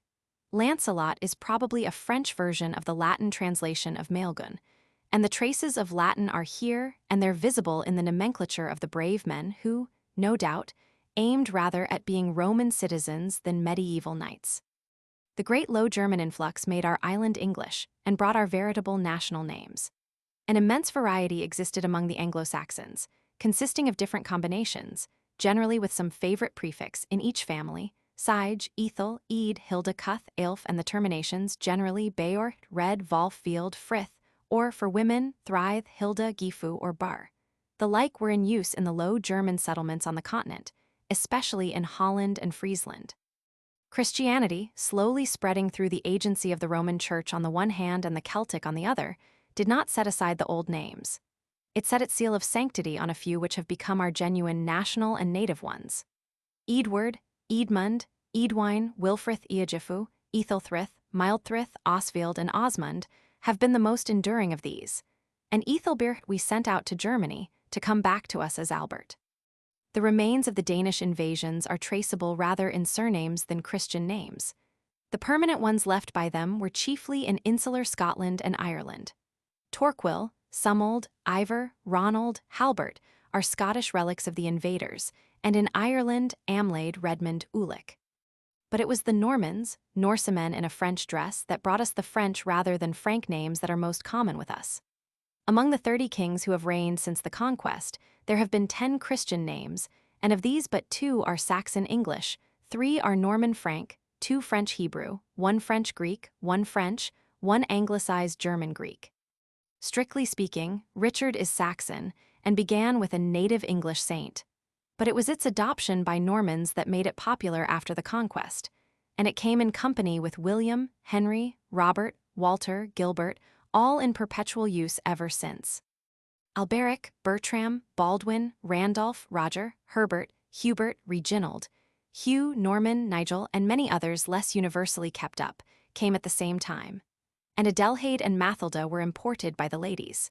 But in general, there were more men's names than women's then planted, probably on account of William's policy of marrying Normans to English women. Scripture names were very few. There are only 2 Johns in Domesday Book and one is a Dane, but the saints were beginning to be somewhat followed. Eustace was predominant. Cecily, Lucy, Agnes, Constance were already in use. And in the migration, Brittany contributed Tiffany in honor of the Epiphany. At the same time, she sent us her native Alan, Brian, and Aveline, and vernacular French gave Aimé and afterwards Algernon. It was a time of contractions. Between English and French, names were oddly twisted. Alberic into Aubrey, Randolph into Ralph, Ethelthryth into Audrey, Egifu into Edith, Mathilda into Maud, Adelheid into Alice. Saint and scripture names seem to have been promoted by the crusading impulse, but proceeded slowly. The Angevins brought us the French Geoffrey and Fulk, and their Provencal marriages bestowed on us the Provencal version of Helena, Eleanor, as we have learnt to call their Alienor, in addition to the old Cymric form Elaine. Thence, too, came Isabel, together with Blanche, Beatrice, and other soft names current in poetical Provence. Jehan, as it was called when Lackland bore it, and its feminine Jehan, seem to have been likewise introductions of our Aquitanian queen. The Lowland Scots had been much influenced by the Anglo-Saxons, whose tongue prevailed throughout the Lothians, and after the fall of Macbeth and the marriage of Malcolm Seymour, English names were much adopted in Scotland. Cuthbert has been the most lasting of the old Northumbrian class. The good Queen Margaret and her sister Christian owed their Greek names, without a doubt, to their foreign birth and Hungarian mother, and these, with Alexander, Euphemia, and George, forthwith took root in Scotland and became national. Probably Margaret likewise brought the habit, then more Eastern than Western, of using saintly names, for her son was David. And from this time seems to have begun the fashion of using an equivalent for the Celtic name. David itself, beloved for the sake of the good king, is the equivalent of Dathai, a name borne by an Irish king before the Scottish migration. David I, nearly related to the Empress Maud, and owning the earldom of Northumbria in right of his wife, was almost an English baron, and the intercourse with England during his reign and those of his 5 successors made the lowland nobles almost one with the Northumbrian barons, and carried sundry Norman names across the border, where they became more at home than even in England, such as Alan, Walter, Norman Nigel, and Robert. Henry Roman, too, was taking advantage of the Earl of Pembroke's expedition to Ireland, and the English Pale was established, bringing with it to Erin the favorite Norman names, to be worn by the newly implanted nobles and Iricized gradually with their owners. Sicily became Sheila, Margaret, Maregreg, Edward, Eudberd, and on the other hand, the Irish dressed themselves for civilization by taking English names. Finghin turned to Florence, and Ruad to Roderick and C. Henry Roman III had been made something like an Englishman by his father's loss of Normandy, and in his veneration for English saints, he called his sons after the 2 royal saints most beloved in England, Edward and Edmund. And the death of the elder children of Edward I having brought the latter a second time to the throne, it was thenceforth in honor. Thomas owed its popularity to Becket, who was so christened from his birth on the feast of the Apostle, St. Thomas, and, in effect, saintly names were becoming more and more the fashion. Mary was beginning to be esteemed as the most honorable one a woman could bear, and legends in quaint metrical English rendered Agnes, Barbara, Catharine, Margaret, and Cecily well known and in constant use. The romances of chivalry began to have their influence. Lionel and Roland, Tristram, Uselda, Lancelot, and Guinevere were all the produce of the revival of the tales of Arthur's court, arrayed in their feudal and chivalrous dress, and other romances contributed a few. Diggory is a highly romantic name, derived from an old metrical tale of a knight, properly called Degare, the Wanderer, or the Almost Lost, one of the many versions of the story of the father and unknown son. Esclairmont came out of Huon de Burdo. Lilias, such a favourite in Scotland, came out of the tale of Sir Edgar, Sir Graham, and Sir Greysteel. Lilian out of the story of Roswell and Lilian, and Grizel began to flourish from the time Chaucer made her patience known. The Scots, by their alliance with France, were led to import French terminations, such as the diminutives Janet and Anat, also the foreign Cosmo, and perhaps likewise Ismay. Meantime, we obtained fresh importations from abroad. Anne came with the Queen of Richard Roman II. Elizabeth from the German connections of Elizabeth Woodville's mother, Jacquetta of Luxembourg. Gertrude was taken from Germany, Francis and Francis caught from France, and Arthur was revived for his eldest son by the first Tudor. Jane instead of Joan began, too, in the Tudor times. But when the Reformation came, the whole system of nomenclature received a sudden shock. Patron saints were thrown to the winds, and though many families adhered to the hereditary habits, others took entirely new fashions.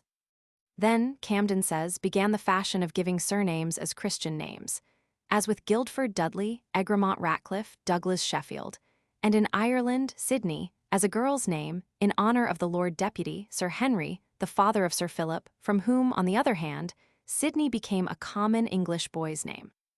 Then likewise the classical taste came forth, and bestowed all manner of fanciful varieties.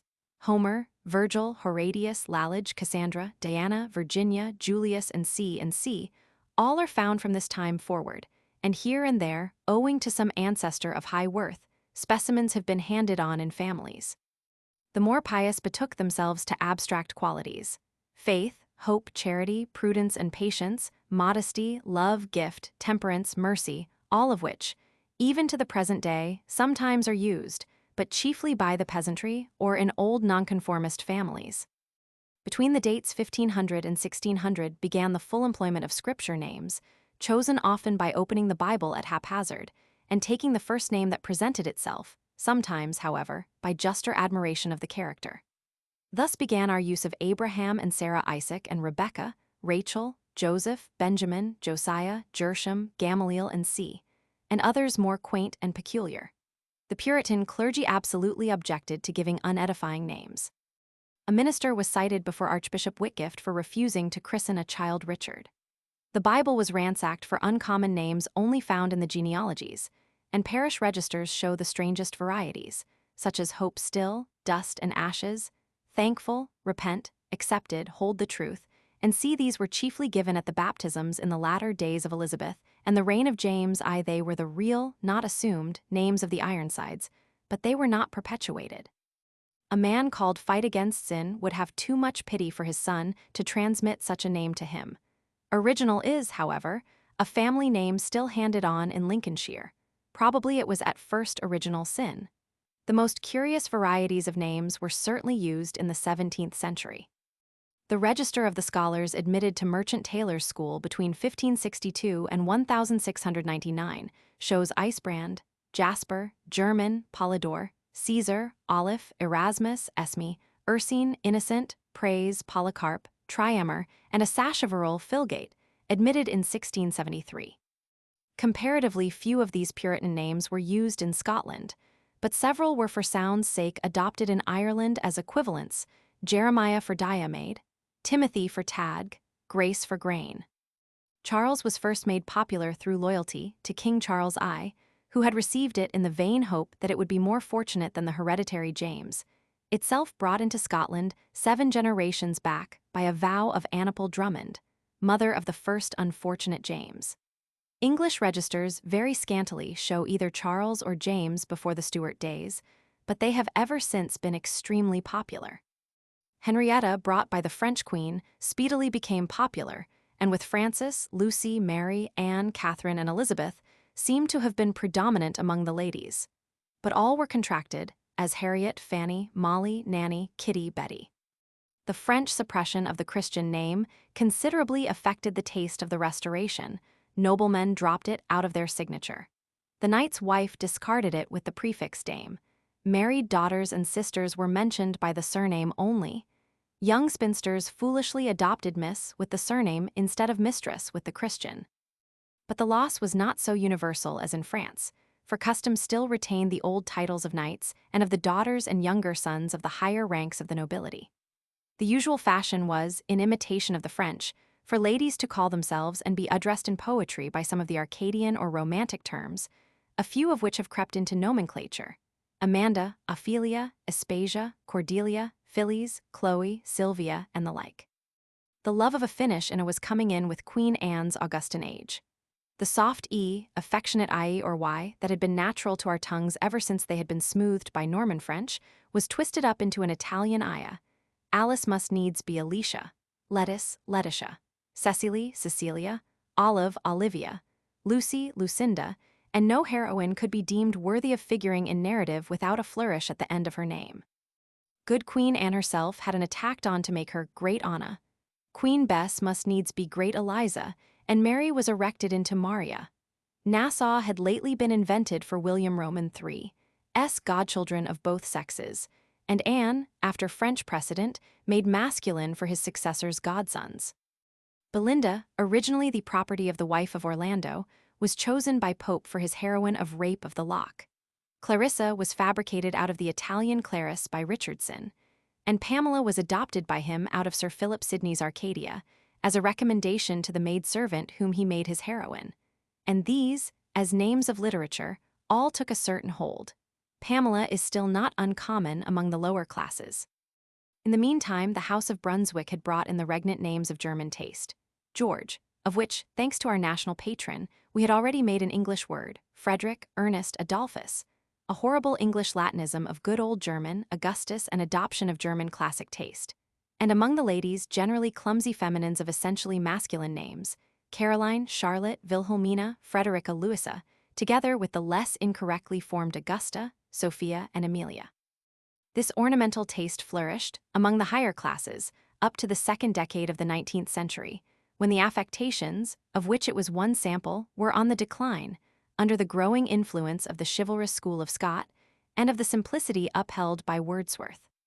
The fine names began to grow vulgar, and people either betook themselves to the hereditary ones of their families or picked and chose from the literature then in fashion. Two names, for the sake of our heroes by sea and land, came into prominence: Horatio and Arthur, the latter transcending the former in popularity in proportion to the longer career and more varied excellences of its owner.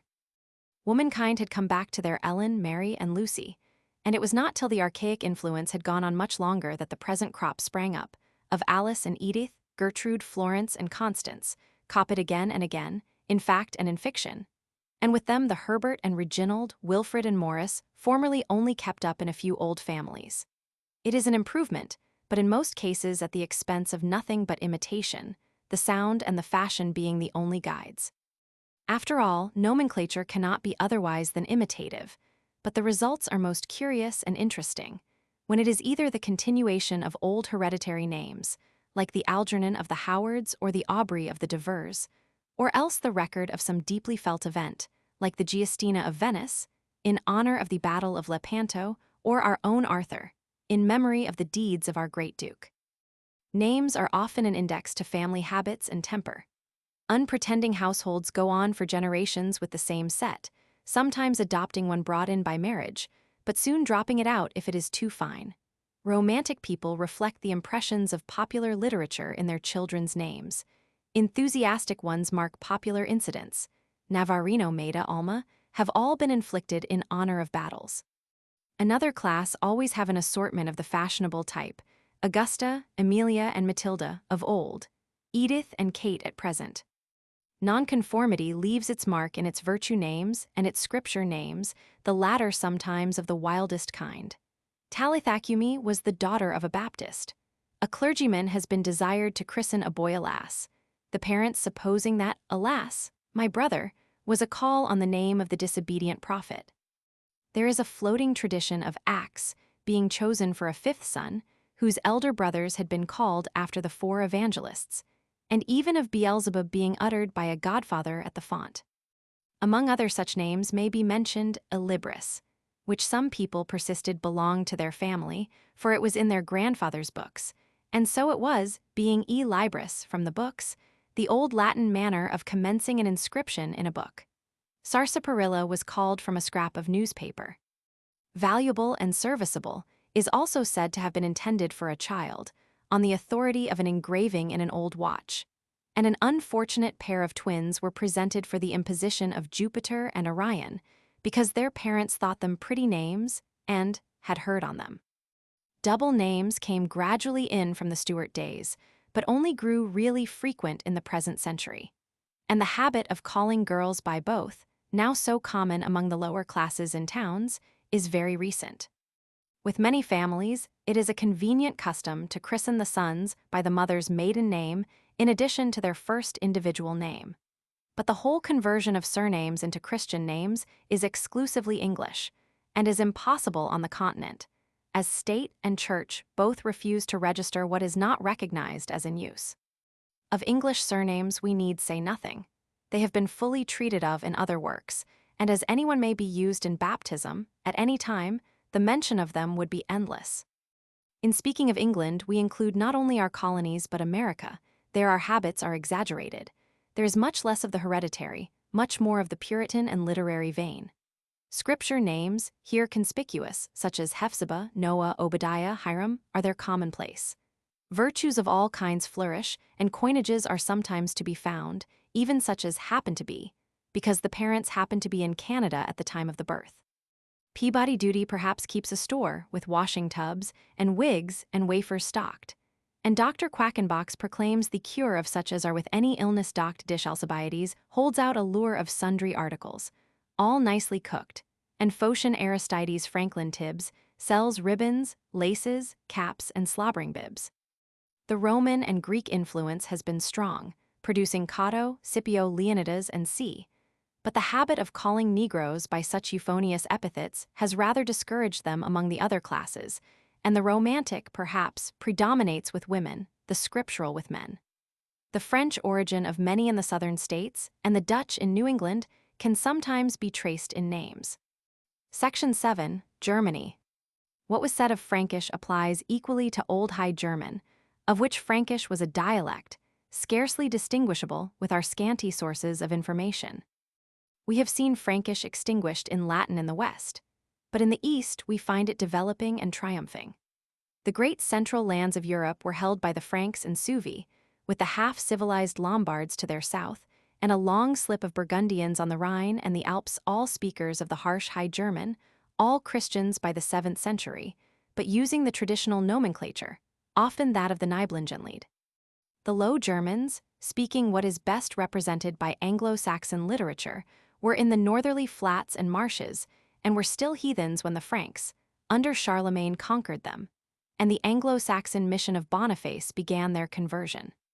The coronation of Charles by the Pope was intended to establish the headship of a confederacy of sovereigns, one of them to be the Caesar, and that one to be appointed by the choice of the superior ones among the rest. This chieftainship remained at first with the Carlingen, but after they had become feeble, it remained, during 4 reigns, with the House of Saxony, those princes who established the strange power of the empire over Italy and held the papal elections in their hands. It was under them that Germany became a confederation, absolutely separate from her old companion France. There is not much to say of German nomenclature. She little varied her old traditional names. Otto, Heinrich, and Conrad constantly appeared from the first, and the High German, as the literary tongue, has had the molding of all the recognized forms. The Low German continued to be spoken, and became, in time, Dutch and Frisian, as well as the popular dialect of Saxony and West Prussia. The Frisian names are, indeed, much what English ones would be now if there had been no external influences. In spite of being the Central Empire, the German people long resisted improvement and amalgamation. The merchant cities were, indeed, far in advance, and the emperors were, of necessity, cultivated men, up to the ordinary mark of their contemporary sovereigns. But the nobility continued surly and boorish, little accessible to chivalrous ideas, and their unchanging names, Ulrich, Adelbert, Eberhard, marking how little they were affected by the general impressions of Europe.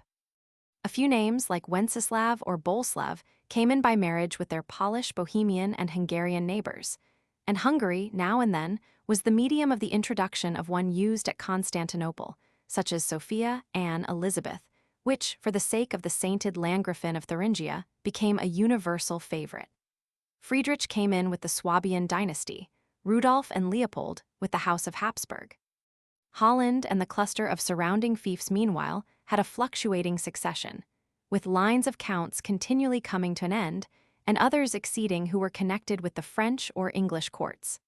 The consequence was that the gentlemen of these territories gained a strong French tinge of civilization, especially in Flanders, where the Walloons were a still remaining island of België.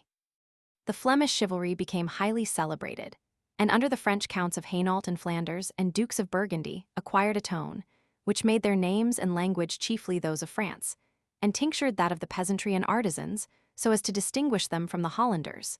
Andreas, Adrianus, Cornelius, saints imported by the French dukes, were both in Holland and the Netherlands, however, the leading names together with Philip, which was derived from the French royal family. The Dutch artificers and merchants had their own sturdy, precise, business-like character. Their German or saintly names, several of which are to be found among our Eastern English, in consequence of the intercourse which the wool trade established, and the various settlements of Dutch and Flemish manufacturers in England. The revival of classical scholarship in the 15th century was considerably felt in the great universities of the Netherlands and of Germany, and its chief influence on nomenclature is shown in the introduction of classical names, namely Julius and Augustus, and the Imperior Friedrich's notable compound of Maximus Aemilianus into Maximilian, but far more in finishing every other name off with the Latinus. Some were restorations to the original form, Adrianus, Paulus, and the ever-memorable Martinus, but others were adaptations of very un-Latin sounds.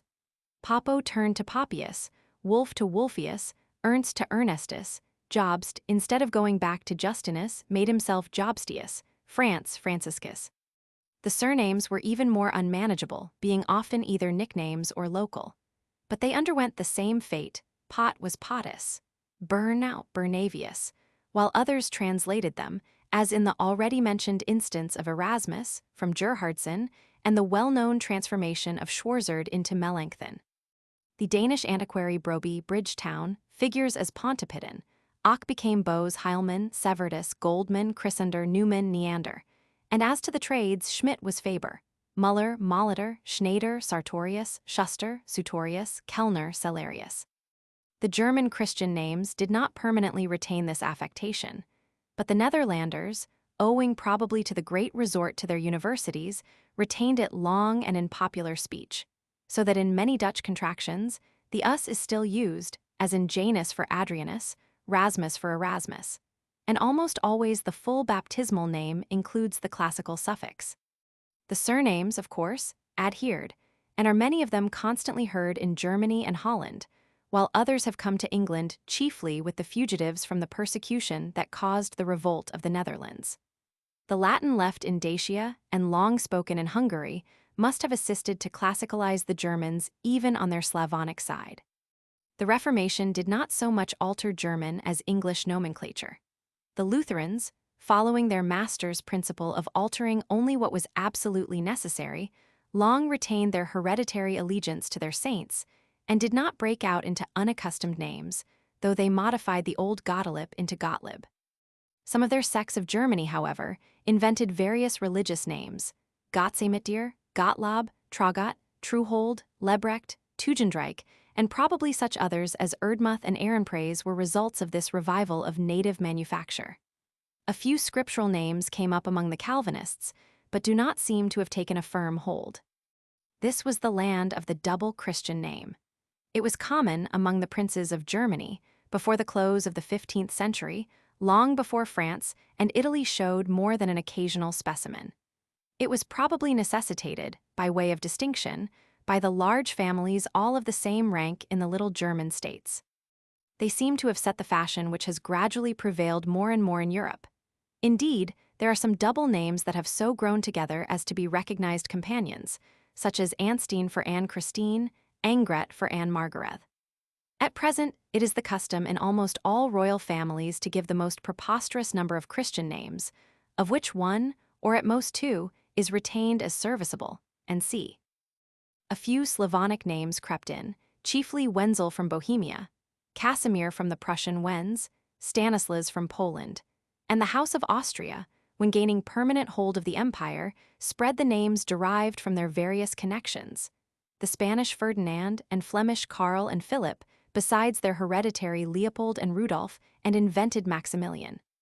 The Counter-Reformation brought the Jesuit Ignaz and France into the lands where the Reformation was extinguished and canonized Stanislav. Under the horrors of the 30 Years' War, Germany retrograded in every respect. And when she began to emerge from her state of depression, the brilliance of the French court rendered it her model, which she followed with almost abject submission. Everyone who could talked French and was called by as French a name as might be. The royal Fritz became Frédéric, and little hand Jeanette.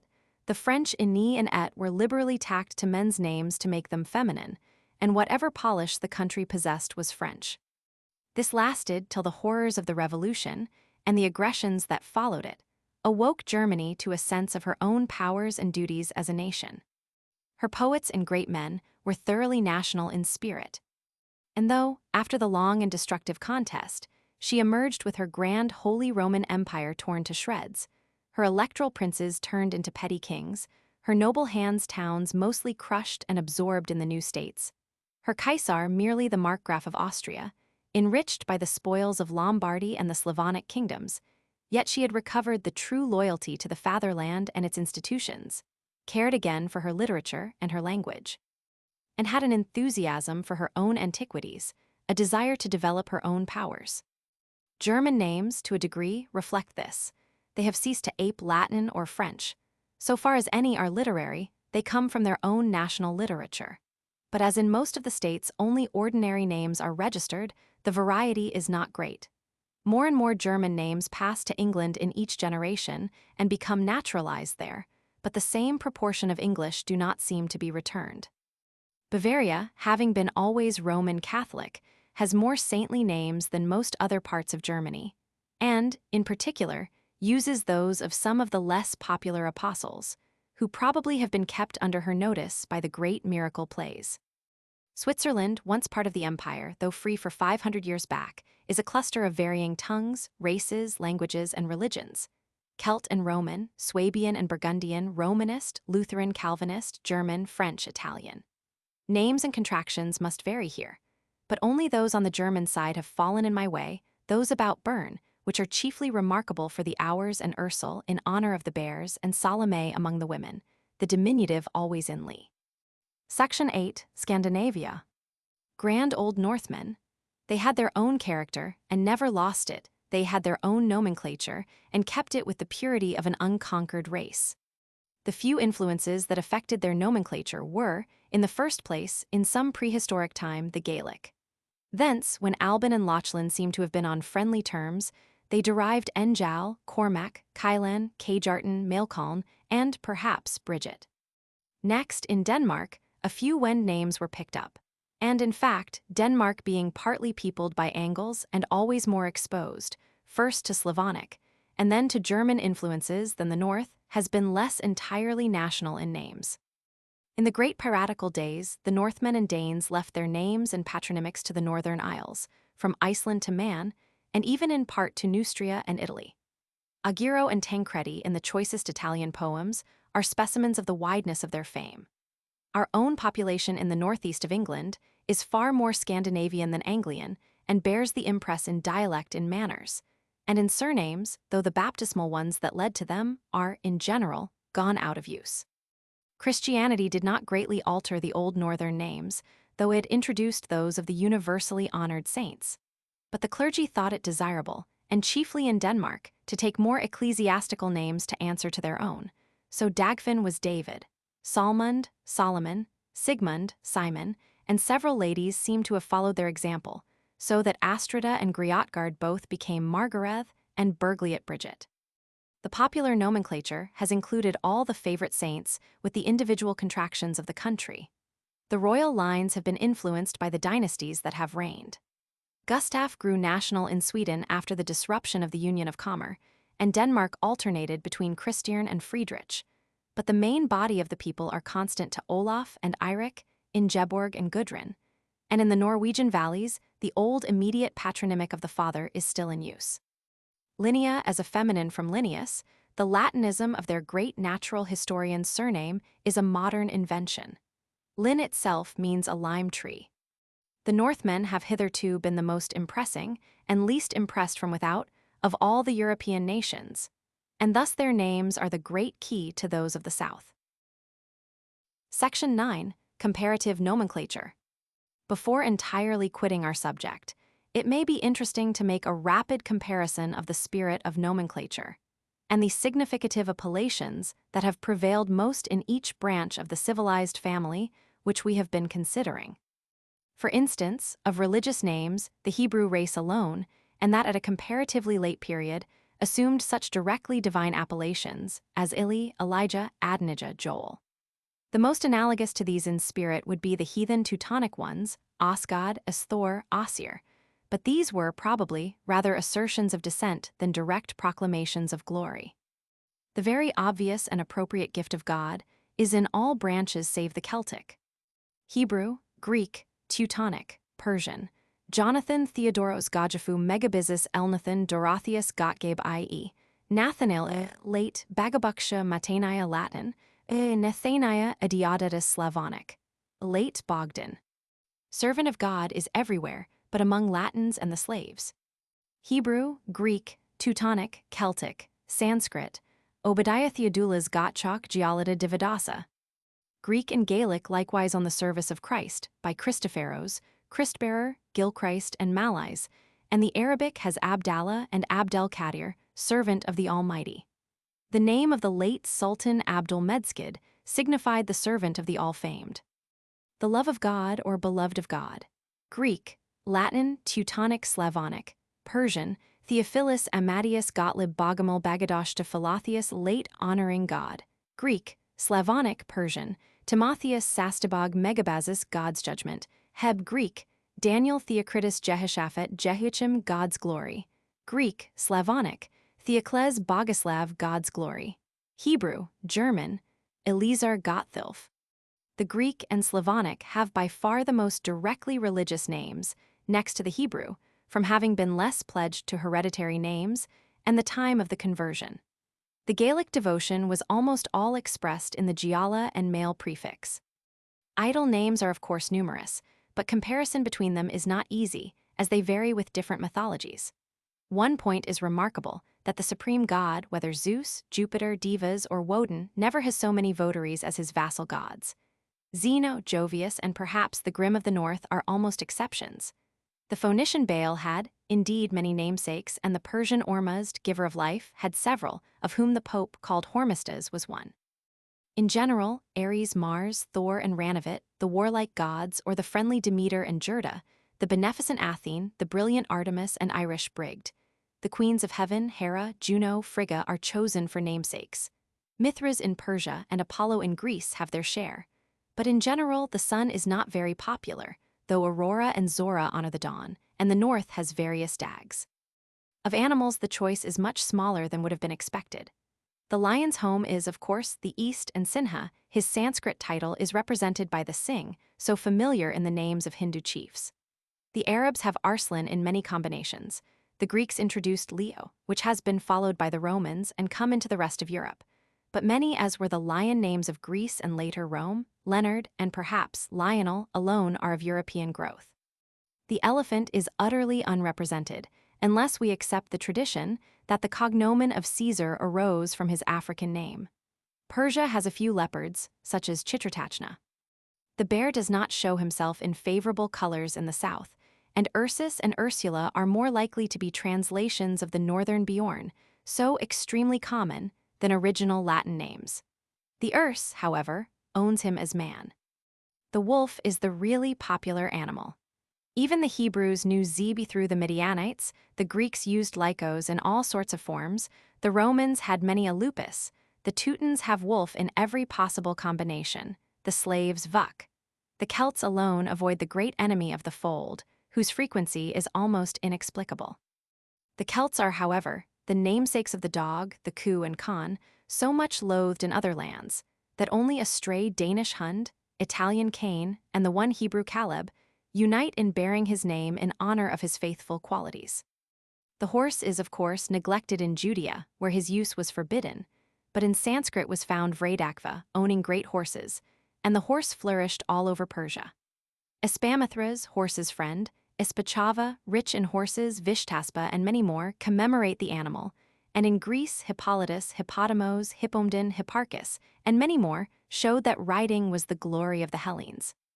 Rome has no representative of her equus except in Equitius, a doubtful name more likely to be named in honor of the equestrian order than direct from the animal. Marcus may, however, be from the word that formed the Celtic march, which, with Eachin and Eachade and many more, represent the love of horses among the Celts, answering to the Epidorics, mentioned by Caesar.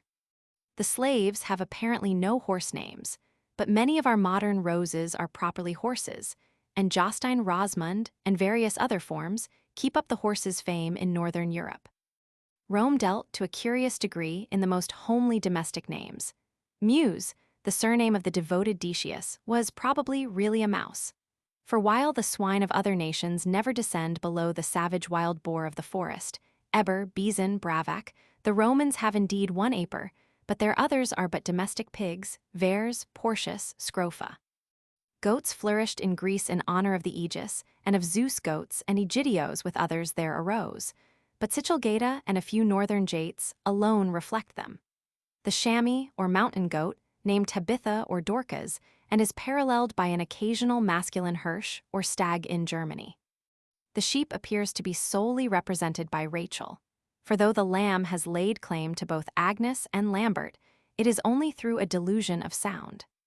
Serpents, as Orm and Lind, are peculiar to the north. The eagle figures in Aias, Ajax, Aquila, the Russian Orloff, and many an Arn of the Teutons.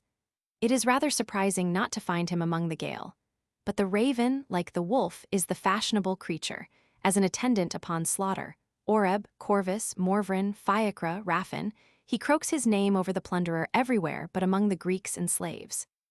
The swan has Gelges in Ireland, Svanwit in the north, the dove named Jonah, Jemima in Palestine, Columba in Christian Latinity, Galubica in Illyria. But gentle birds are, in general, entirely neglected, unless the Greek Philomela, which properly means loving honey, were named after the nightingale. The Latin Gallus may possibly be a cock, but Genseric is not the gander king, as he was so long supposed to be. The bee had Deborah in Hebrew, and Melissa in Greek. But in general, insects are not popular, though Vespasian is said to come from a wasp, and among fishes, the dolphin has the only namesakes in Romance tongues, probably blunders from Delphi.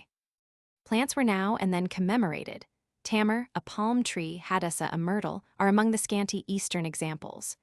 Rome had a robber, and Illyria Dobrislav in honor of the oak, but the slaves have almost the only genuine flower names. Rhoda is indeed a true Greek rose, but the modern ones are mistakes for Atros, a horse.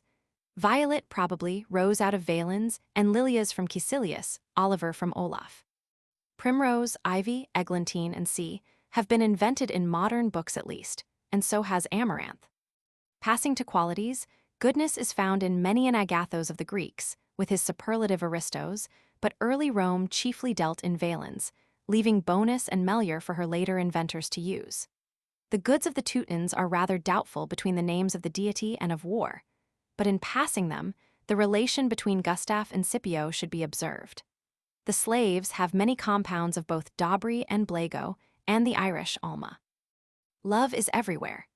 David represents it in Hebrew, agape and phile in Greek, but the grim Roman never used the compounds of his amo, only left them to form many a gentle modern name, amiable, aimé, Amy. Caradoc was the old Cymric, and Aif the Gadhalic, beloved, and Wine and Leif in the German races, Lyubov, Libusa, Milica in the Slavonic, proved the warm hearts of the people.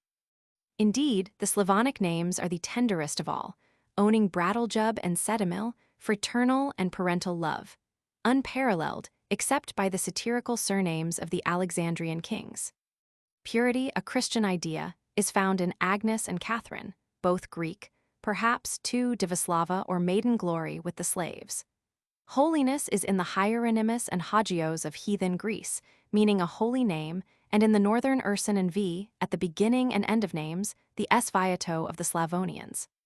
Peace, always lovely and longed for, names both Absalom and Solomon, and after them many an eastern Selim and Selima. Greece had Irene and Irenaeus, but not till Christian days, and the Roman Pacificus was a very modern invention, but the Friedrich and C of the north and Miroslav of the Slav were much more ancient. The soul is to be found in Greece as Psyche and nowhere else but in the Welsh Aeneid. Life, however, figured at Rome as Vitalis and in the Teutonic nations as the prefix fjor, and the Greek Zoe kept it up in honor of the oldest of all female names, Eve. Grace is the Hebrew Hannah or Anna, and the charis in Greek compounds. Eucharis would not answer amiss to the Adelheid or noble cheer of Teuton damsels. Abigail or father's joy Zenobia, father's ornament, are in the same spirit. EU, meaning both happy and rich, wealthy in its best sense, is exactly followed by the Northern Ad and Anglo-Saxon Ed. Eulalia and eulogios are the same as Edred. Euphrasia would answer to Odni. Eucharis and Ain likewise have the same sense of gladness. Eugenois is, perhaps, rather in the sense of Olaf, or of the host of Adels and Ethels. Patrocles and Cleopatra, both meaning the father's fame, have nothing exactly analogous to them in the Teuton and Celtic world. Royalty is found in the Syriac Malchus, the Persian Kshatra, or Xerxes, the Malik of the Arab, the early Archos, Basilius, and Tyrannos of the late Greek. Even the Roman Regulus, with Tigernach among the Celts, and Ric in its compounds in the Teutonic world. The loftiness and strength of the royal power is expressed in the Persian prefix Arta, first cousin to our Celtic Art and Arthur, akin to the root that forms Ares, Arius, Artinus, and many more familiar names from the superlative Aristos. It is the idea of strength and manhood, perhaps akin to the Latin vir and Celtic fear. Boleslav is the Wendic name, filling up the cycle of strength and manly virtue. Majesty and greatness are commemorated by closely resembling words. The Persian mathista or massists, megas and megalos in their Greek compounds, Latin magnus and maximus, Celtic mor, Teutonic mer. It is only the velica of the Slav that does not follow the same root. The crown names Stephanas and Venceslas, or crown glory. Justice and judgment are the prevalent ideas in the Hebrew Dan and Shaphat, Greek Archos, Dyke and Crite, Latin Justinus, Northern Ran, perhaps, too, in the Irish Phelim and Slavonic Upravda. Damo, to tame, is in many Greek names, and ward or protection answers to the Latin Titus. Venerable is the Persian Arsaces, with Augustus and Sebastian. Power figures in Vladimir and Waldemar and the many forms of Wald. And, on the other hand, the people assert themselves in the Laos and Demos of Greece, the Lutfolk and Thaud of the Teuton, and even the Liud of the slave. The lover of his people may be found under the various titles of Demophilos, Publicola, Theodwine, and the Slavonic feminine Ludmilla, their ruler as Democritus or Archelaus or Theodoric, their tamer as Laodamos, their justice as Laodike. Bulos, counsel, finds a parallel in the Teuton rod. But Sophia, wisdom, is far too cultivated for an analogy among the name-makers of the rude north. But fame and glory were more popular than wisdom and justice. Slaver rings through the names of the Wends, and claws through the Greeks, while Hluad and Hruad form half the leading names of Germanized Europe. Clara is the late Latin name best implying fame, but answering best to Bertha, bright, like the Phlegon of Greece, and Barsanes of Persia, which are all from one root. Lucius, light, translates some of these. Conquest, that most desired of events to a warlike nation, is the Nike of the Greeks. Nicias, victor, Sige, Cabaflaith are all identical in meaning, and the Greek and Teuton have again and again curiously similar compounds. Nicephorus and Sigebot, Nicobulus and Siegfried, Stratonus would perhaps be paralleled by Sialda. Nicholas has not an exact likeness, because the Teutons never place either Sige or Thaud at the end of a word. War itself has absorbed the Teuton spear and is jur in our Teuton lands. But the Greek mosh and Teuton hadu, the Celt cath, and the Slav boj or vaj all are in common use. Telemachus or distant battle is best represented by Siroslav or distant glory. Stratos, meaning both army and camp, Cleostralos and Stratocles answer to Stanislav, and Cadwallader in sound as well as sense to Hagevald. Cadhir, the Irish battle slaughter, has likeness in the Teutonic derivatives of Val, but the North stands alone in honoring the Thiof with namesakes. The hero, the warrior himself, the hero as he really is of Greece, the Land Namabak of our Teutons, the Land Namabak and Land Namabak and Land Namabak of Ireland, the Land Namabak of the Roman, has namesakes in hosts. Heracles himself was not far removed from Herbert, Robert, or Lotera in meaning, and Siger is the conquering warrior, as Nicostratos is the victorious army. In fact, warlike names are exhausting in similarity and multitude, and our readers will discover many more for themselves. The peaceful ones are far more characteristic. See how the ocean figures in Pelagios, in Morvan, Muirchartash, Halflied, all the formation of maritime nations, while the slaves have no sea names at all, and the Latin marina is mere late coinage. It is the Welsh, however, who have the most sea names: Genever, Bronwyn, Dwinwyn, and Sea. The earth makes Jorgos and Agricola, and its cultivators have in Greece commemorated their harvest with Eustaches and Teresa, in Illyria their vintage with Grasdana. But though the old farmer citizens of Rome were called Faber, Lentulus, Cicero, and the like produce of their fields, these were much too homely for our fierce Teuton ancestry. Gold is not in much favor. Chrysis, Aurelia, Orflath, and Zelata just represent it, and silver is to be found in Argiro, Argentine, and Arianwen, but iron nowhere but with the Germanic races, Isambart and Sea, in accordance with the weapon names in which they alone delight. Nor are jewels many. Esmeralda, Jasper, perhaps, Margaret, Ligech are almost their only representatives. Spices we have as Kezia, Muriel, and strangest of all, Caranhapach, a box of stibium for the eyes. Whether the Stein of the North is to be regarded as a jewel does not seem clear, but it is more according to the temper of the owners to regard it as answering to Petros, a rock. Vague, log, and all represent liquors and are one of the peculiarities of the North. Beauty is less common than might have been expected. Callista is the leading owner of the word in Greece, but the Latin bella must not be claimed for it, and, in spite of the ny and fritter of the North, it is the Celts who deal most in names of beauty, findelb, grain, and more than can here be specified. Indeed, complexion names are chiefly found among the Celts and Romans, the White, Albanus, and Finn, which last Finn passed to the north, with Gwen in Wales and Brittany, the light-haired, Flavius, Rufus, Ruad, and Dirg. Fulvius, Niger, and Dub, with the answering Swerker, paralleled only by the late Greek Melania, have very few answering names in other lands, though the Bruno of Germany corresponds to Don, and the Blonde, now Blount, of England is said to be meant to translate Fulvius. On exceptional names from the circumstances of the birth, we have not here dwelt. They were accidental and never became national, except from the fame of some bearer of one.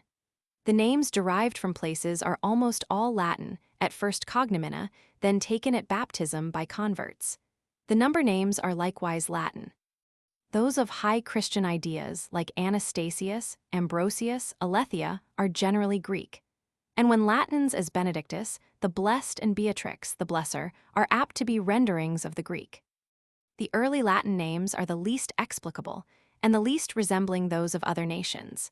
The Celtic are the most poetical, the Slavonic either tender or warlike. The Greek and the Teutonic are the most analogous to one another in sense, and are the most in use, except the more endeared and widespread of the Hebrew. John and Mary deservedly have the preeminence in the Christian world above all others. The End. London, R. Clay, Sons and Taylor, Bread Street Hill.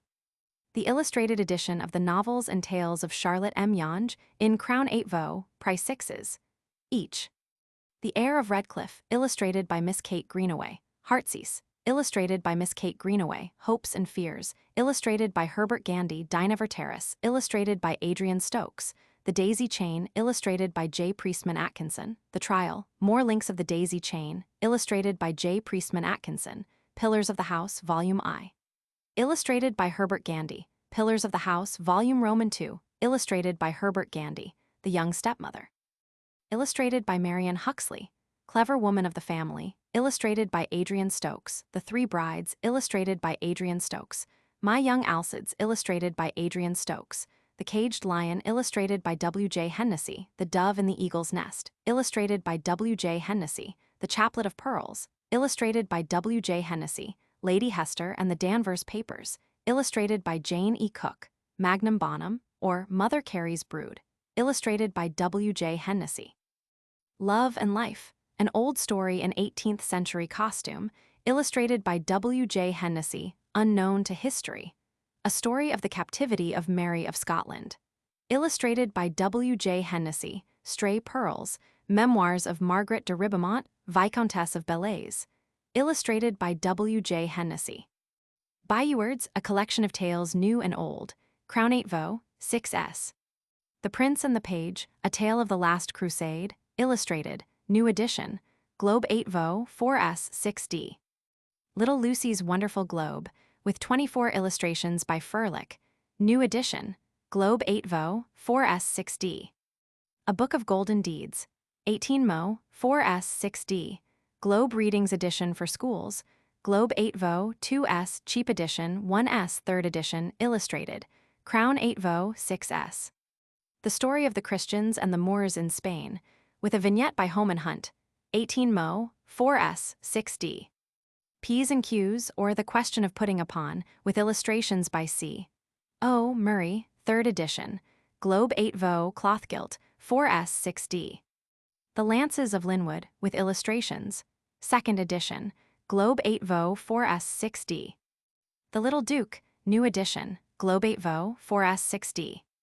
A Storehouse of Stories, edited by 2 vols, each 2s, 6d.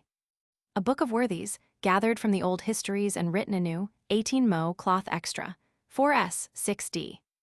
Cameos from English History, Volume I, from Rollo to Edward Roman II. Extra FCAP, 8 Vo, 5s, Volume Roman II, The Wars in France, 5s, Volume Roman III, The Wars of the Roses, 5s, Volume Roman IV, Reformation Times, 5s, Volume V, England and Spain, 5s. A Parallel History of France and England, consisting of outlines and dates, Oblong 4 to 3s, 6d. Scripture Readings for Schools and Families Genesis to Deuteronomy, 3rd Edition, Globe 8 Vo, 1s, 6d. Also with comments, 3s, 6d. Scripture Readings, 2nd Series, Joshua to Solomon, Globe 8 Vo, 1s, 6d, with comments, 3s, 6d. Scripture Readings, 3rd Series, Kings and Prophets, Globe 8 Vo, 1s, 6d, with comments, 3s, 6d.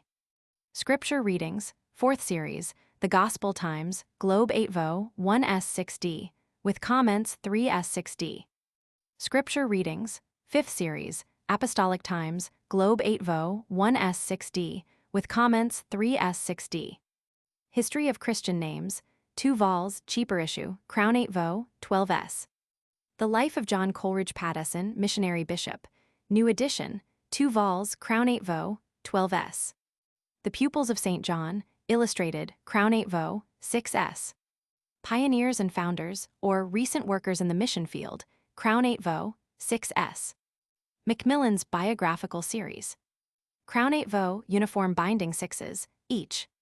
The Life and Work of Mary Carpenter, by J. Eslin Carpenter, M.A. with Steel Portrait. Bernard Saint, The Life and Times of St. Bernard, Abbot of Clairvaux, by J. C. Morrison, M.A. New Edition. Charlotte Bronte, A Monograph, by T. Wemyss Reid, 3rd Edition. Catherine and Crawford Tate, wife and son of Archibald Campbell, Archbishop of Canterbury. A memoir, edited at the request of the Archbishop by the Reverend W. Benham, B.D., with 2 portraits. New and cheaper edition. St. Anselm, by the Very Reverend R. W. Church, M.A., Dean of St. Paul's, New Edition. Great Christians of France, St. Louis and Calvin, by M. Gizat.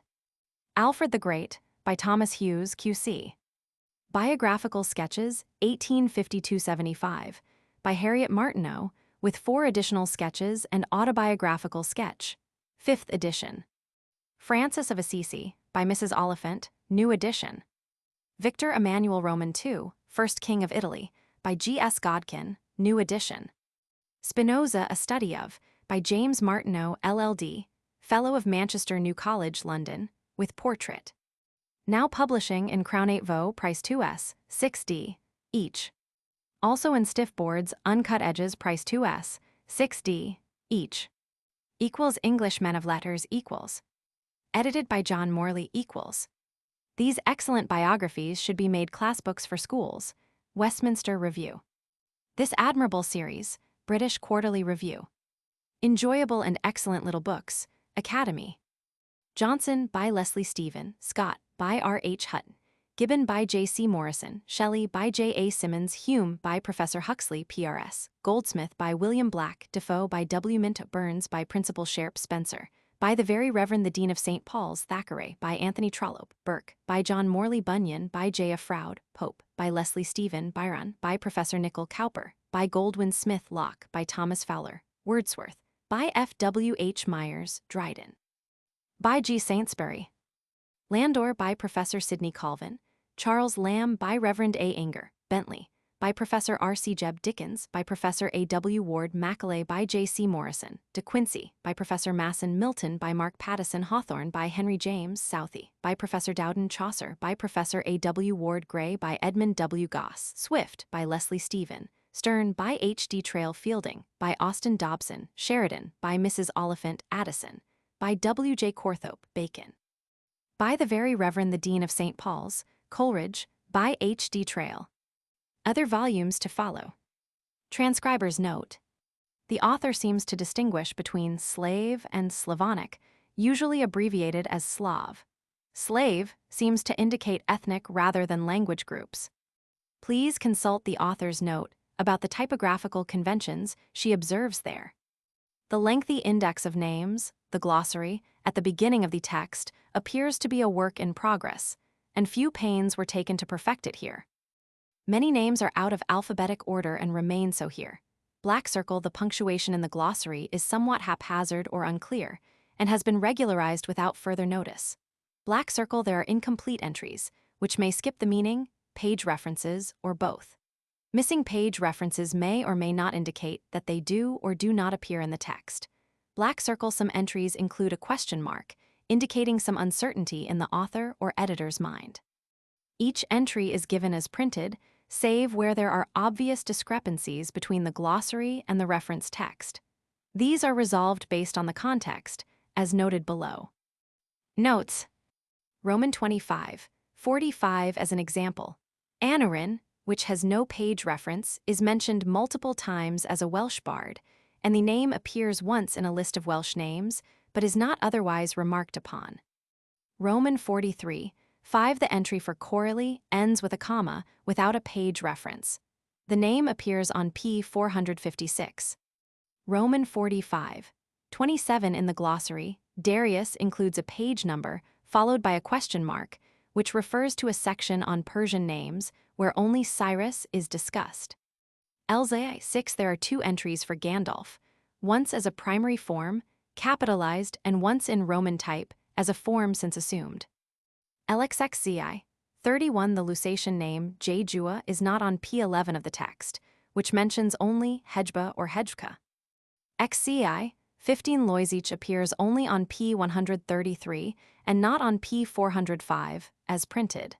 The page reference was corrected. CXVI 23. An out-of-order entry for Marl is duplicated in the proper order. 78.5. The reference to his father seems incorrect, since his wife would be grateful to Philip Roman II of Spain, husband of Queen Mary, and hence, king consort, for interceding in the life of her father. 100.19. The epsilon in theta epsilon kappa lambda alpha, Thecla, on p100 was printed with an invalid circumflex. 290.26. The Anglo-Saxon O character in oxatile is printed, seemingly intentionally, with an interior triangular mark 0. 305.43. The author gives a rune as thorn resembling a capital Greek lambda, lambda. The thorn rune is actually. Other errors deemed most likely to be the printers have been corrected and are noted here. The references are to the page and line, or indicates that the issue appears in a footnote in the original. Corrections: Roman 6, 32. Far greater difficulties for removed. Roman 21, 1-2 elf ruler replaced. Roman 23, 4 SLV. GR. Helper replaced. Roman 23, 52 FR. With whiskers inserted. Roman 24, 5 Amma corrupted. Roman 25, 35 Andres replaced. Probable. Roman 31, 14 Baldetred replaced. Roman 34, 19 Bearing replaced. LX 32 Frat transposed. LX 44 Frange replaced. LXCI 2 Netherland added. LXiv 15 Hline replaced. LX6 22 Igo restored. LXXZI 9 Jacquia from P37. XCI 47 Lenhardine replaced. CZI 12 Radenda replaced. CXXVI 18 Swan replaced. CXXI 7 Tonic removed. CXLI remembrance of the restored. CXLI 8 zelat year replaced. CXLI 11 zelatal Jew replaced. 13. 12 atalic, fatherlike or paternal, removed. 14. 42 Rebecca's 2 daughters-in-law removed. 27. 23 is used elsewhere inserted. 29. 34 are Menond and the pedigree transposed. 30. 35 Enstrasenora del Pillar transposed. 30. 41 A vision of Enstrasenora transposed. 36. Note Deutsch mythology replaced. 43. 9 Payarch St. Joanne's the silent transposed. 60. 23 A maiden added. 65. 17 still more magnificent removed. 65. 40 the deaconess removed. 67. 46 the hateful Aquitanian grandmother removed. 72 19 and letter 1 F44 nu epsilon mu, to raise replaced. 86. 14 androgec removed probable. 88. 14 presumed. 88. 44 epsilon sigma tau letter 1 FB6 theta eta omicron sigma steadfast. Diacritic removed. 93. 41 Italis philatifus inserted. 95. 14 feminine lambda alpha delta mu epsilon iota alpha misplaced diacritics. 95. 31 kappa lambda omicron pi tau rho alpha misplaced diacritics. 138. 36 merge this unwieldy title removed. 167. 48 that after having served removed. 187 note Michaelis replaced. 191. 40 and to France a Saint Hilaire replaced. 222 note Deutsch mythology replaced. 227. 12 to interpret his Celtic speech inserted. 231. 39 Lear and replaced. 256. 35 mild-tempered or peaceable man inserted. 275. 47 one of the kings of Ireland replaced. 277. 13 who had quarreled about added. 285. 30 and thus passed away added. 295. 26 Frajordur F the North replaced. 314. 45 drawn from Wilm transposed. 328. 12 the Thuringian Ermenfrit or Ervrit replaced. 334. 12 rhyme or frost transposed. 367. 5 by the Markgraf Rudiger added. 368. 42 the same whose descendant inserted. 377. 37 the confessor added. 378. 26 Rick Kettle replaced. 379. 30 in the Nibelungenlied added. 405. 28 irreprobable. 407. Note Racits des Temps Merovingian added. 408. 18 that which identifies his appellation removed. 413. Note Turner removed. 426. 5a Border Wolf added. 444. 23 earpiece replaced. 446. 24 by the last remarkable one inserted.